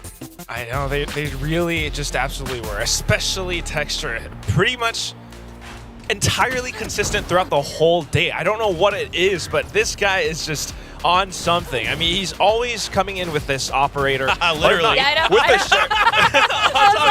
was like, are we going to point out this? Of course, the pun keeps coming up, and I didn't even intend for it, but you know, it happens, and it really, really just shows every single time. But PRX, they were able to adjust. I mean, there were these moments where I think Devi especially was the one who really saved and stabilized a lot of these rounds. It really shows that, you know, PRX is starting to anticipate some of these movements, right? It's always these like little tiny rounds or tiny moments where Gen.G wants to go in for these trades, and PRX kind of gets a sensing that, all right, they're about to push pipes, they're about to push maze, and we gotta just kind of play very carefully. We want to take that numbers duel, but we don't want to overexpose ourselves. So there was that one round where they were able to get away with basically daylight robbery, just a very tiny peek, a paper-thin peek, and it works out great. Nice. Oh, all these name puns. I love it. Nice. Okay, do my name. Okay, I'm just kidding. Go Ninja? ahead. I was just getting excited. I was like, you're saying everyone's name, and you're weaving it in. Great. But this was fantastic. What I like from both these teams is both of their Icebox play has completely elevated. No, this is so encouraging for both of these teams that they look good on this map. Like, I see a lot of good adjustments, a lot of good decisions. The timeouts were really impactful for both sides. But in the end, I mean, I think PRX just has a slightly better read on when they can push into mid, when they can do things like that. Like, that's something a lot of teams struggle on this Icebox iteration of because of the window and the things like that, that finding those opportunities to get through mid is a struggle and it's a risk. But PRX, especially Devi, really understands when and how he can take that space, and he was really cautious with it. He wouldn't overstay his welcome. You know, you rarely saw him getting picked off there. He would get one, or, you know, maybe get some damage done and then peel out. And that's like the things that really gave PRX not just good opportunities, but good information to control the map on that defender side once things started to get a little bit spicier. But I mean, that was just a absolute just brawl to start that map, and then they kind of stabilized and figured each other out. But what a map that was. Yeah, it was like a street fight that kind of became a clean ring fight near the end. Now, Gen.G did pick Bind, and you know what, at this point, I don't think it matters what the map ban picks. It was more about, I think, the order of how these played out. I think, if anything, Gen.G was probably would be a lot more in their favor if Ascent and Breeze were in. Obviously, PRX banned those off the get-go for a reason. Now, Bind, you were very excited backstage coming into this Bind map, Quack. I mean, this is basically PRX's home map. I mean, they've been really good on it for the longest time. Of course, Gen.G has kind of cooked something up as well. They've been working on it, knowing that this is a potential matchup that they would have to face. But this is the map where PRX pulled out that Reyna. This is the map where PRX has Forsaken on the Harbor, and the Reckoning is just such an OP ultimate that it works so well with how they control the map, whether or not they're attacking or defending. I mean, they're so good at reading the teleporters, controlling the map, and of course, when you have Jing on that raise, this is, again, that map where he goes in for that double satchel all the way from a short pass truck into backside. There's things that, you know, if you're not prepared for it, you're gonna feel like you just got hit by a freight train, by a truck. Surely teams are learning how to, at some point, maybe they have an idea on how to counter PRX on a Bind. Well, I mean, I think Gen.G's probably got some pretty good trap plays identified. Like, that's what has been kind of the hallmark of some of their setups here on Bind, especially on their defender side, is, you know, playing off of Meteor's utility in particular. He's not often going to just kind of be roaming around by himself. He's usually got a little bit of help, or at the very least, his wires are in a place where somebody else can watch off of them. And you see it all the time where, like, teams try to make a dive on an A or B site and they get caught by a trap wire and just get iced by, you know, Lakia or something like that. So this is something PRX is going to have to be aware of. It's something that I'm going to be really looking for, is their ability to clear those traps efficiently without taking too much damage in the process. That's definitely, like, in my mind, the hallmark of Gen.G's gameplay here is the traps they set up, because they're so good and they're so difficult to avoid. Absolutely. I think this is going to be a close match game also. But before any of that, we need to rank ourselves for our predictions from the last one. So Quack, Valdez, and Aserai got it right. And all right. The rest of us are down-ranking. Quack. As long as Valdez stays let me do the winners first. Yeah. Valdez stays. Yep. And Aserai goes back to Diamond. Yep. And then the I rest go of back us to go Iron. This is down. what I get for making fun of you guys. That is such hard karma right now. What about chat? Darn. What did our viewers pick? I don't remember. Everyone in Radiant moved down, right? Did I get that right? Chat goes down. Viewers back to Viewers Ascendant. Valdez stays. Stays. Mika goes down. All right. Oh, Mika goes down. Demons Yeah. as well. All right. Now we are going to go into Bind. The game never ends here at the desk. You know what? I can't get Iron in game, but I guess I can get it in this Yeah, game. why not? It can't get any worse. There's nowhere to go but up from here. So for the next one, Bind, wow, it's a 91% pick for PRX by the viewers. You're not even hesitating. He didn't even wait. You just skipped the line, man. I'm pretty sure, while all the Korean fans are here for Gen G, I know Singapore has their watch party going on right now to support PRX. I think Indonesia as well, yeah. And Indonesia, all right, I don't know, everywhere. But anyway, what's up, watch parties? We are predicting PRX for Bind. Yes, they are dominant on Bind. I gotta tell you though, it is so stressful. It's probably the most stressful map to watch them. It's so weird because this is like synonymous with the PRX branding on Bind, but they sometimes just mess up. They just mess up. You're like, what are you doing? They're overconfident, or they start having a little too much fun, and that's when they lose. And that's why I think as long as they keep it clean, keep it sharp, and don't anger Alex too much. Like, he broke his desk just now. We had a tech pause. He's making the meme worse on himself. I know. I wish they had a recording of what happened. Like, what did he do? That he started kicking things. I don't know. Black box recording. But why wasn't it right after that Munchkin like 4K or something? It was an upsetting round if you're a PRX fan. I don't blame Alex for getting upset for that at all. But how are you feeling about this Bind? I mean, generally, PRX is really consistent on this map in terms of like their ability to sort of identify open space and take advantage of it quickly and efficiently. And that's something that you were talking about earlier with Jing. He's like the instigator of all of that. But then the follow-up as well, Divide's really good, utilizing his utility to set plays up. The Geckos work the treat. They're really good at getting those dizzies deep and things like that. So they're so good at clearing space for themselves and setting up for like, you know, big multi-kills that really open up rounds. And then on top of that, they're great in like clutch situations on this map. They have such a good read on how to, you know, identify where players are, work those angles, you know, and they're like Jing's crosshair placement. I know this is so basic to say, but it's actually really good on this map. He really understands where and when to be looking. It's like, it's something that's so important, but it is true. It's like, I don't know, it's super instinctual for him on this map, on really odd angles that the average pro player wouldn't ever play. He's just phenomenal on this map, and Jing is probably the key player for Bind. Yeah. PRX. Yeah. Said. Yes. You guys said everything. I mean, what else? How about Texture, though? Texture ain't no pushover. It's a little bit different. I mean, yes, Texture is definitely really, really good, but I wonder how that operator will come into this map. You know, that's something that we have to think about. If he's able to get some of these, like, upward flicks against Jing, for example, that could shut down PRX. So PRX also has to be very cognizant and aware of what Gen G could pull off against them. I mean, they've been taking so much time to prepare specifically for this matchup. They must have known that this was a possibility. Of course, PRX being in the grand finals, Gen G was preparing for this moment. This feels like destiny almost, just because of like kickoffs as well. I mean, you can clearly see that Texture is on a whole different level today. We saw a similar look throughout kickoffs, but today it just feels like he's consistently up there. I mean, don't you guys agree? Like every single map, he's been here. Oh, he's maybe the MVP of the series, and his team might lose. I mean, like he's been absolutely insane. It's unbelievable what he's doing here today, and the fact that PRX is still weathering this storm. They're still up 2-1 despite all that. And a big part of it is that something is coming online. Lotus wasn't good for something, to be completely honest. And he is bouncing back and having some really nice performances, finally kind of dueling Texture. I mean, Texture is still kind of a little bit better, but, you know, you can see that confidence now with something. You can see that he's starting to be able to take those individual plays, start trading well. He's not over-peaking angles. He's not trying to hold down that, you know, space where there's going to be 3 or 4 Gen G players peeking him, stuff like that. So definitely, I think as long as something can stay at that pretty consistent level, this should be, you know, obviously it's going to be on the Gecko, so it's a little bit different, but, or most likely, I should say. But, you know, then PRX should be fine. I mean, he is, after all, the Gecko that likes to push with an op.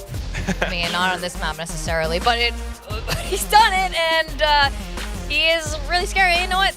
Texture, there's just moments I watch Texture, and obviously my prediction was for PaperX today, but these moments when Texture or Meteor or Munchkin, but especially Texture, does Texture things, and I'm like, here and that. He totally deserved that round. Oh my God. Today's been absolutely phenomenal so far, and you know, we keep talking about this, but I'm very excited to see both of these teams go against the international teams, the other regions there, because they are, again, top form right now. And I don't think we could ask for more today from these two teams in terms of just being simply entertained. I hope you guys are entertained. Are you not entertained? I'm doing good. Yeah, you're good? Maybe this is I'm very entertained. I'm good. I'm having a great day. We're very happy right now. It's been a lot of fun. Absolutely. I don't think there's much disappointment from any of us at all. I'm not expecting any agent comp changes. Again, PaperX has done it in the past where they last minute change their bind comp because they have a couple of them, but I don't think that's going to be happening today. I don't think it's definitely not Gen G either. I don't think that'll be happening either. I don't think you have any reason to like slot in Arena like we see from time to time from them, right? Like with something. Maybe not. I can't see any in my mind. I can't see any good reason for it. So I think the Gecko is just a little bit more impactful. It buys you a little bit of extra space. It helps you buy that space to deal with the Meteor utility and things like that. So, or to back lock you off when he's holding angles with that Sky, that can be really problematic for teams. So things like that, I absolutely expect the Gecko to remain. Yeah, for sure. And I think it works really well with that Forsaken Harbor as well. That's something that always works together, especially if you have the Cove and, you know, the Reckoning again. It's just That's that really true. good.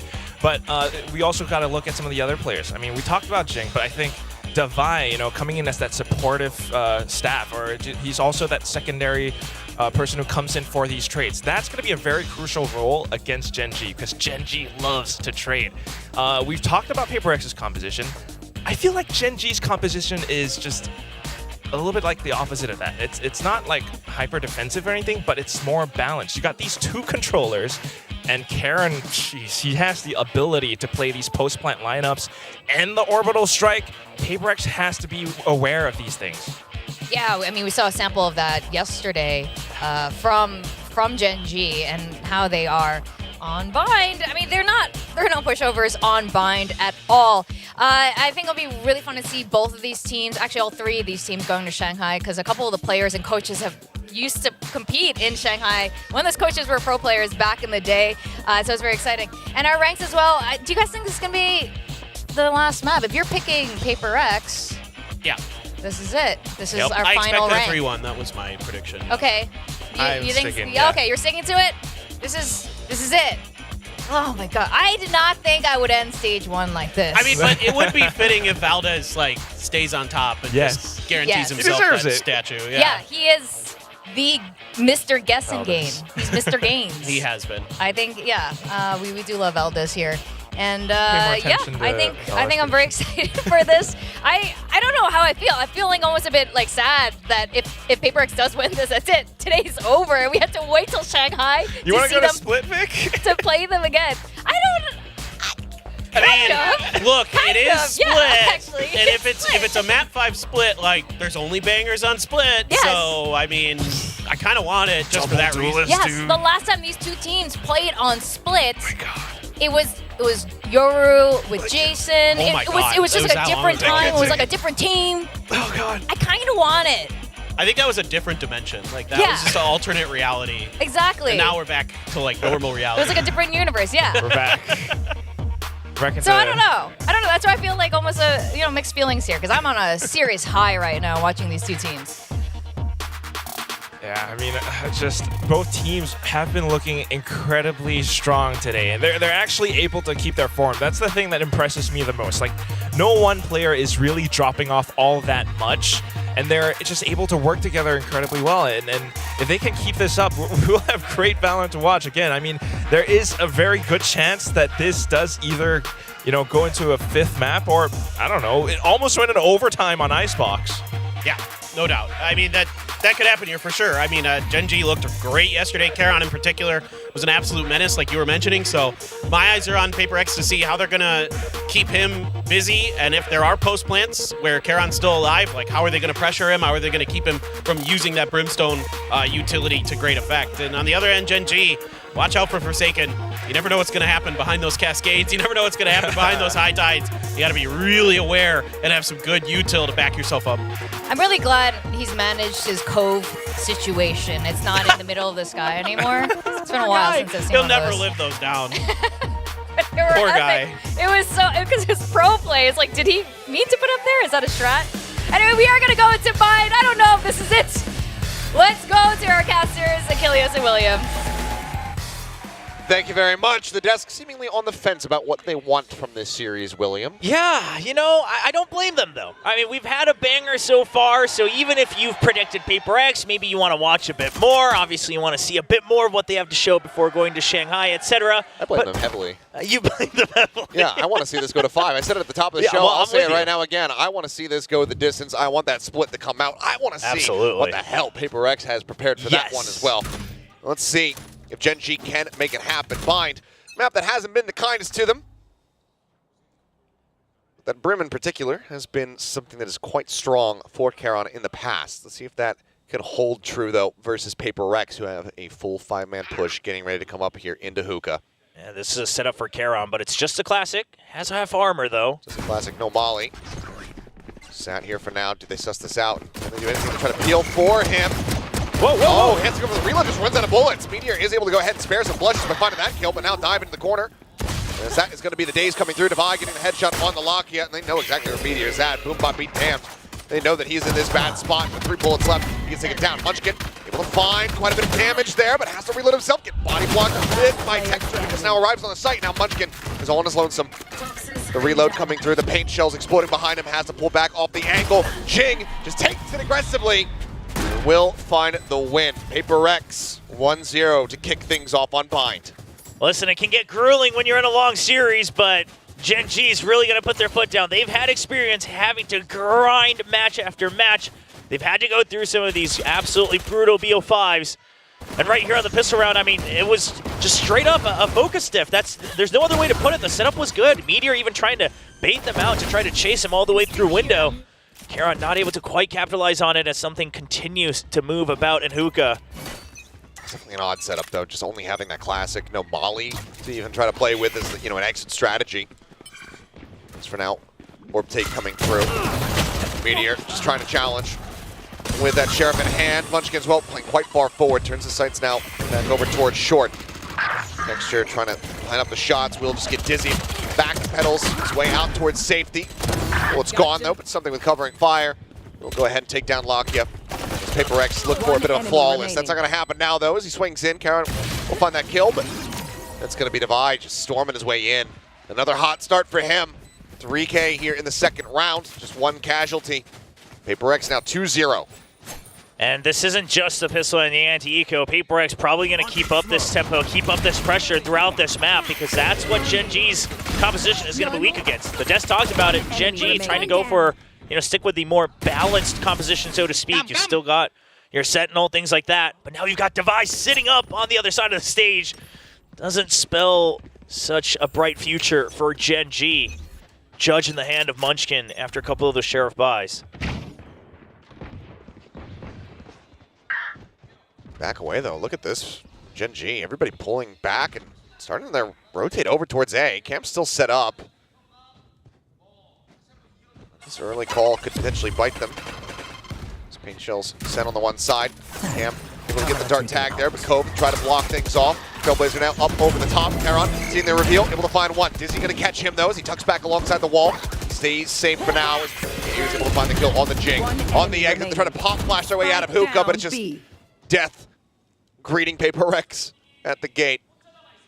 Something trying to find any kind of kill, any kind of value that he can with that Outlaw. He will get taken down, and it's a much-needed flawless here for Gen G. Yeah, a huge round from Gen G, and a bit of a better set-up version of their pistol, now with better weaponry as well. You've still got the extra trap wires, and Charon, sure, he gets pushed around by the blast pack of Jing, but there's just too much going on for PRX to be able to capitalize on that and whip around for the trade. Even despite the Dizzy. Meteor, oh, he was stunned up. Nice shot there. PRX, sure, it's your bonus. So it's not like it's the end of the world, but it was a desperately needed round for Gen G. It's an early rotation. Not enough to bite them. Lakia with a quick return. Comes up with multiple kills for himself as well. Trying to match pace here against Devi, who's Just 2 charges away from having those Seekers online. Seen Bind very much the map where a lot of teams do still stray into Sky. Still finding a lot of value with those double flashes. Wingman cleared out. But the judge here, he still decided to stick with it. Yeah, and that's going to be the kill delivered to him. Taking, rushing in, take it down, Texture out, getting himself online. Blast pack out to safety, takes a little bit more damage there. Now down to 14, but no real utility. Try to flush him out. Everything has been expended here from the side of PRX. It's Munchkin playing out wide on the corner, and he's a little bit snappier. Takes down something, strands a spike. Divine out with everything to do in a 1v4. I mean, if he gets this, it would be absolutely ridiculous. There's the first one, but Texture very quick to just go ahead and swing through. Keeps himself alive, keeps his team in the game. That's going to be a 2-2 tie-up here. Gen G answering back. And given that they are starting on this defender side, this is where they need to be having the most impact. Yes, absolutely. And Munchkin's going to continue to stick with the judge. I mean, seemingly just using this as a way of saying, you're never taking Lamb's control. I will always be here stationed together. Jing can never be just sent in full blast with the blast packs. See how that pans out for them. But so far, Gen G, they found an answer to a bit of that fast-paced death ball in from PRX. What the adjustment is, this might a little bit of a different cam setup. Karen going to try to take contact himself and Hookah against the weaker weapons. The angle, oh, Divine, getting quite a few shots in. Karen has to dip back, Lucky is nearby, can get that healing through. Gets him back into a sustained position as Cam has to catch on to one. Divine continuing to swing in, continuing the challenge, but eats quite a bit of damage there. As paint shells had been lobbed in from Texture, rather. Now, normally, Gen G, they might have wanted to push out maybe in through a shower or something like that, gain a bit more space since you stalled them over on the B side, but considering it is an eco from PRX, you're going to want to make sure they don't give away free rifle upgrades, so they will still just hold with their utility. You see the double trap wire over here on the A side.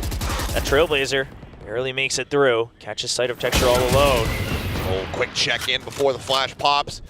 Something going to be taken down. Texture noting presence of a couple different players there. And now with the time in their favor, finally Karen pushes out in front of the window. There. Texture just trying to force him back. Like it's that one shot. Texture's just to take him down. Here's a second, continuing to push forward. He finds 2. Munchkin dead on the back side of that. Now weapon recovered. This round may just be rescued, and it looks like it has been. Forsaken keeping them in this one. Swing out, headshot found. Lucky to go for that reload, and Mindfreak close enough to get the counter swing. A Thrifty against the Thrifty Kings. PRX retake the lead. Forsaken just barreling through with a Sheriff. Not a shorty, not any other type of run and gun, but close range. A headshot is still a headshot. And he's able to get 2 quick kills, upgrades to our rifle as well. Absolutely rips open the sight away from Gen G's grasp. 30 seconds left. I mean, look at this. Oh man, quick with it. He's ready for that second swing. Remaining. Unbelievable. I mean, he was a bit quieter. Except for that second kill. Yeah, absolutely. He was a bit quieter at the beginning of this match, playing that breach, playing full support, but when he needs to, he's still there. He's still the same old Forsaken. Scout destroyed. Making Harbor always look eternally busted, as well as whatever weapon he decides to be holding. Forsaken, really just in a league of his own, and not just within Pacific. And now they're slowed up on that approach here at B long. A little bit of heals used to try to keep everybody else topped up, but divide down to 29. That's going to be some unrecoverable damage. One player going to be spotted out wide. So the Gecko there is paint shell sent. Camera gets cleared out. Will just be that nice little cage set up here. Something watching to see if there's going to be any aggression out. Gen G, they're looking to try to match them here if it's a showstopper setup. Lakia swinging, Meteor on the counter swing, is able to find one. Mindfreak keeps Jing protected, 16 HP as that showstopper gets pulled through. Sent Munchkin, I thought it landed inside the 2, but no, he finds that kill. Munchkin going to be scratching his head about that one. Kicking himself as far as the positioning is concerned. Jing still looking to take the fight as Texture goes blast back and forward here, get inside himself. Spots one, but now it's a call. Mindfreak around the side. It's up one, but Jing swings in from behind, survives the round with 16 HP, and PRX will now move up 4-2. Well, I mean, PRX, they're really starting to play with the tempo a bit more in their favor against Gen G. I mean, even before the push out here from Lakia and company, it's so much early Sky Util used. And so PRX knows that with the composition that Gen G has, you're going to have to do something aggressive to gain that information. It's a buy round for buy round. Gen G's not going to just sit around waiting for us to push in.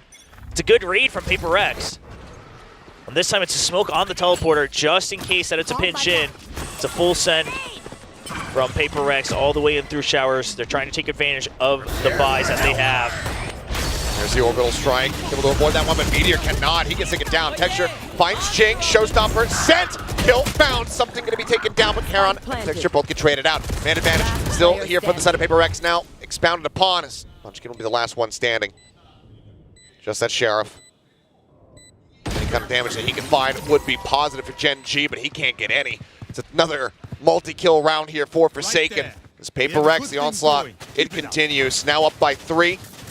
Gen G looking like they're not going to pump the brakes quite just yet.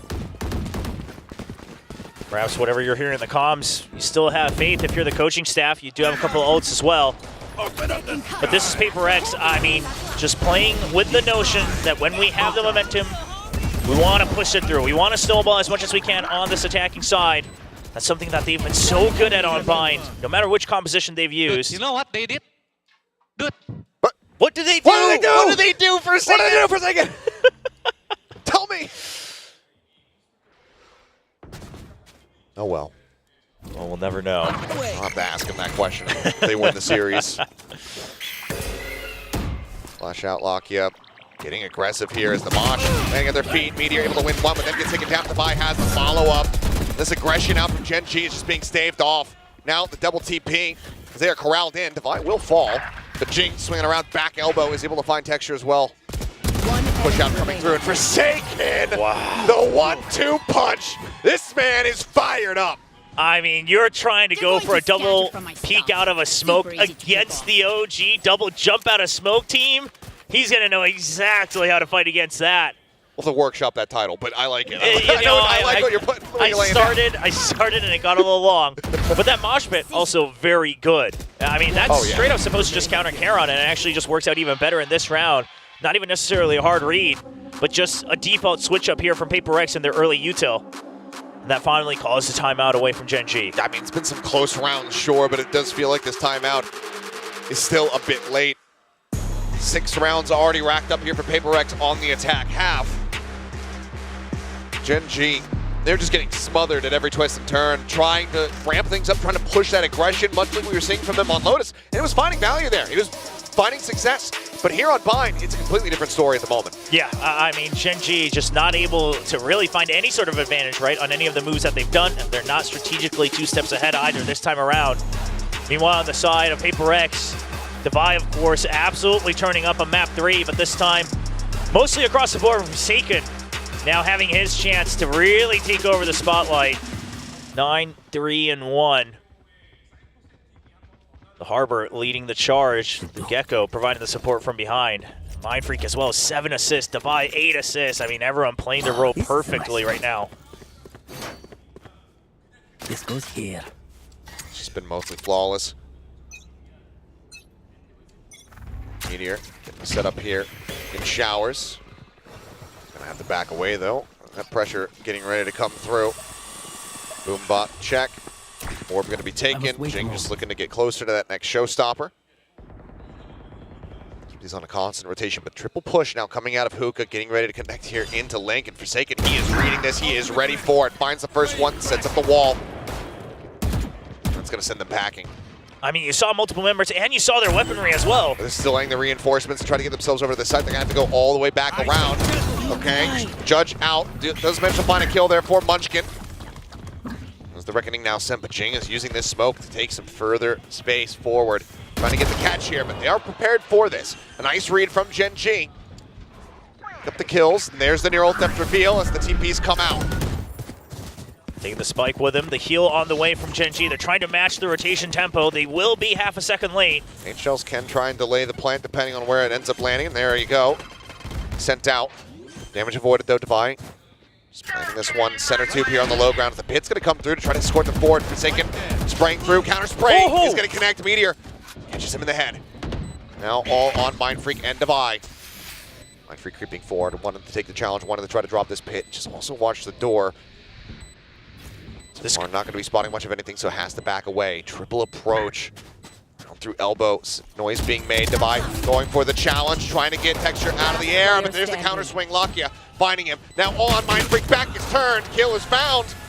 Timeout call will work its treat. Gen G not allowing PaperX to get to 7 quite just yet. They will find themselves a 3rd round win. For the first half of this round, I thought PaperX played it so well strategically. They go in, they take showers fast, and then they also use that high tide that they've shown a couple times to cut up the site on A in half. What that does is draws out the lurk in from B, Forsaken counters that, then you go in through lamps. I mean, it was all very systematic and very good, but they just couldn't actually comfortably plant the spike.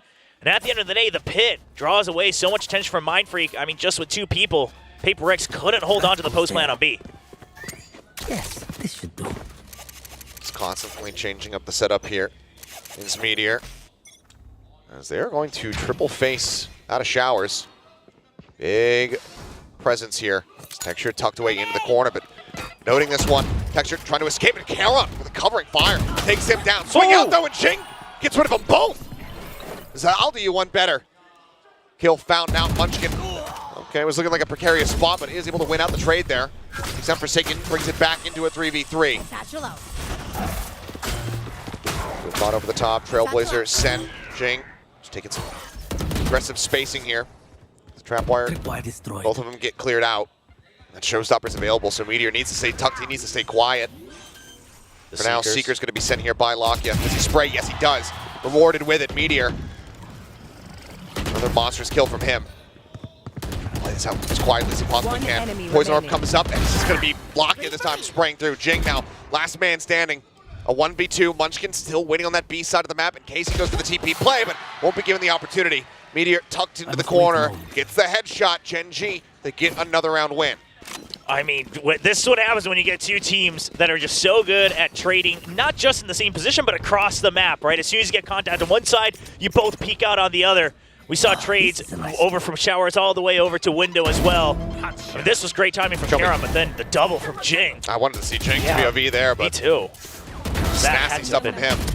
I mean, here as well, at long range, just with a sliver. There's just too many targets for Jing to have to fight through alone. Now tied with Forsaken at 10 kills each.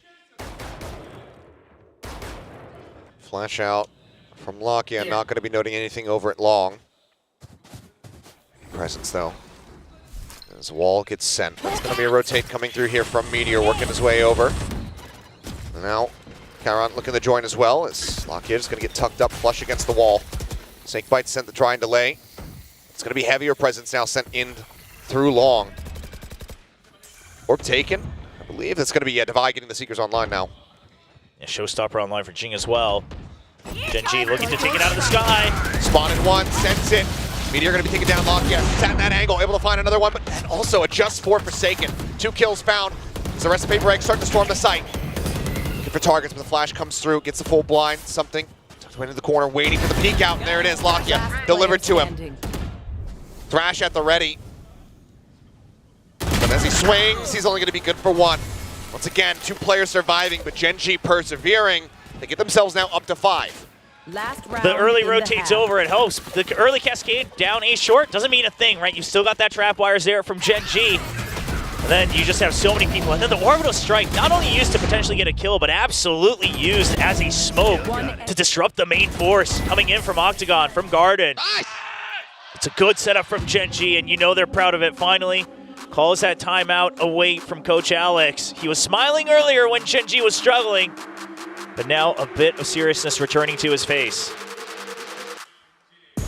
Still in a decent spot, though, considering the attacking side. But wanting that advantage, not wanting to be tied up at 6-6. So Alex calling the timeout. We'll see what the strategy looks like for them as they get ready to go into the last round of the half here. For Gen G, I mean, maybe, you know, some signs of a relief, but still not the position that they want to be in. No, definitely not. I mean, you let so much go early on here on the map. So you're just hoping you can stabilize at 6-6. Just imagine that it's just the second half that everyone's playing, and that's all you're focusing on.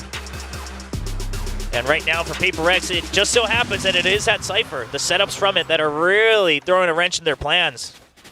Can't go as fast, but can't respect it too much either. It's allowing for some of these classic Gen G quick rotates.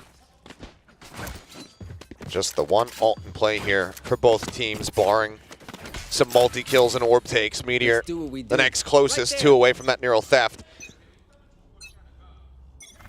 Things coming down over here on Hookah, anticipating a push out, but Gen G staying sat back.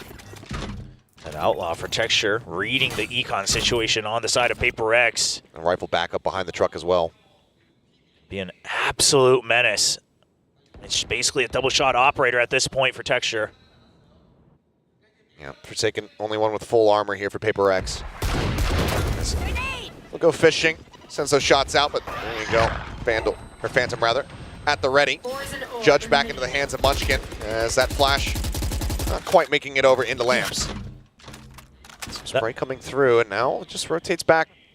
PRX, the call being made for them to push up here towards this A site. Monster on the loose. Crash leading the charge. Texture. Oh, pulls away, and that shot from behind. He goes for the challenge. He's able to find one. Divine trades it out, however. Finds that kill. Dizzy going to be cleared out. Boombot right up into the face of Meteor, but already Forsaken taken down in Lamps. Quick toggle over onto the cam. Something dead. Munchkin finding himself a second kill. Jing now holding the Cyber Cage. Going to be dropping soon. He's got the line up there onto the headshot, but they pull back away. 30 seconds waiting to see if he pushes up into them. They know that they have the spike in their hands. He's not able to adjust. Munchkin will have a monstrous round, a 4K from him to tie things up at 6-6. It truly does feel like when it's these two teams, everybody has their moment. Everybody takes their turn and has one of these moments where they will just turn the round on its head as we tie 6-6. You get a highlight. You get a highlight. Everybody gets a Check highlight. under your seats. It's great to see. I mean, the fans have been loving this series so far, and it truly is delivering. Obviously, some of us, regardless of who you're cheering for, hoping to see a full best of 5. But to do that, Gen G, they'll need to answer back in the second half. We get ready to go into this pistol. A hot start in that regard for Gen G. Still in the lead 4-3, but the last several have been going PRX's way. They got both on Icebox. Gen G need to try to turn the tide in that regard. PRX still in pole position, still in control of this series.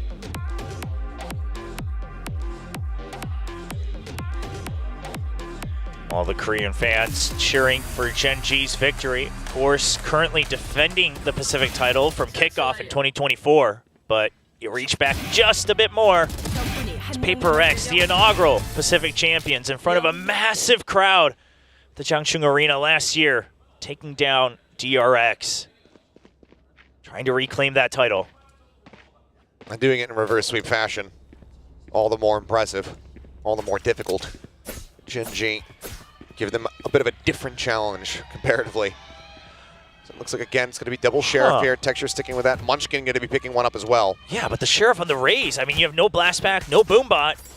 So looking to just try to punish PRX more so than go in with their own plays. He's going to be playing over at long where there's two players stacked up and something already eats about a bit of damage. That's going to force him into the teleporter there. As the paint shells come through. No one in position to get that punish though, but Cam set up, spots it out. Looks like he'll make the best of a bad thing and go ahead and grab that ult orb. Yeah, PRX, I mean, this is just fluid adjustment. Hold that thought. Shots flying, Munchkin going to be taken down, and Meteor eating quite a bit of damage. Cyber Cage blocks off the Dizzy. He'll make his exit. The rest of the team now creeping up. That guiding light could be confirming presence here. Wingman check over into Hookah. Not going to be spotting much of anything for them. Damage dealt, but kills still not found. Lakia looking to go back to A short, try to throw util there to draw them out, but it's already too many shots fired on the side of B. PRX still has a strong read towards this, and look at the patience from PRX. Nobody pushing out far beyond the line of scrimmage here, just taking control of Shower just barely by something. And this is huge. I mean, you know that it's not a full A setup at the very least. Mind Freak now moving over, reinforcing this B site. Also gets some healing, so he's back up to full HP. Something creeping around, and Lakia absolutely caught in the open. Now it's just an all-out brawl on B. That's all Gen G's got. 3v5, there's a pop flash. Texture finding one, looking for the other. Meteor is going to be the one that claims it. Texture, he gets the follow-up. Forsaken going to be taken down now. Suddenly the man advantage is there. Jing, 10 to the molly. 10 seconds Plant's going to be coming through, and something, he never rotated around. He never joined in with a device, so he doesn't have healing. He has to try to clutch this 1v3. Texture, a one-tap. The others, well, it would need to be headshots. No more util to work with. Creeps his way around the elbow here. Texture going on a long walkabout, trying to see if that flank is coming in from behind. Something inching forward, back turned. Sends a couple shots over towards Meteor. The face out. He's in garden here. He's staying safe, but he's no closer to defusing this spike. A couple more shots through, and Texture says, yeah, I got this. Slow plays it, gets the headshot. 3 for Texture here in the round. Gen G, they will claim another pistol. I mean, I was getting all ready to praise something for everything he did in that round, right? He TPs out to safety, takes away the cam, immediately sees no trade, takes the orb as well. Then they re-clear showers, allows for the early rotate from Mind Freak. But the shots are just too quick, and Texture just doesn't want to miss at all. Wants to make sure he cleans it up. Oh, boy. Oh, Texture. I just feel like there's like 10 different personalities in with Texture, right? There's like the 30-year-old man just enjoying a drink by the beach. And then there's just sometimes the raving absolute lunatic. Yeah. It's the Mad Hatter. A double shorty here for the side of PRX. Jing sat Hookah with that one. Forsaken here on the A site. Another early push out, something continuing to force Gen G to have to respect the fast lurks. See how that conditioning comes into play later. Creeping their way forward, Forsaken here into the smoke. Shorty plays haven't really been something that they've been commonly going for in this series. Mind Freak, first one to fall. Forsaken looks to reinforce this position. He'll be able to claim a Guardian for himself. 1 kill found, but looks like, yeah, full investment into the teleporter. Jing there to try to greet them, but also just has his own shorty. Paint shells can delay. There'll be exchange here on backside as he tucks in the tube, and he greets Texture with a bang! Gets the follow-up. Karen taken down, another paint shell now built up. Meteor able to find one. Munchkin does take out Jing. 30 seconds. The damage dealt. Snappy. Meteor find the first, finding the second. The third overall in the round. Gen G will rescue themselves from embarrassment as they close out that anti-eco. One of the more crazier anti-ecos we've ever seen, because it's an anti-eco, but most of the kills all came in from pistols and shorties, so absolutely damaging. One Guardian kill. Yeah.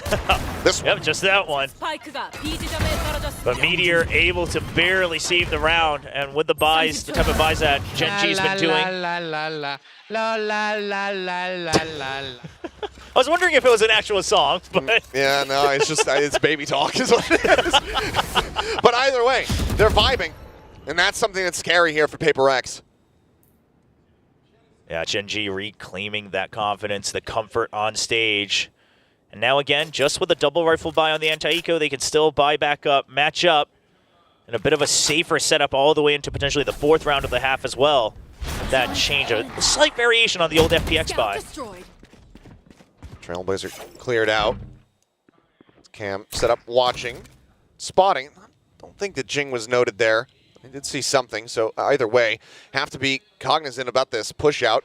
As Munchkin spotted for a brief moment. There's the swing. Extra able to find one. Something coming up with 3. One enemy remaining. As that is the kind of turnaround you want to see here for PRX. A strong answer back in mitigating losses for the most part. As now Meteor, everything to do. Was instrumental in that previous round victory, but 1v4. Might just be a bridge too far. Would have to try to break his way into Hookah.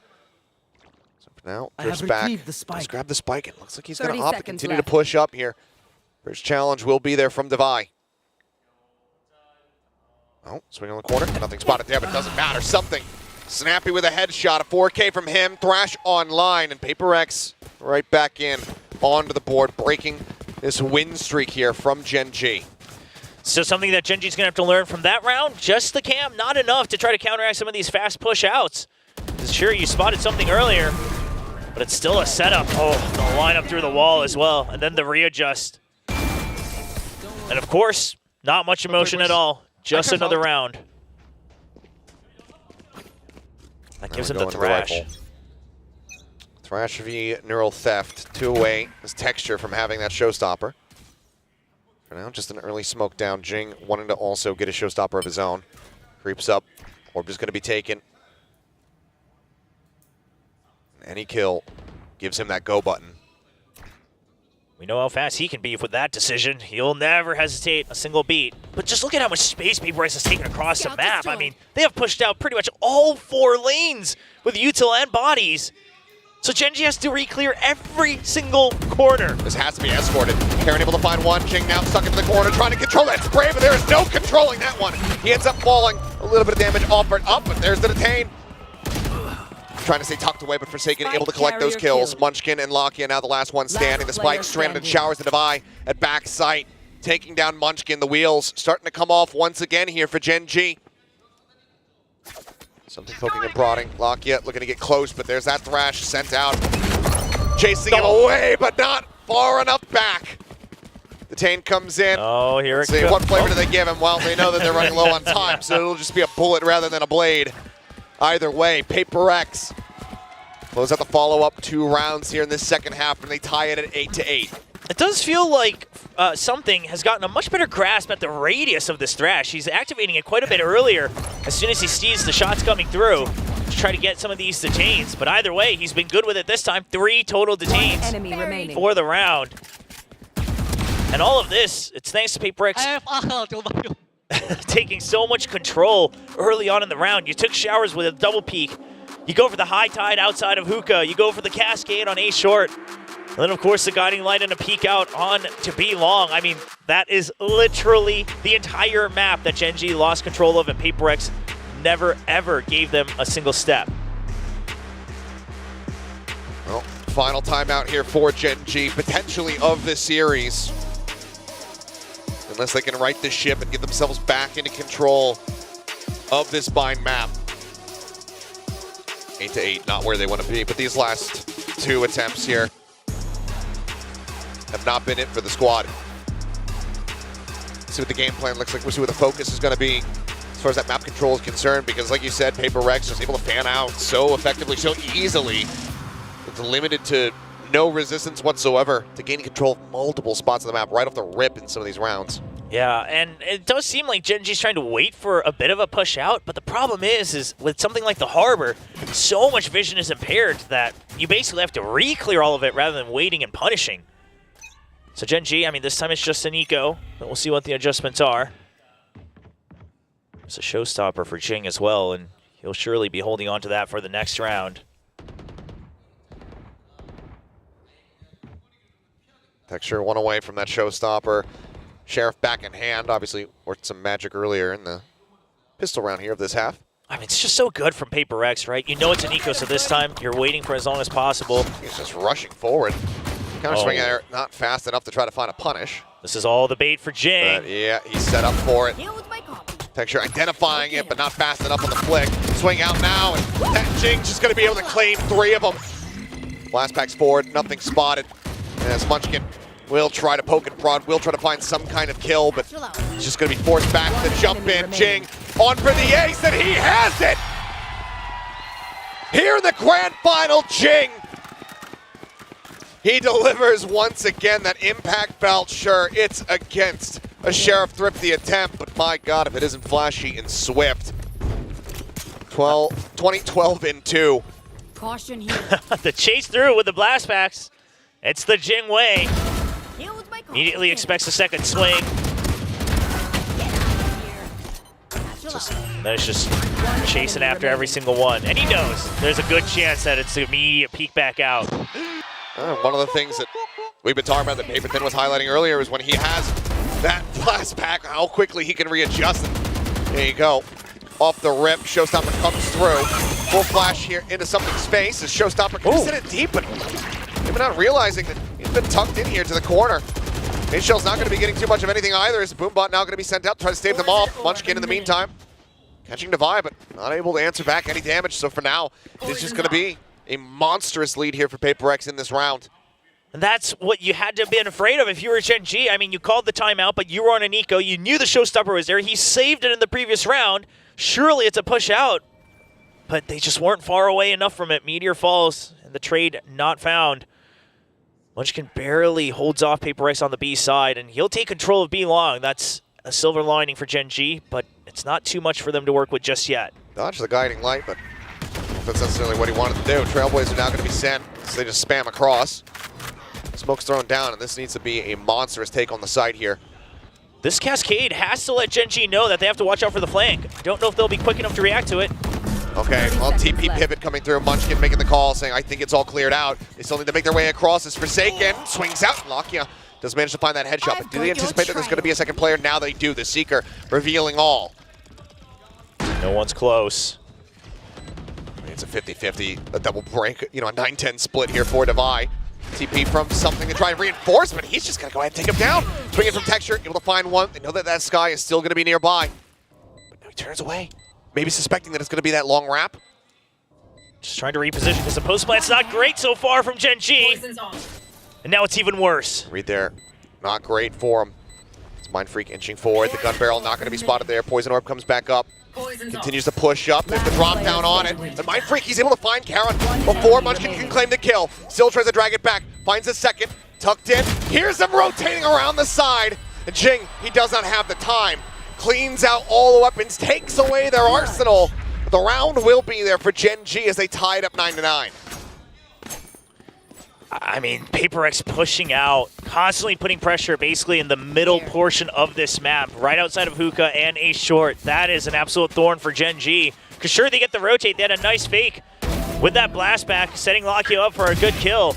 But afterwards, they still weren't sure. Okay, we got one with the Seeker there, but another TP. How much should we worry about the flank? You weren't sure if you wanted to fill elbow, because then it would have been just one guy in the site. Munchkin trying to calm his teammates down that the round was won, just trying to keep his eyes focused on the future. But now an operator for something. It's been a long time coming. He's already pushed past it. Oh, Munchkin! A great pick. Finding one as well. And Mind Freak now going to be taking down the Neural Theft, giving them all the information they need to make the right decision, and that's going to be them sending over here towards Devi, who's all on his lonesome for the time being. He's still going to look to take the fight as Meteor. Just around the corner, starts inching his way forward. Devi takes his head off, but Forsaken in the meantime, cleaned up, and Devi cannot study that spray to find Texture. Now Jing all alone. I mean, you would love to do whatever damage you can. Your creds are safe for PRX. I'm not sure if Gen G will give him the time of day. Everyone just playing safe, keeping their distances, jiggling back and forth, as Gen G knows that they've still got a little ways to go. Good deal. For Jing, could try to play this one aggressively. He's got plenty of cash, as do the rest of his team. He's not necessarily super close to any ultimates that doesn't already have them anyway. So any damage he could deal would be great for PRX, but looks like widely he will just look to hold on to the Vandal. He goes drifting back across the opposite side of the map. So Gen G going to be establishing a lead here in round 19. They get themselves up to 10. Strong apply, but still more to work through if they want to extend this series all the way over to Split. There's more cash available to PRX as they look to make another withdrawal. Now with that off going over as well. Surely, yep, that's the timeout from PRX. You can see now all timeouts being used, and a little bit earlier than letting it get all the way to the end. I mean, I think both teams understanding that you can't try to risk too many rounds going over to the other side. A lot of respect given to both the players and the coaching staff from either side. But HSK and Solo on the right looking a bit more satisfied with what they're reading, what they're seeing so far, while Alex looks like he's in a much deeper discussion with the players, trying to come to a conclusion on what the adjustment is. I mean, but if anything, like we've seen throughout the season and even just zoomed in on this final, that satisfaction that you could be feeling right now, it can be swiftly taken away from you. PRX have been one of the teams to do that time and time again. Certainly not out of the woods quite just yet. Some smiles, though, here in the Gen G camp. Feeling good, but probably not feeling overly comfortable quite just yet. Once you get past this map, if you can get over to Split, that's when maybe you breathe a sigh of relief. You relax for a moment. A moment. But just a moment. Only a couple minutes. But you'll take that in such a long series. See if Gen G can take us all the way. Pit at the ready, so is the Orbital Strike. A lot to work with. Reckoning, though, to help try to counteract the potential Pit if it comes into play, or even just stop them from getting onto the site itself. Right now, just a Poison Orb setup. Devi just backing away. So he and something on this side of the map is something occupies Hookah. Flash going. Nothing going to be noted there. Devi will go ahead. Get a mention off that guiding light. Dizzy over the top, instantly cleared out. Texture up over the top, finds one. Munchkin finds the other. The B site now broken open. You can see the rotations started there, but now called off. PRX. They're just going to go ahead and save this. All right. I mean, sure, your creds are okay, but something only at 150 credits. And basically, you don't want to give away more creds, more ult points when it starts to get this close. Giving respect to Gen G, and this was Gen G just reaching into the playbooks, bringing out something they've always done, going into B main, and understanding that if PRX doesn't meet you right there and then, it's going to be a default split, that you're going to have the strength in numbers. Oh, and Texture knows exactly what's going on. He wants to set up for the showstopper. He's got the creds. It's going to be a tough one to look for, though. On the hunt is mildly escorted here by Meteor. As paint shells come out. Jing just saying, don't come here.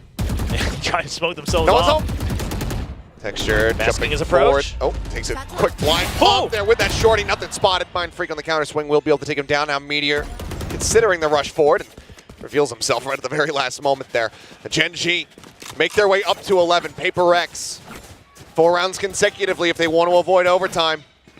Similar scenes from what we were seeing, but now inverted compared to Icebox. And now with this hunt. There's one more! There's one more! But that does bring him 1 point away from the showstopper. And PRX, surely they're concerned about this, so they will smoke off showers, but you can tell they're starting to play a lot more passive. Mind Freak not swinging off of that, just trying to see if util is used by Gen G to greed for this ult orb.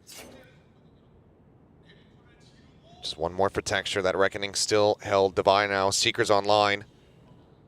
That last round, nothing needed really for the side of Gen G. So the Pit and that Orbital still there for these potential post plants. Guiding light being heard outside of Hookah. Meteor, a lot of information. He still has that cam there as well for a hard check. Looks like he's going to go on a peek. Wants to clear out that Trailblazer. No, he's actually tucked into the corner. Yeah, just watching with the cam, it looks like. It does note him. Texture blind pushing and Mind Freak. It's not on it for that kill. Ends up falling. Munchkin spotting Forsaken. Calls in for reinforcements and they surround him. Taking out the site theirs. Gen G looking to get themselves up to map point and take this all the way to 5. A textbook round from Gen G. You go for the lurk, right? Gray short. At this time, it's Forsaken. He's the one who doesn't have cash. Devi does take the teleporter across. Finds that kill, but Lakia puts him down. Texture, his effort's not needed here. The rest of the players committed, though. They're forward here on the site. They have to try to play for this win. The jump forward, Jing gets the headshot, but now he's once again the last man standing. 1v3 swaps at the weapons because he just doesn't have the bullets in the previous one. No time to reload. Just has to try to charge in for it, but Lakia will put him down to 3K. As Gen G look to take us the distance. Man, these two teams, they just can't get enough of each other. I mean, the adjustments and just the up and down from the players, each taking turns. Munchkin now finally having a go at it himself, topping the board for Gen G, 20-12 on his own scoreboard. But look at this, the lurk in through lamps, keeps Forsaken tied back sight, and then it's showers, and then it's A short. They all swarm him. There's just no way for Forsaken to try to get out of that site. And now looking for a repeat of that previous Look hit. at this rush. Punching their way out into long and fast. How this is going to end? Oh my goodness. Oh no. 4 players gone. No kills found. Gen G. Just a I don't even think they read it. I think they just reacted. Yeah. Forsaken, he might have a smile on his face, but maybe a slightly pained one. He sends out the Kobe, he sends out the Reckoning, he sends out the Classic to try to clear out that Seeker. But to no avail, he cannot do squat. Lakia hounds him down. It's yet again a 13-9 scoreline.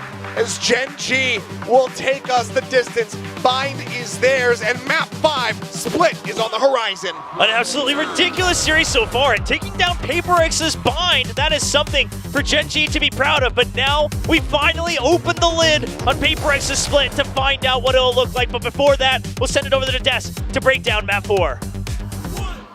One more time. Gen G bring us the distance indeed to a map 5-2 Split. That's going to be the final destination for today's grand finals. Now that was incredible. Everyone, every time you think this is a PRX map, Gen G's like, nah, it's my map now. Well, they just did a really good job starting to control their space on their attacker side. It looked like, you know, PRX had a pretty good read on them. They were shutting them down at the point of attack, but then they kind of got their bearings on them. They started working the map a little bit. You know, Munchkin is over there clearing space on long B, you know, and then they're able to all rotate over there, things like that were really catching PRX off guard. And then their attacks started to get really quick and on point, and Texture, as usual, has been really, really good today. So Meteor too. Yes, no, they're both insane, and Yeah. that's been kind of the story of a lot of this playoffs. Is Gen G, those two players are disgusting. Yes. I think on this map, it's definitely, I mean, of course, it's both of them, but Meteor has to, you know, get a little bit more praise because of the setups that he had. I mean, you said it before, Paperthin. This map really came down to that composition. It really came down to the trap setups that Gen G had specifically for PRX. I mean, PRX, we know how they play. We know they love to go in with the aggression, but it doesn't quite work out here. There were these rounds where, you know, they're trying to go out or push out against them, even on the defensive side. But Gen G's always prepared for it. I think especially once, you know, Coach Solo called for some of these timeouts, he was able to fix so much that Gen G would come in with these like round win streaks. On that attacking side, I think you're absolutely right as well, Paperthin, because you can see that their whole game plan, they're not just rushing in blindly, going in for those classic trades. They're actually setting themselves up for these trades where they would take just a little bit of space. Like around B, you would see Texture hopping on top of, you know, one of the panels, and the rest of the team is up around Octagon or Garden just to wait for PRX to peek out against them and then get those trades and then get the numbers advantage and ensure that PRX does not get any retake scenario. Yeah, and early on, there were actually really good reads here by PRX on the defensive setups of Gen G. There was one time where they were pushing towards Hookah, and Lakia did the thing where he jumps in behind the box, and he's got a player backing him up. That's something that Gen G really likes to do, and there's awareness. There was a mosh used to clear that by PRX, so they were doing a good job early. And some of the trap wires, the round where PRX got the Thrifty, the trap wires were set up right by the front of the A teleporter, and it didn't fetter PRX at all. They were able to just clear those utils and do what they needed to do, but then they started pushing those utilities back. They started putting the trap wires further back and things like that. These were great combos there with the orbital strike as well, stuff like that, keeping Locky in a position where he's going to be able to sneak underneath Jing's nose and the showstopper, like stuff like that where they just said, okay, we just need to push our line of attack a little bit further back on our defender side, and that's where the map really started to turn around for Gen G. Thoroughly impressed. I mean, basically what you're saying is that they have been adjusting so many of these setups, so many of these traps for PRX, and PRX has been having a tough time, you know, against them. I mean, you can see in a lot of these highlights. First of all, a lot of fun highlight moments for PRX. Jing got the ace at some point as well. But you can see that most of the time, it's PRX going for these really big specific peaks against Gen G because they need to get some of these duels. They need to get a bit more space to work their way around the map. But Gen G, they set themselves up. They're either crouched down or they're not alone. You have maybe Meteor crouched down right in front of outside lamps, and then you got like a teammate of his right behind, like so far back below Heaven. And it's setups like that that make it so tough for PRX to fight back against them. Yeah, no. This was incredible from Gen G. That's just all there is to say about that map. The fact that they came back after what looked like, it looked like, all right, it was going to be another PRX win here. They were going to take the title, but Gen G had other thoughts. Now we go to Split, which is always fun. It's always fun. You know what? You don't see any data from PRX here because since Jing rejoined PRX, we haven't seen their Split yet. But one thing's for sure, even before Jing came back into the roster during kickoff, the heroics, the highlights, they lost some of those games, but the highlights were incredible. So you mix it up, you throw Jing back into that formula. I think it's going to be a really interesting split. Now, Gen G, they are starting to smell that success. Like, they have proven to be PaperX on Split before, and they are good at Split. But how are you guys feeling about this? I don't know. I mean, I don't know what PaperX is going to play. Like, you could convince me of about 80 different compositions, and I'd be like, yeah, sure, go for it. I mean, I expect a double duelist of some kind. I wouldn't be surprised if we've got... Triple duel? Yeah, it's been done. Yeah, exactly. They've done it. So, like, I wouldn't be surprised to see something on the Jet, Jing on the Rays, and then maybe a double initiator, maybe Forsaken on the Breach, Devi in the Sky, and then Mind Freak on, I don't know, maybe not Viper because of the nerfs, but like Astra or something like that I could see being potentially thrown in the mix, but I have no idea. That sound. Yeah, Astra back in the mix. Oh my god, that's a possibility as well. That's my prediction. I don't know. It's Split is definitely that map where it is totally up in the air, and you're absolutely right. Any team comp can go here. Even if we saw a Clove, would I be surprised? No. If we saw a Deadlock? No, I wouldn't be surprised. Maybe Forsaken's like, you know, I have a couple agents. I haven't played yet. Why the heck not? You know, I know a lot of us are big fans of Forsaken on the Yoru. He said himself it's not his best agent. He doesn't think in his giant map, his pool of agents is not his best, but he's damn good at it. Now we gotta talk about our ranks. I don't know what I need to. I'm falling. Oh man. I may be going off the board into Iron Ear today. Oh, join me. I've been like backwards on all but one prediction. So the only two was Achilleos, who is so happy right now. He's cheering right now. I'm gonna convince if he's tied with Valdez, I'm gonna convince chat that they need to go for Valdez in our tiebreaker. All right, so everyone else goes down to. Oh wow. Valdez goes down. Down. Day 2. Back to Iron. What did William pick PaperX? I'm like, oh, he picked PaperX for the win that one. Okay. Yeah, so Split though is the tougher prediction, I think. God. Split is such an unknown for all of us right now, and we just got nothing to go off of. How is Jing gonna play on Split with the rest of the team? Gen G, it's just so damn good. Well, I'm gonna go with my overall prediction, which is PaperX. That's what I have to do as well. Same. But I really think Gen G can win this map, even though I'm going with this. Yes. I'm just sticking with my overall prediction. Exactly. But because Gen G looked shaky on this map at times, like it's been pretty up and down for them so far this stage. You saw it earlier, it was like a 50% win percentage. They can get pretty well picked apart. They can get pretty well dissected to the point where they're not reacting quick to stuff. They're not kind of dodging some of the utility, and the Meteor's trying to stay too long and try to do things by himself, and that, you know, like plays that he's so confident in, and then they go awry, and then all of a sudden the round just starts like snowballing against them. That could happen. I don't know though. It's just so hard to know with an unknown in what PaperX is picking that you could convince me of anything, like I said earlier. What's your dream comp? Like, what do you want to see? Dream comp? Yeah, I mean, they can play any of these comps. So what would be ideal? What would you be like, oh, this is so cool. This is the best. Comp, like, dream big, Quack. Yeah. Come Clove, on, man. Let's go with Oh, Clove. Clove? Okay. We haven't seen that. We only saw that from like FPX over in VCT China. So I don't know. It would be really exciting. I think whatever I want to see is something creative, because PaperX is known for that. And that's the kind of stuff that can surprise opponents like Gen G. But it's really tricky. I think this entire matchup right now on Split just depends on PaperX and how they're feeling, what kind of form they're in, because it's been a little bit up and down a little bit today. Gen G, on the other hand, like fully consistent. Texture is nonstop on the ball. The rest of the team is right up there next to him.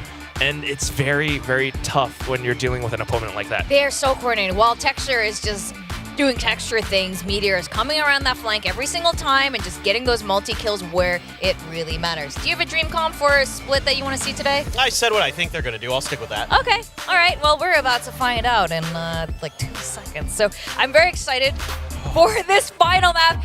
Guys, we wanted to see a full 5 maps. Yeah, we had different kind of predictions, but we definitely wanted to see all of this, and we have not been let down. PaperX with the double duelist. We got our boys on PaperX on their best agents once more, similar to Lotus.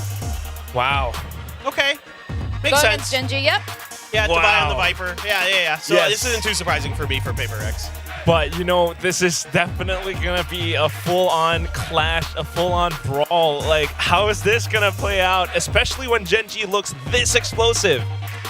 I want to see chaos from both sides, and they're totally capable of. I want to see them do stupid things. To be honest, I want to see them like do stupid things on both sides, just like the craziness only these two teams are absolutely capable of because their firepower is just so good. Their movement is so good. They're so creative on both sides. I want to see the best Valorant possible today. Get ready for overtime. It's split. I mean, it's the final map. It's a decider. It's just, it's written in the Valorant stars that we have to have an overtime on split. That's like a guaranteed, it feels like. Like a tiny test, well, not tiny. It's a bit of a test of stamina right now as well. I mean, these two teams, and Gen G can keep this up.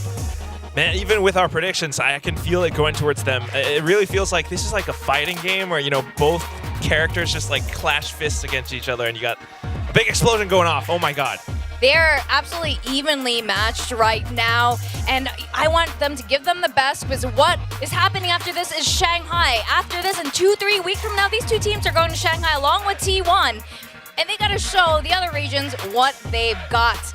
And it looks like Split's going to be the final destination of this grand finals of Stage 1 at VCT Pacific. Let's go over to our casters, Achilleos and William.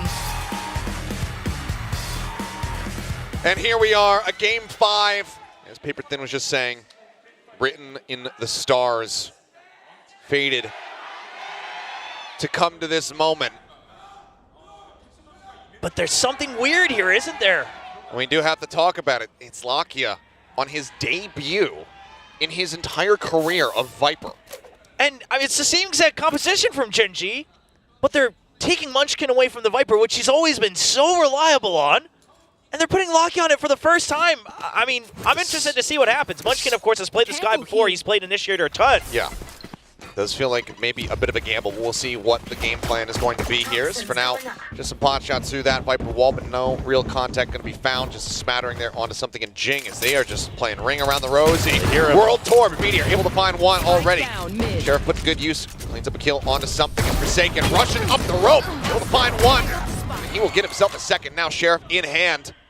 Joins in mid here alongside Mind Freak. Munchkin just staying tucked here, just alongside Male in Heaven. Rotate is good though. Lakia here, Johnny on the spot to get himself over towards this B site, but can they put a stop to this push? That is going to be the question. Oh, and they're going to try to hold close to the Classic. It's a good read from Gen G, but PaperX surely suspects something. As everything happened in mid, the closest they could be is upstairs in Heaven. Shoulder seen. Munchkin cleaning up the first one. They find another. Spike down. Now Mind Freak, everything to do. Forced away from the spike for a brief moment. Nope. TP's to play with. The smoke thrown down. Aggressive if they want to get out of this one. Fairly aggressive is going to be the answer here. Munchkin needed to be careful, but never mind. He survives as Lakia will find the final headshot, and Gen G will take another pistol. 6-3 across the series. That early control has very consistently been in their hands. Yeah, and just a good read on the most likely tendencies for PaperX with the double duelist comp, a fast push into ramps. They just leave it entirely open. They meet him at face value here in Vents. Doesn't quite go their way, but then they say it's just classics instead of picking up sheriffs, instead of trying to regain those weapons. Let's play to our advantage. They hold close, and PaperX just does not suspect a thing. It's worth noting, well, he doesn't have any on the board quite just yet. Texture, 9 kills away from tying the best of 5 kill record in VCT. As Forsaken, we'll go ahead and get a kill on the Charon.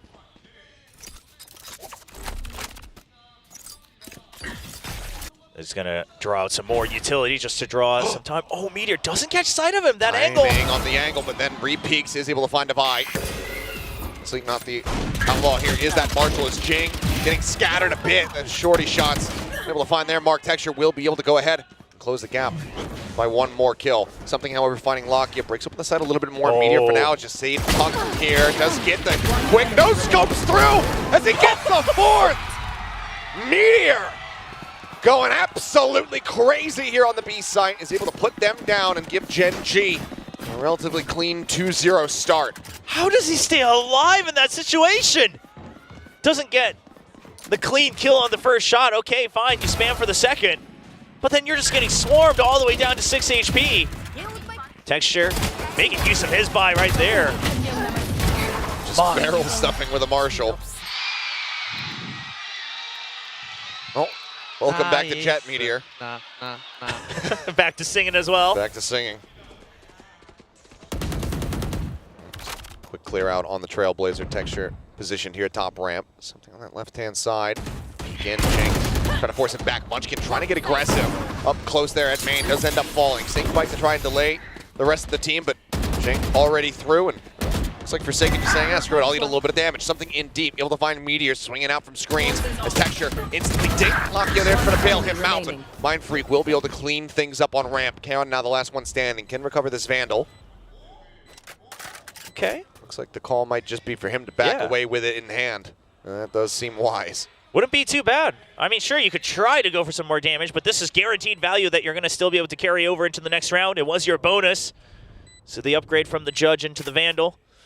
Still keep that full armor as well. And Paper X not in quite a position yet to go for the hunt. We'll just be backing down. And Gen G, Texture learning the hard way and being reminded, I should say once again, that just going for the straight challenge, I mean, on both sides, it's just so risky when everyone is so on point in the server.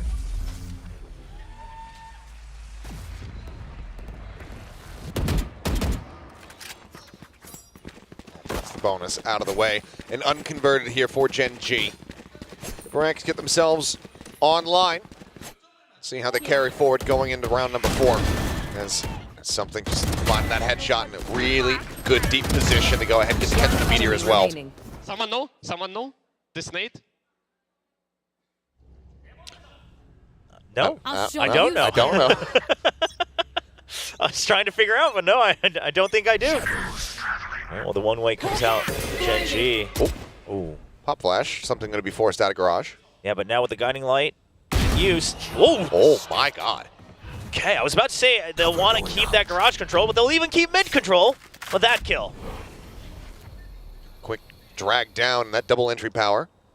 Here. It's what allowed them to really get deep on that A site. Now he's gone, but Texture going to be taken down as well. Devi able to equalize in that regard. Both teams going to be raiseless. Oh, this toxic screen is so punishing to try to keep that mid control, right? I mean, you can't ever provide support from Mail, really. Not on your own timing at the very least. And now even the Trailblazer used the smoke as well to try to fake onto A, but it's going to be a B hit from Paper X.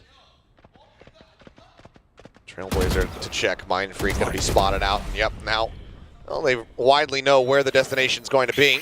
Guiding light forward, Devi going to be spotted. Paranoia coming through, and Karen has to back down off the rafters. Paper X now turning their sights back over towards A. Lakia looking forward here on ramp. Poison's off. And Meteor called away. He's over at stairs. He's over at B heaven.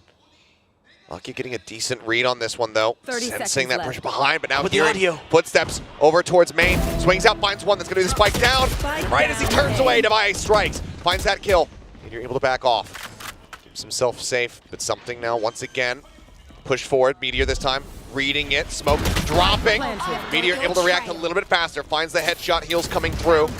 Spots Forsaken here on the site as the Seekers go flying and get cleared out. Karon winning against Devi, and now it's all on Forsaken in a 1v3. Timing is great. Karon dead. Now they know Forsaken's position. Munchkin looking to try to linger in, lurk around the back. Tap onto the spike to try to bait him to peek out. Forsaken, though, very aware, very privy to this. They're not sticking in. Wow. Now, suspicious, worried that they were going to be actually holding that spike. Knew that he had to take one of the fights. As he takes it, the other comes to him, and that's going to be Gen G, not allowing for Paper X to tie things up. I mean, sure, Forsaken loses that, but I think that round proves why Forsaken is one of the best players in the world. The fact that you have the internal timer and the suspicion to check for that wraparound from Munchkin. I mean, it could always very well just be a double stack on the spike. But he tries to one-up him. But Gen G is just meticulous enough. Here.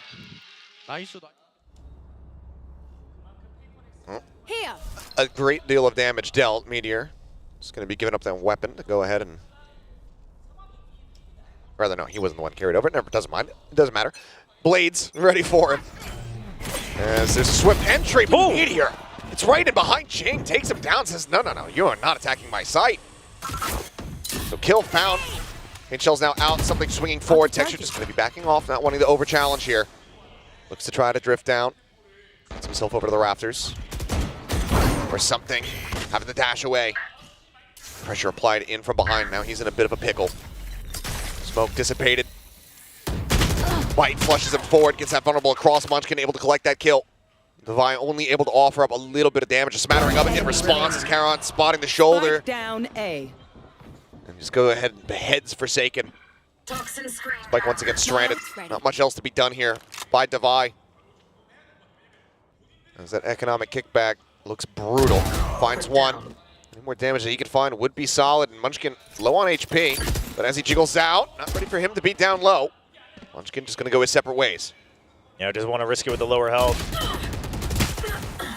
Eventually, he'll be the one who picks up the kill. So Munchkin solidifying that. He did get the Seekers earlier with the ult orb, so trying to get full value as they lead 4-1. And it looks like it might be a timeout coming through. And I gotta wonder, it seems like Gen G has now read through this default toxic screen that PRX has been using all the way through male. They have their own counter screen for it from B to mid. So either a switch up or maybe a timeout. There it is. Got to discuss how you want to retake some pressure over mid. Because the original idea of basically denying full mid control from the defense and then pushing hard onto ramps to get early control now has been blocked off several times in a row.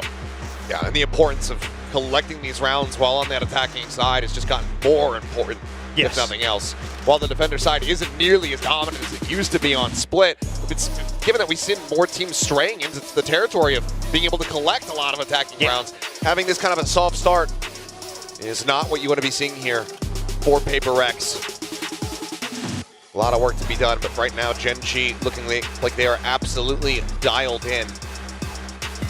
But we've seen how quickly, how easily that momentum can swing, how it can be taken away from your opponents. PRX going to be seeking to do just that to Gen G. Maybe not in this round. Perhaps in the coming rounds as well. So for now, hiding their toxic screen. Looks like it might just be, if they get the early contact, a full send on to B.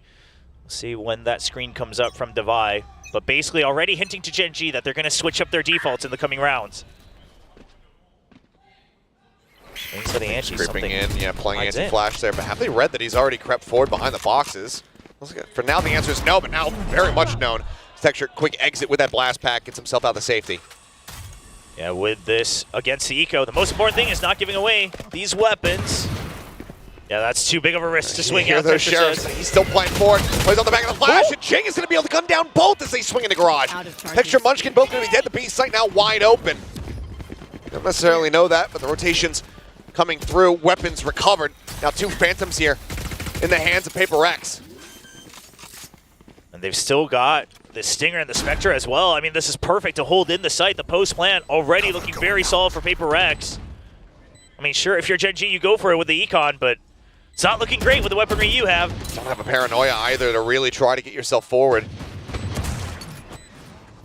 Jing's already on the hunt as well. He's 1 away from the showstopper. He wants to make it happen for the next round. Time is ticking, but yeah, I don't know if Jing is going to have much left to hunt here. Karon going to have to try to drift away from this site, hold on to that weapon. Jing's going to try to meet him, because his teammates are basically making noise to push him further and further away, and Karon has no idea. Oh boy, yep. Karon right now, the sheep. Ooh. But he is able to bite. Does manage to find that kill. Looks like he will be able to hold on to the weapon just about a couple more seconds to try to survive as they start swarming their way down. And Mind Freak, okay, he'll get the 1 tap. Takes the weapon right out of his hands. PRX off the back of the timeout will be able to find success in a very much needed round. The thrifty attempt there. Decent amount of investment for him, but get the win all the same. And it all starts right here as Jing just turns away from the flash and mows them down. Wow. I mean, just the spray control as well to make sure he's getting maximum damage with that spray. Nice. Ends up with the instant double. And now back to the default toxic screen, but they've already planted that mental conditioning that they might start to work the other side. So once again, now it's a bit more of a passive hold. That early aggression on Garage didn't work out for Gen G on round 6. So they wait for that initiative. Flash connecting with Paranoia out. Texture able to find 2. Pain Shell still at them ready. Has not said that yet. Looks like he won't need to quite just yet. He's looking for his own ace. Saw Jing get one in the last map. He wants to try to catch up. There's that tiny little bit of a window there over the smoke. Devi able to spot him out, but can't offer up too much damage. Seeker's now rolling through. Paint shells to flush him out. Devi, however, able to win against Lakia. Mindfreak trading one back now here on his lonesome. Knows the texture. Is basically got no HP remaining, but does he know about this wraparound here from the flank? As Munchkin works his way through. Kill found. Gen G with a very nice reply. Get themselves up to 5. This ramp control has just been a thorn. Yeah, Texture got taken out, I believe, once so far in this first half. But PRX, they haven't really been able to counter it too much if there's util. If he's just dry peeking, sure, you've got the aimers yourself, but they just trap him in here with the flash and then the paranoia. At that point, PRX not sure where to keep their vision trained. Texture just swings out. It's easy aim training for him. Solidly done. Now just 5 kills away is Texture from tying up the best of 5 kill record. Paranoia across to slow things. There's the showstopper out from Jing. Texture setting his own, but kill not going to be found. And Jing, what? He kills off something. They just effectively go 1 for 1. Now Karen able to collect there on a Forsaken. Jing noted here at elbow. 8 bullets remaining in the Spectre. Doesn't want to go for the reload. Now spotted, sprays, tries to swap. Karen eventually finds the headshot, and things have come undone for PRX. The Devi finding 1, but there is just so much more to be done. Only 68 HP to try to make it happen. It will not. Lakia will take his head off, and Gen G will get themselves up to 6 in this defending half. I don't know if we've quite ever seen a moment like that. But the idea was there from Texture to counter Showstopper for Showstopper. It basically lands right on top of something. Draws out the team kill from Jing. Now it's another timeout from PRX. Just 3 rounds separated. Yeah, Coach Alex not really liking what he's seeing, and I don't quite blame him. It's not necessarily that PRX is playing too poorly, but they aren't really leaving too many options open. They're trying to force their way in with the double duelist, and if they don't get the first kill, it starts to fall apart. And it feels like moments like that are where the hive mind is falling apart. Everything is not coming together right now for PRX, because normally the cognizance and the awareness of where each and every single one of you are, whether or not you are going to be trading off, friendly fire. This was a completely different look. Yes, I mean, everyone perhaps just too focused on their own roles to try to open up the site, not quite keeping in mind what the original plan was. Perhaps a little bit of panic starting to come through. But I don't think you can argue against the fact that so far, the util, the tactics coming out from Gen G, just a bit cleaner, just a bit more varied. Whereas PRX, it is much more about the speed and the firepower, and that's always been good for them. But they have met their match. It didn't help them at kickoff, and right now they need a bit more once again if they want to push through in the specified. If they want to take back that seat at the head of the table at Pacific, become the first seed, get the bye, get their championship points, and get to choose your opponent at Masters Shanghai. Well, now Alex basically casting them off on their own.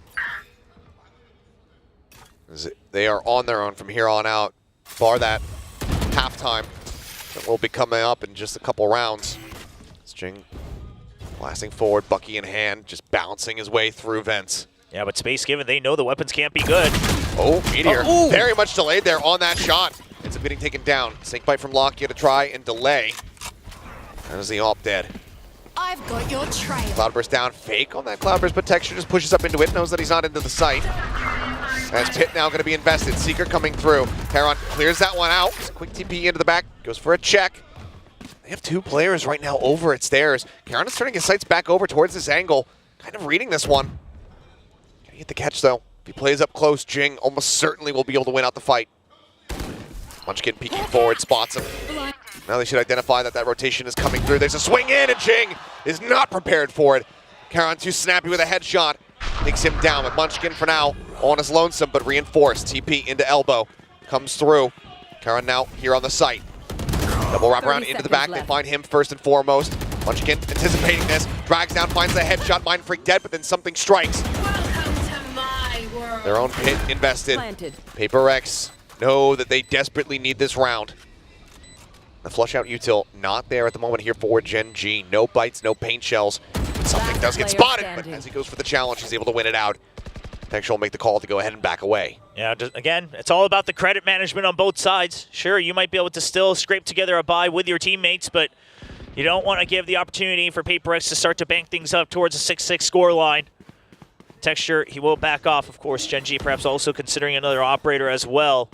And Lakia having 4,000 credits. Something is going to try to meet him halfway.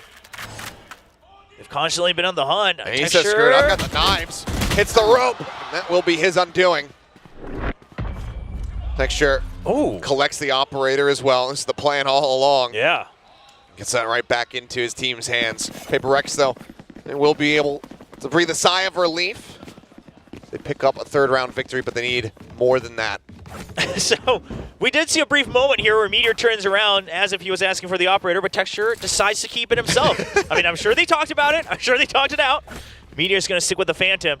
And Texture looking to make an aggressive play, shut things down early on A. It's just going to be him versus something. There is that Blade Storm. See if Texture's ready for a potential updraft.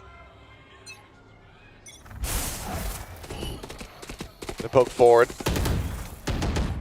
Clear out on that Trailblazer. Something just going to be backing away. Not challenging into this. It's very suspicious.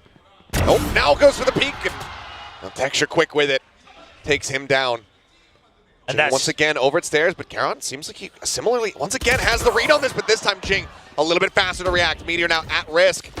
That peek out of heaven does come through. He just has to playing anti-flash. He's the first one, gets the second dash to the cross, lands, somehow gets the third! Down B. Divide finally puts him down, but so much damage felt. Guiding Light doesn't go deep enough, but now the wraparound coming through. Divide looking like he's somewhat aware of this one. Tries to go for the first fight, but that's when Lakia swings out of garage. Kill found round one. PRX have not been able to get any consecutive round wins. Gen G, however, they get themselves now to 7. Yeah, I mean, all 2 rounds apart for PRX, few and far in between. And this time it's Meteor absolutely bamboozling them. I mean, first of all, so much information gained off that op shot. But Jing, he created so much space. But the dash forward just breaks all of the crosshairs from PRX.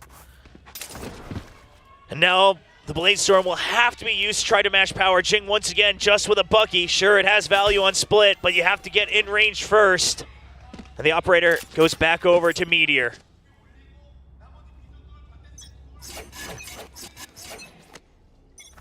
Set up on a deep angle over at screens. Knives pulled out here from something. 100% around the corner is Jing again going forward. Quick back off here, Lakia just backpedaling as fast as he possibly can. Jing unable to hound him down. These disconnected positions. These retreats here from Gen G have just been very immaculate. They're avoiding everything that PRX wants to try to throw at them. Clear out on the Trailblazer. Texture decides to continue forward. Knives sent, something whipping. 3 more left to go. Needs that reset, but Texture able to find one. Does get taken down by Divide, but Karon gets his Jing as well. Something, the headshot there. Reset in, a 3v3 now. As Meteor gets himself up in towards heaven. He's waiting for the plant sound. So Knives pulled something, and that last one, the very last moment, Texture, or Meteor rather, ends up getting gunned down. Haven't seen Meteor playing Jet in a while. I know, it has been a little bit. They've been shying away from the split as well. But whenever they do come here, he's always piloting that Jet to quite a bit of success. 11 kills so far on the board, something trying to match up with 10 of his own. And that's Gen G trying to get just an offbeat there on the spike plant. Try to make sure that they have the numbers advantage. But everyone on PRX is just very quick to react. It's even Mind Freak letting go of that spike tap immediately. And now, a bit of a different toxic screen. See if this shakes up Gen G at all. It is going to allow them to try to focus more on mid control. And Texture will just hold close on A. It's a good adjustment to try to maintain the same type of territory that Gen G's had for the majority of the first half.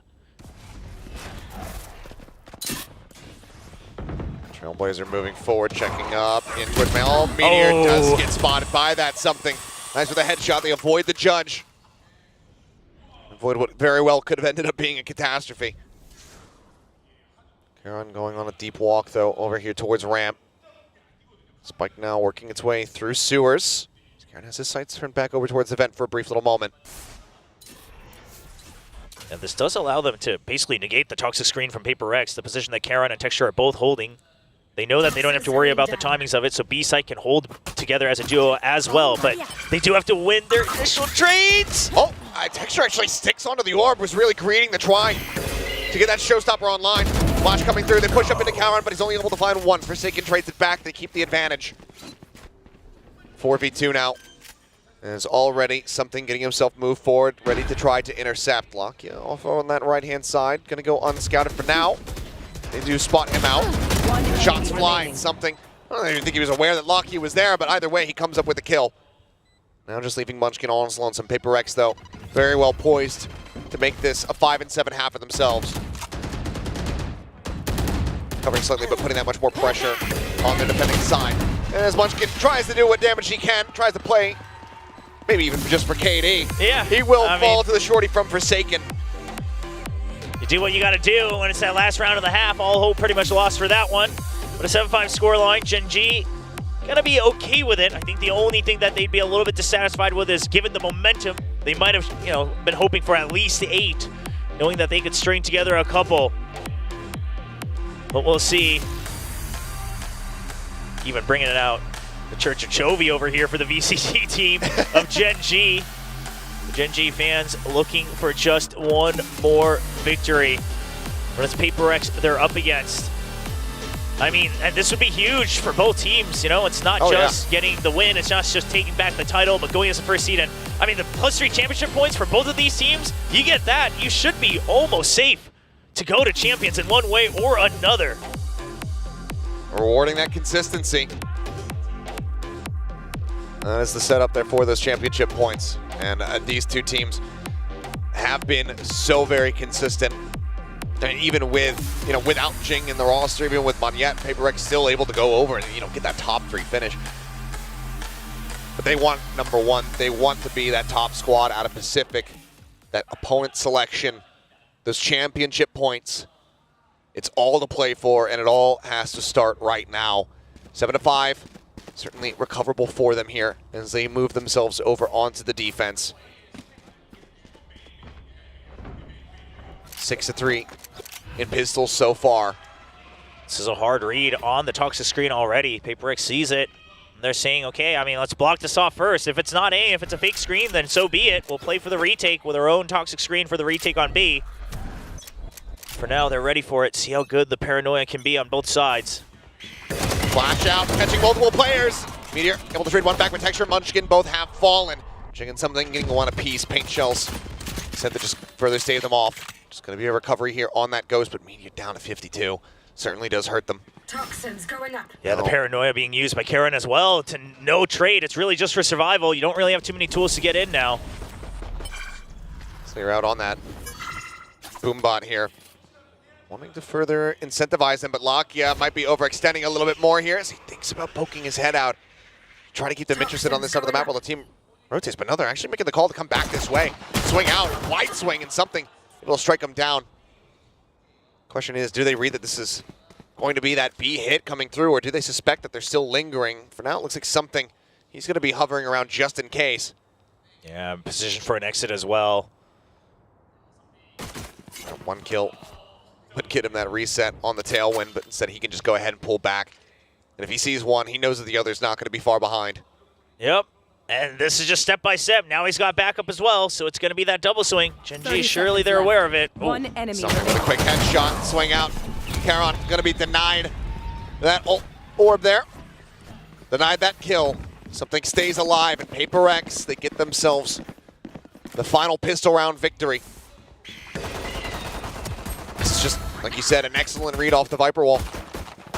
Yeah, and it's taking the initiative as well. They go for the guiding light first, you peek off of it, but immediately the paranoia to make sure they can keep the priority over by that A main fight. And Gen G's just a little late to react. They will force up a stinger here from Meteor. And a share for Munchkin. But that's going to be it. Munchkin, of course, still holding on to all his util. Didn't even have a chance to use it. They're going out. There's a lot of footsteps. Yeah, a lot of footsteps, and Mind Freak spotted there on that exit. Paranoia sent out, but Demai able to find the opening kill, gets himself a second lock in. Munchkin both going to fall. Mind Freak swinging around the corner, finds Meteor. Texture now dead. Karon will be able to find one with the classic, but if nothing else, it's just to avoid a flawless round. PRX looking very strong thus far here on this defending side. They tie it up at 7-7. See how much they can match the power here going into the bonus. This could make or break this entire match now in the last half of this best of 5. Down B. One enemy remaining. grueling ordeal.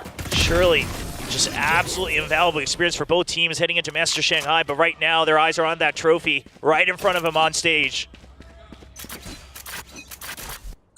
Much more fanned out approach this time for Gen G. PRX though. 3 players over here at A. Flash goes in, Tailwind forced out. There's something here in mid, taking down Munchkin. Flashes that Trailblazer now all out of their hands. Gen G, what do they opt to do? Still split worlds apart, opposite sides of the map here. Now the push out to re-clear mid as well.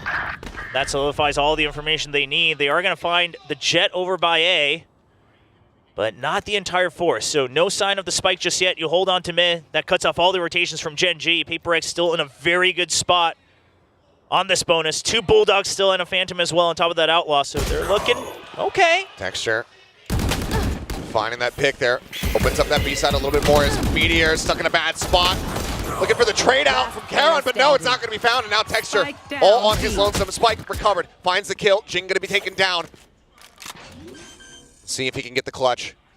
Swing onto the corner. He cannot. Something will find a 3K. PRX will find the lead, but Texture has now found himself tied to the land kill record. Yeah, 101 total. We saw it happen just recently again over by Americas, and Texture now putting his name on the board. The first one to do it outside of Americas. See if he can top it. Has been a little slow going here on Split.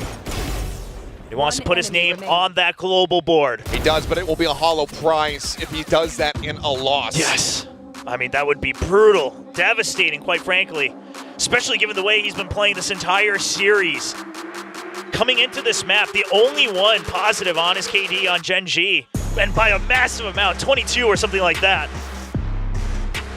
Absolutely matching all 5 players of PRX.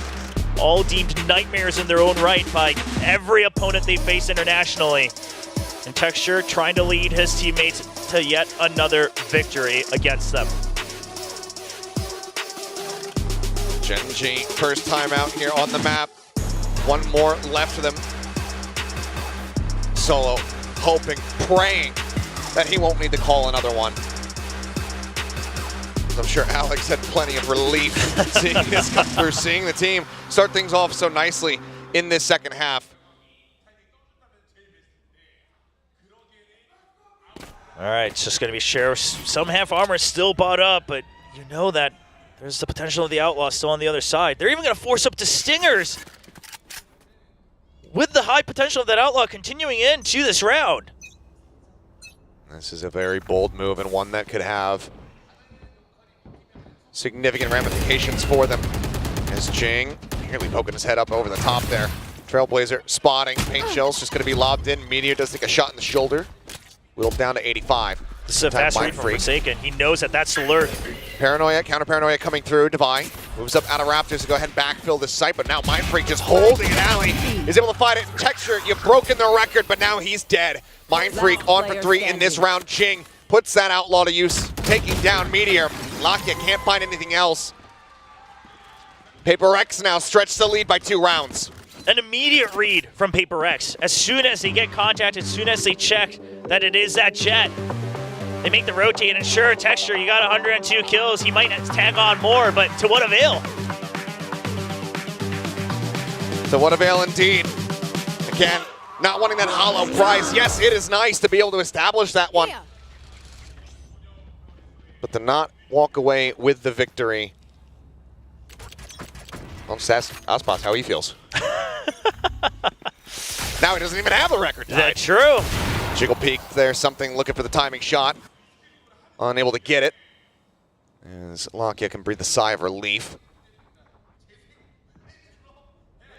I'm still being held over by Male Gen G.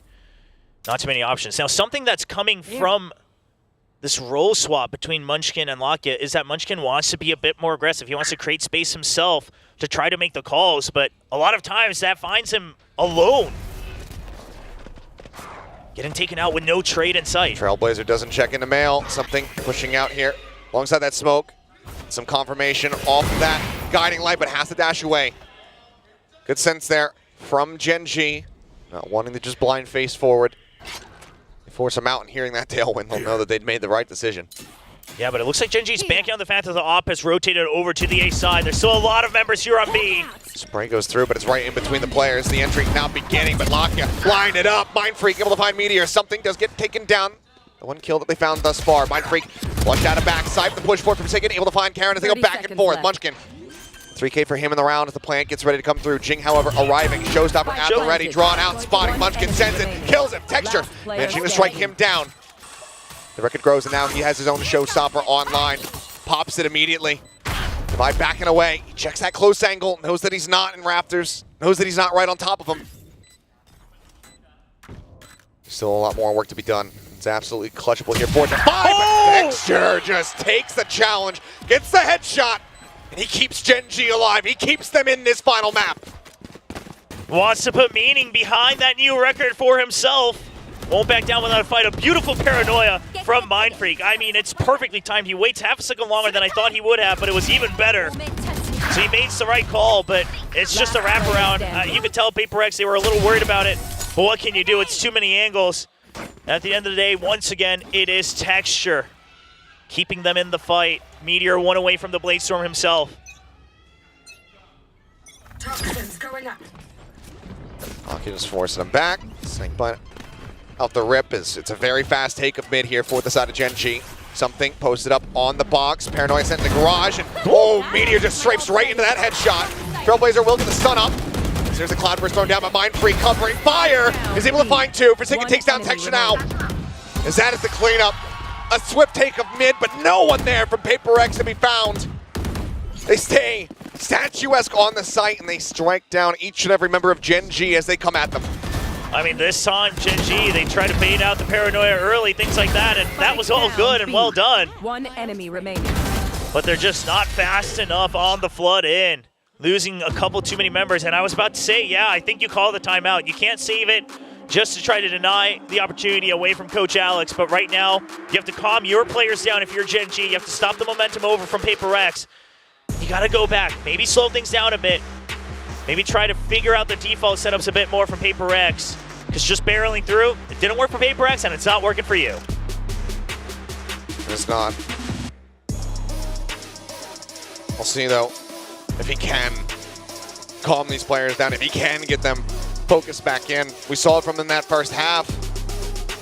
It's severely lacking. PRX feeling right at home here on this defending side. Feels like now it's them. They're the ones who are getting all the reads, knowing exactly what the approaches are going to be from Gen G. And it was from the outset. That Viper wall set up, just getting the read, shutting it down over on that A site. The disconnect, knowing that that rush from mid was going to be coming through. Right now, it feels like PRX are making every right call. See what the adjustment is. I have to imagine the PRX, they might look for another stack push out on one part of the map. For now, it looks like it might be just a reaction setup over by ramps. Stay safe. A lot of members stacked over there for PRX and Gen G. They're going to wait to see what the initiative is. Oh, the paranoia out of B main as well to make it seem like that's the initial push out. A lot of space already taken by PRX and Gen G. They have to start to re-clear this nice and early.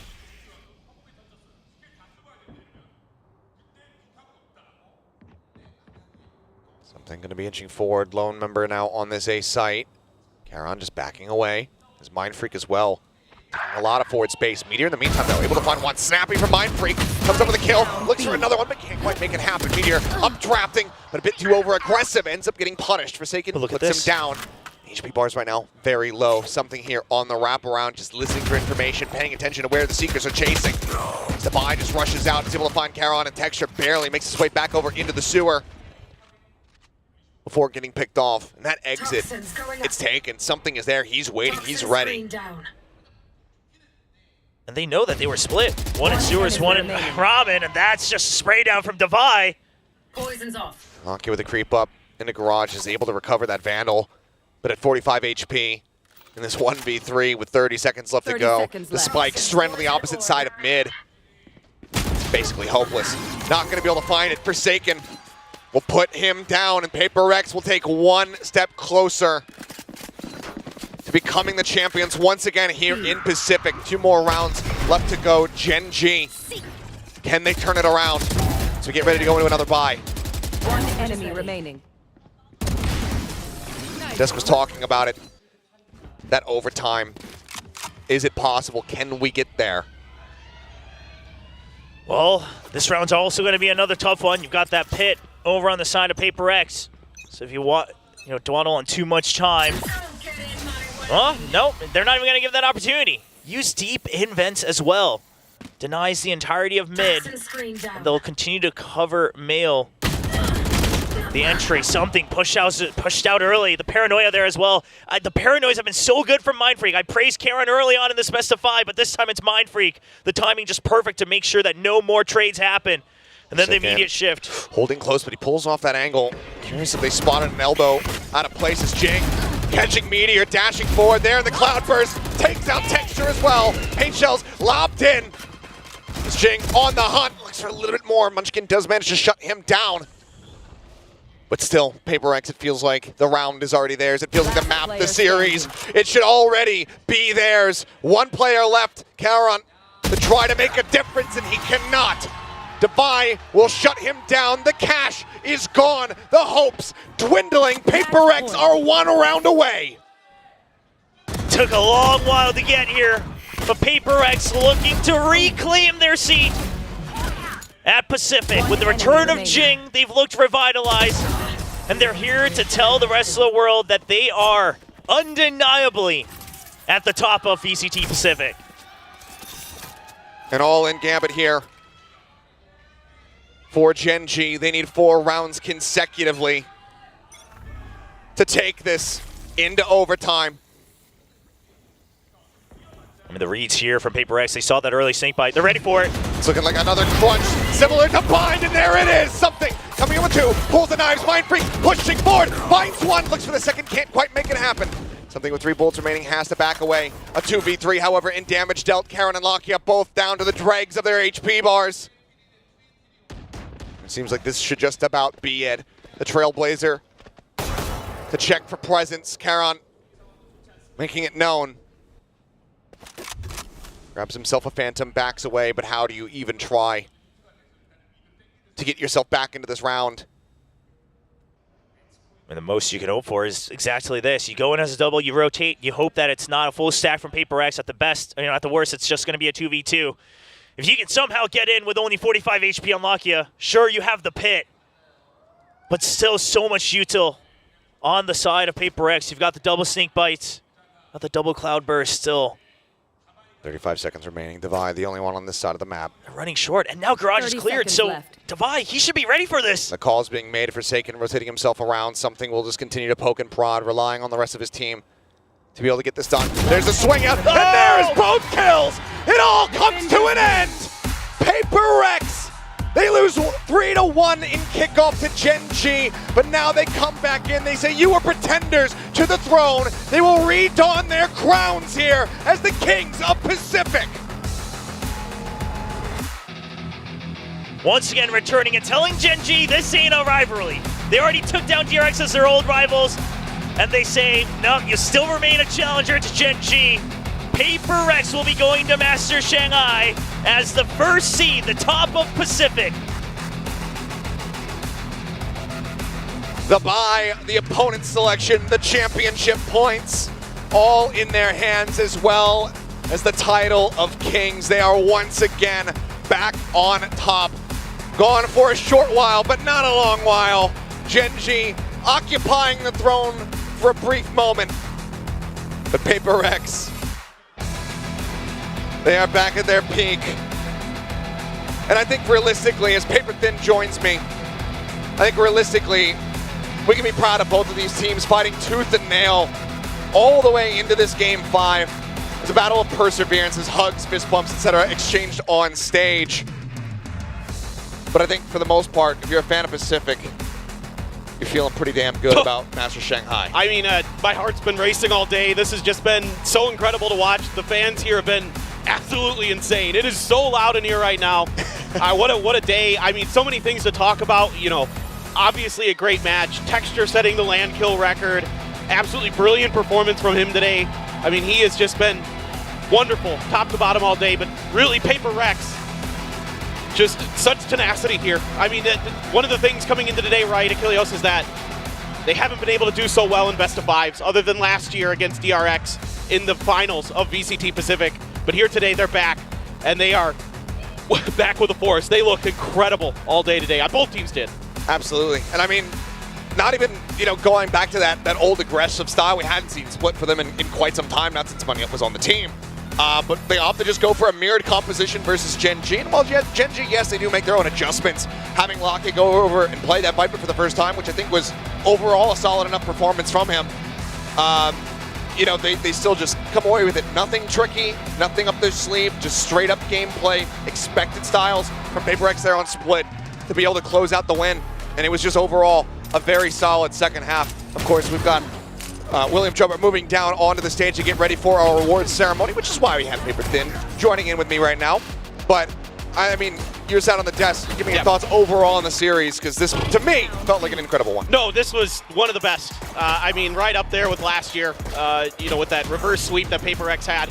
I think this is just as good. Both teams looking so insane coming into Shanghai. I mean, so much pressure on the line, especially in this match. Wanting that bye going into Shanghai, wanting that ability to choose your opponent after the group stage. Such a huge victory here for PRX. It gives them so much extra time to really consider their opponents, to consider what they want to do, work up some new comps, which we know this team will absolutely do. And I think for Gen G, you got to feel great because you're coming in with great form as well. You look phenomenal here today. You looked a little ridiculously good yesterday. And this is just a team that also is going to be fearsome. There's no doubt this could have swung either way. Just a couple big rounds here and there kind of changed the destiny for both these teams. But I saw great adaptations on both sides. I saw great decisions, great traps, phenomenal individual plays time and time again. So this had everything you could want and more. And the question was posed to Alex earlier on the analyst desk. It's, he was shying away from a little bit of, who do you want your opponent to be? Well, now we will get the answer to that one down the line as they do lock in that potential. So I'm excited to see what they decide to go for, who that opponent is going to be, and how prepared they are to try to handle them. Because this was just a fantastic effort. Obviously, things to work on here for both of these teams, but the fact that it went to 5, it was just absolutely a fantastic final. This is what you want. When you bring in a best of 5, it feels pointless unless it goes to 5. Yeah, exactly. And you see that split come in as the last map, and you're like, oh, we're going to the distance. We got to go there. And credit to Gen G, what a bounce back on Bind after a struggle. The last time they played against it was 13-6. I mean, this is just an improved squad on both sides, and you can see that, the firepower, the confidence, it's all there for both teams going into Shanghai. I can't wait. Nor can I, and luckily we don't have to wait very long. But for now, congratulations to PRX. That'll do it for myself as we pass this over to the stage where William is standing by for our award ceremony. Absolutely intense grand final. We have our stage 1 grand finalist champions. It is PRX. 여러분, 이번 스테이지 1의 불꽃 튀는 결승 이후에 저희의 챔피언은 PRX가 되겠습니다. 이 뜨거운 열기 속에서 우승한 소감부터 먼저 들어보겠습니다. So first off, just want to hear right off the bat, what does it feel like to be the champions here in stage 1, Jing? I mean, I'm definitely really happy and really excited, and also we have more time to practice for Shanghai because we are seeded into playoffs. So yeah, very happy and proud of the team. 일단 너무나 기쁘고요. 무엇보다도 또 상하이로 준비하는 과정에서 이제는 저희가 첫 번째 시드이기 때문에 시간이 더 준비할 수 있는 시간이 더 많기 때문에 그런 부분에서도 너무나 다행이라 생각하고 저희 팀을 위해서 너무나 기쁜 그런 기분이 지금 들고 있습니다. Okay, the next I want to hear from Forsaken. We'll just go down the road. Going into Masters Madrid, you talked about, we were like a 6 out of 10, maybe a 7 out of 10, a little bit of improvement step by step. But where do you rate yourselves now? And let me just translate this for the Korean audience real quick. I'll let you think about it. 그러면 마드리드에서는 사실 포세이큰 선수가 저희 PRX는 지금 10점 만점에 6점, 8점 정도 될까 말까 하는 그런 기분입니다. 이렇게 말씀해 주셨는데 지금은 그럼 점수를 어떻게 주실까요? So I said even in Pacific, I said like 8 out of 10. And I said that we're gonna catch up soon. But for now, I will rate ourselves 9 out of 10 because we're not going to be 10 out of 10 if we didn't take the champion VCT. Oh, until you take champions all the way at the end of the year. Okay. 일단 그 전에도 뭐 8점까지는 제가 저희 자신한테 준 적이 있지만 지금은 일단 10점 만점에서 9점으로 한번 점수를 매겨보겠습니다. 근데 만약에 10점 만점에서 10점을 하기 위해서는 저희가 올해 말에 챔피언스에서 우승을 해야지만 10점짜리 팀이 되지 않을까 하는 생각입니다. 네, 그러면 다바이 선수 다음으로 만나보겠습니다. Alright, Davai, next up. Some people were looking at this matchup between you guys and Gen G and wondering, is this a new rivalry coming up in Pacific? You guys took down PRX last year. Is this a rivalry? I want to know your thoughts. And again, let me just translate this real quick. 네, 그러면 다바이 선수께는 많은 분들이 이제 페이퍼렉스의 새로운 라이벌은 젠지냐? 이런 질문을 갖고 계신데 다바이 선수 어떻게 생각하시나요? I mean, Gen G is a very tough opponent, I would say. And every time we meet them in the finals, there's always counter strikes going on. So you kind of like have to outsmart them and also kind of think about your gameplay, you know. So I would say it's a very hard game. Like it's either 3-2 for them or 3-2 for us, you know. So yeah. You successfully skirted around my question of whether they're a rival or not. Would you consider them a rival? I mean, definitely. Okay. I mean, it used to be DRX, I would say, but now I would say it's Gen G. 일단 젠지를 상대할 때는 경기가 항상 어려운 것 같습니다. 젠지가 워낙 준비도 많이 해오는 것 같고 그런 부분까지 고려해야 되기 때문에 저희가 항상 어려운 경기를 했고 오늘도 그런 기분이 들지만 라이벌이라고 하면 무조건 라이벌이지 않을까요? 예전에는 DRX였다면 지금은 젠지가 저희의 라이벌이 되겠습니다.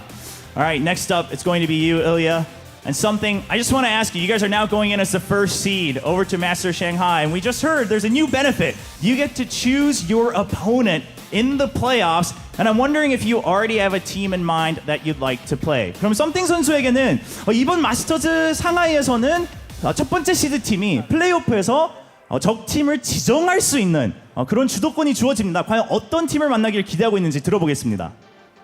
I mean, yeah, of course, I was thinking about who I gonna choose, but in Europe not qualify yet, so we don't know the first seed yet. But I wanna choose if I can 100 Thieves, not because like I hate them or something like that, just because like they have Boostio. It's really fun to play versus him, I think. 일단 뭐 아직 모든 지역이 첫 번째 시드가 어느 팀인지 확정하진 않았기 때문에 어느 팀까지 저희가 고를 수 있을지는 모르지만 만나고 싶은 팀이 있다면 100 Thieves, 백도둑 팀을 만나고 싶습니다. 거기에 일단 부스티오 선수가 있고 또 그런 면에서 이 팀을 상대하는데 굉장히 흥미진진한 경기가 될 거라고 생각합니다. Of course, out of the players, last but not least, Mindfreak. A lot of people have been looking at your play throughout the entire stage and saying this might be the new peak for Mindfreak. I know you might be thinking maybe a bit rough for today, so perhaps a bit of a tougher question. But overall, not just yourself, but looking back, how would you rate the growth of PaperX here in Stage 1? 그럼 마지막으로 마인드프릭 선수께는 이번 시즌에서 이번 스테이지 1에서 페이퍼렉스와 또 마인드프릭 선수가 얼만큼을 성장했다고 생각하시는지 들어보고 싶습니다. I think to be honest, we improved like really fast this stage 1 because after the loss against Team Secret, we actually like trying to empty the backpack towards each other, and I think it's really hard. And I think it's the same stuff like last year. We lost against PRX or Secret. PRX. Then after that, we keep winning like 10 games in a row or whatever stuff. So I think props to Team Secret that made us lose, I guess. So I don't know. All right. 일단 저희가 정말 성장을 빨리 하고 있다고 생각을 합니다. 거기에서 제일 큰 이유는 저희가 팀 시크릿 상대로 패배를 한 이후에 정말 많은 얘기를 나눌 수 있었고 그때부터 저희가 성장을 많이 하지 않았나 생각이 드는데 작년에도 마찬가지였거든요. DRX 상대로 패배한 이후에 거의 10연승을 저희가 연속으로 했었기 때문에 어떻게 보면 팀 시크릿한테 감사의 인사를 한번 전해야 되지 않을까. 패배를 안겨줬기 때문에 저희가 더 성장할 수 있는 계기가 되었습니다. 자, 그리고 저희 감독님께서도 한 말씀 해주셔야겠죠. Coach Alex. You were on the screen quite a bit today. We had a couple delays thanks to you. So I know it must not have been an easy game to watch. But just overall, what were your thoughts today in this matchup against Gen G? 그러면 오늘 알렉스 감독님이 조금 다이나믹한 모습을 많이 보여주셨는데 오늘의 경기를 어떻게 보셨는지 궁금합니다. Yeah, I mean, I think they prepared incredibly well for us. You know, like there's some stuff that we've never seen before, like totally like stopping us in our tracks at the entrances. I think it was very difficult for us. I think it was a game that I'm glad happened. You know, I think we can learn a lot from it, and I think we will be stronger after this game. We had a lot of fun. I think it wasn't fun for some maps, but by and large, I think the boys had fun. Okay.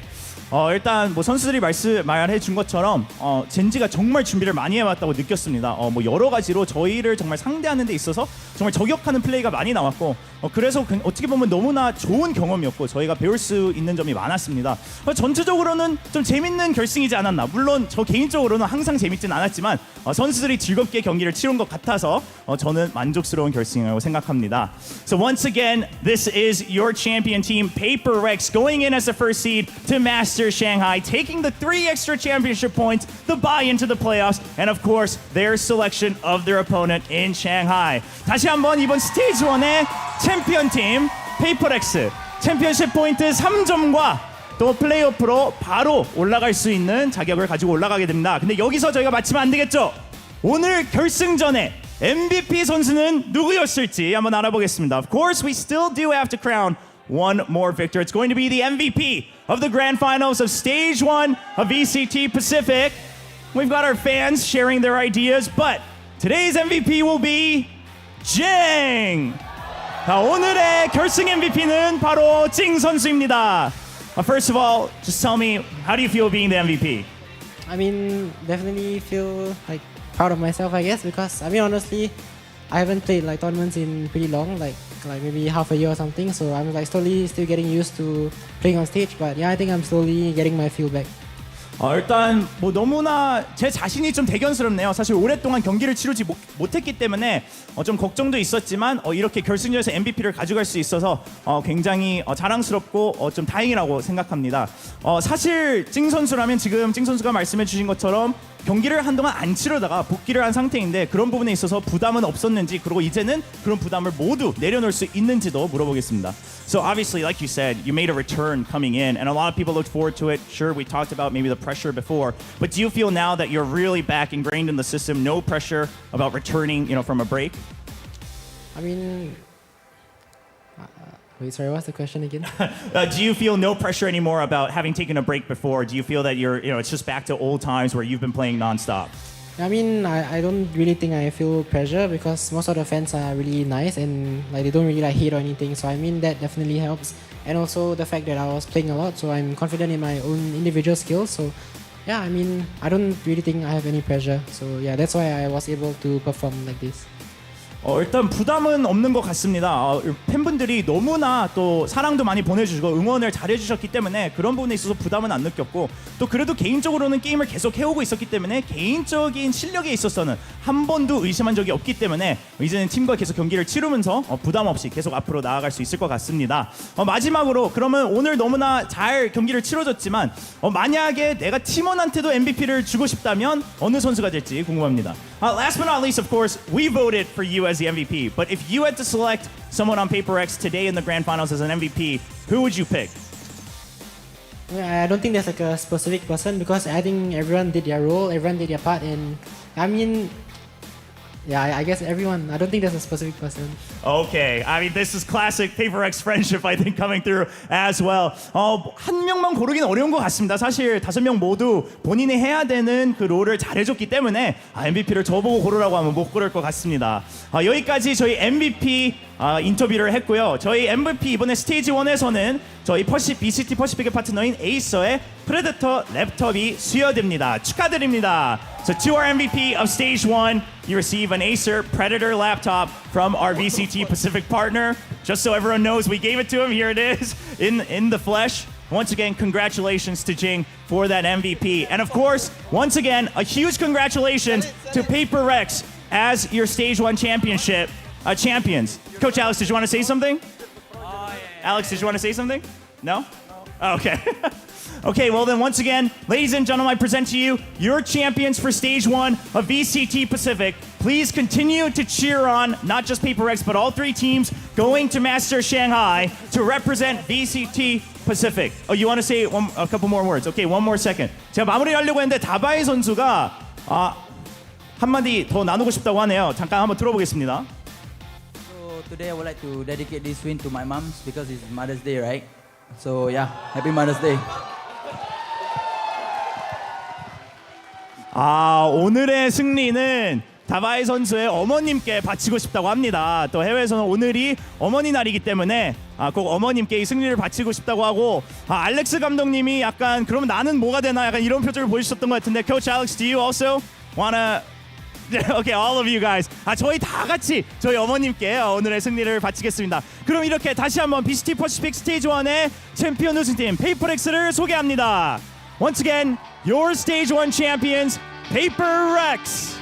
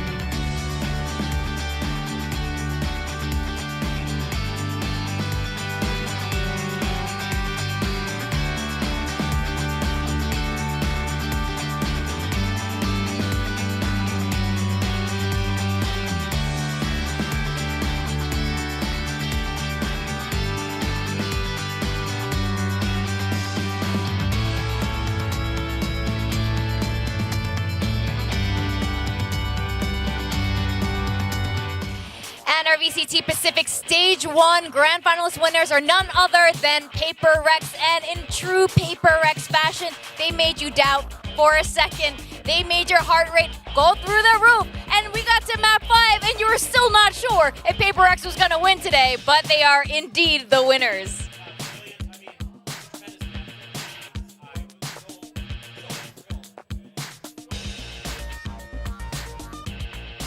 Well, meanwhile, they are our winners, but Gen G was phenomenal today.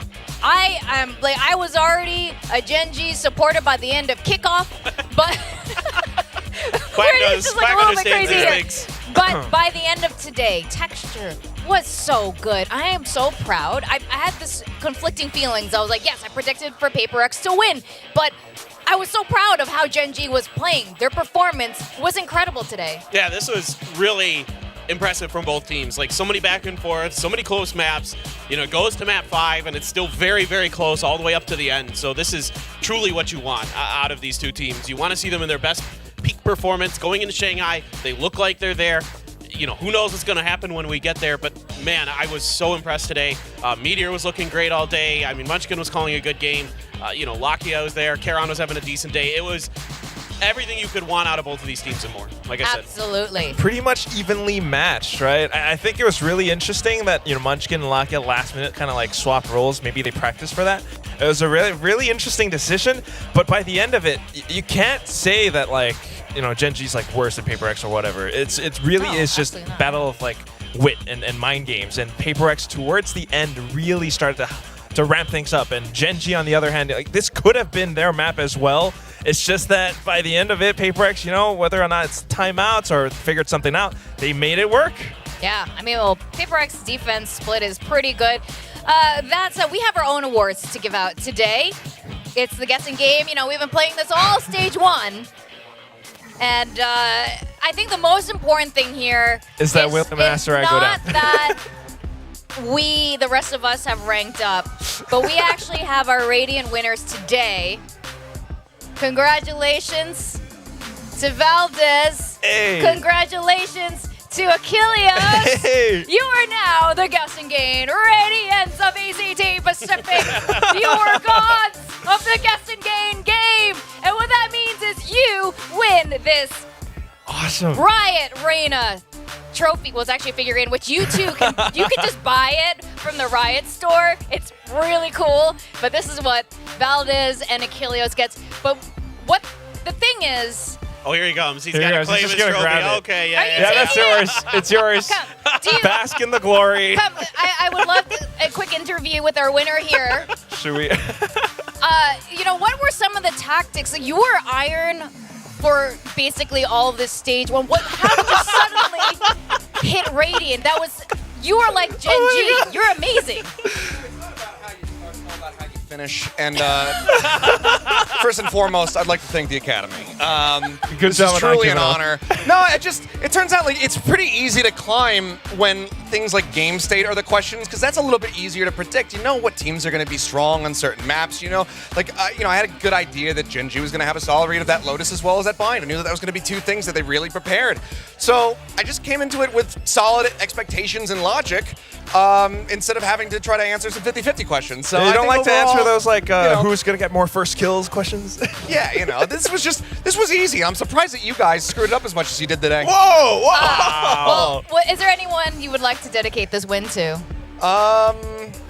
Myself. I earned this. I did it all by myself. And yeah, Asteroid L guy or whatever, you know. He does finish Immortal, I guess. Or wait, no, Yeah, Diamond. Diamond. Yeah, well, I mean, He gets congratulations to knocked him. down too. Yeah. I mean, we no all longer doesn't matter anymore. Just get this. These are the viewers. Oh my God. Viewers on the floor too.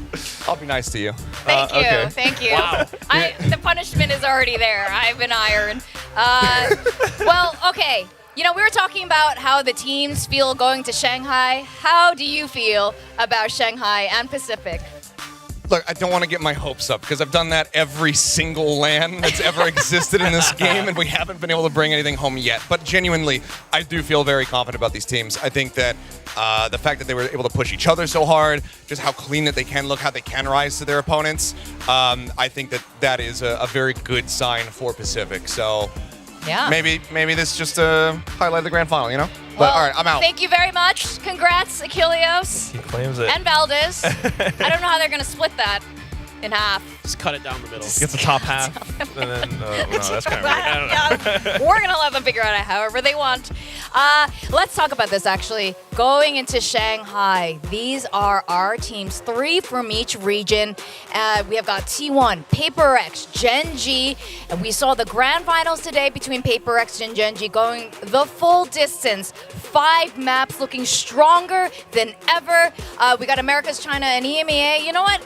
There are a couple teams here who also look really great, but I am feeling really good about Pacific. I don't know about jinxes or whatever, but I'm feeling that confident about it. How are you guys feeling? Yeah, I mean, the consistency's been there for Pacific where, you know, not to really trash on these other regions or other teams, they're all very, very good, but there's a lot of flux in the other regions, right? And so I'm kind of curious how that's going to affect them. Are they going to be able to come into it refreshed? Are they going to be feeling good? Are they going to be feeling stressed after, you know, having such a rough season to start? Maybe not a lot of those teams not making Madrid, now coming to Shanghai. Like, how's that going to feel coming to an international stage?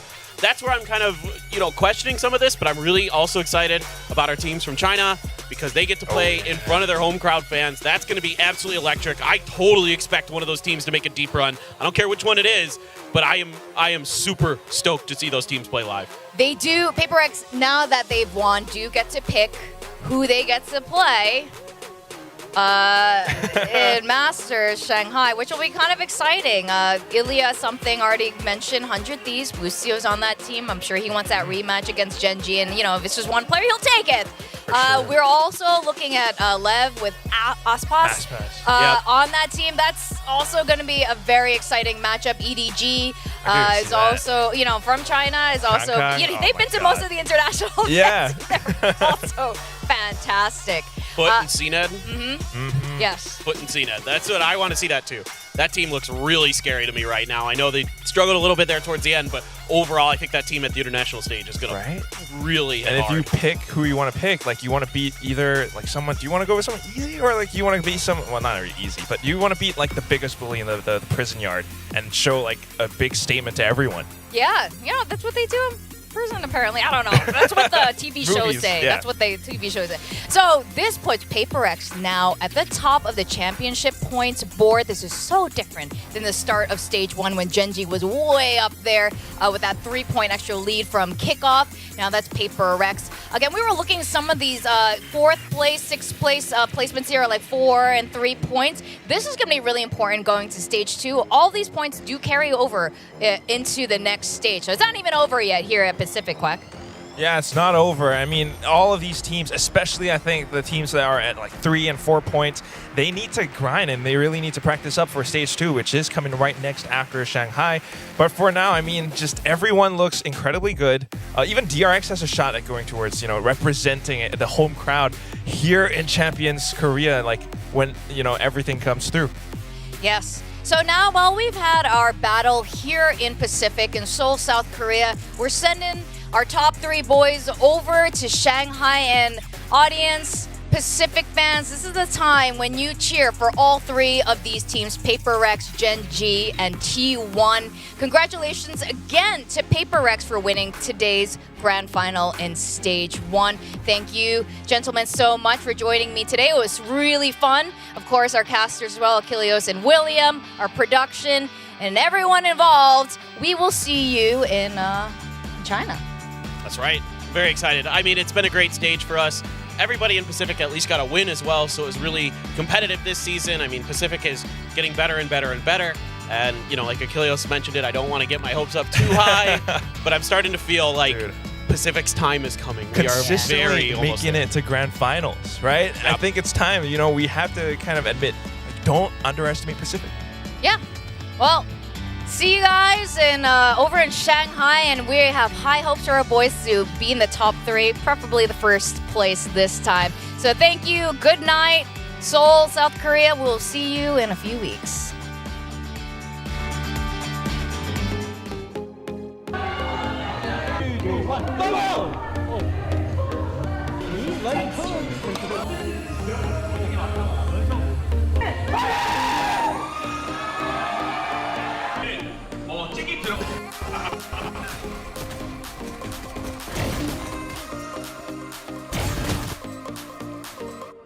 One enemy remaining.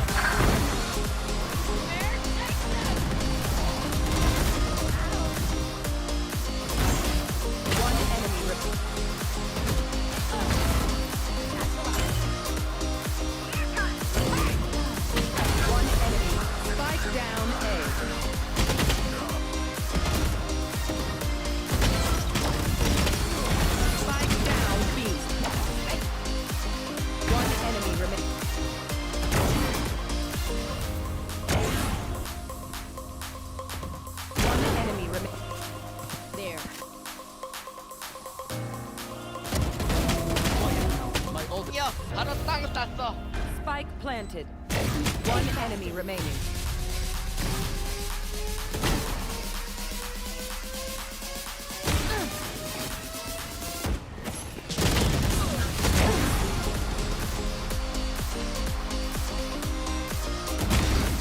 One enemy remaining.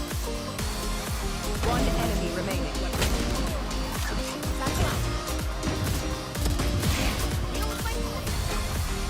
30 seconds left.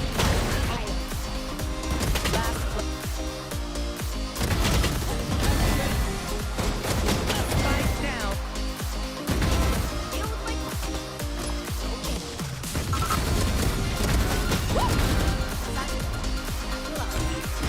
One enemy remaining.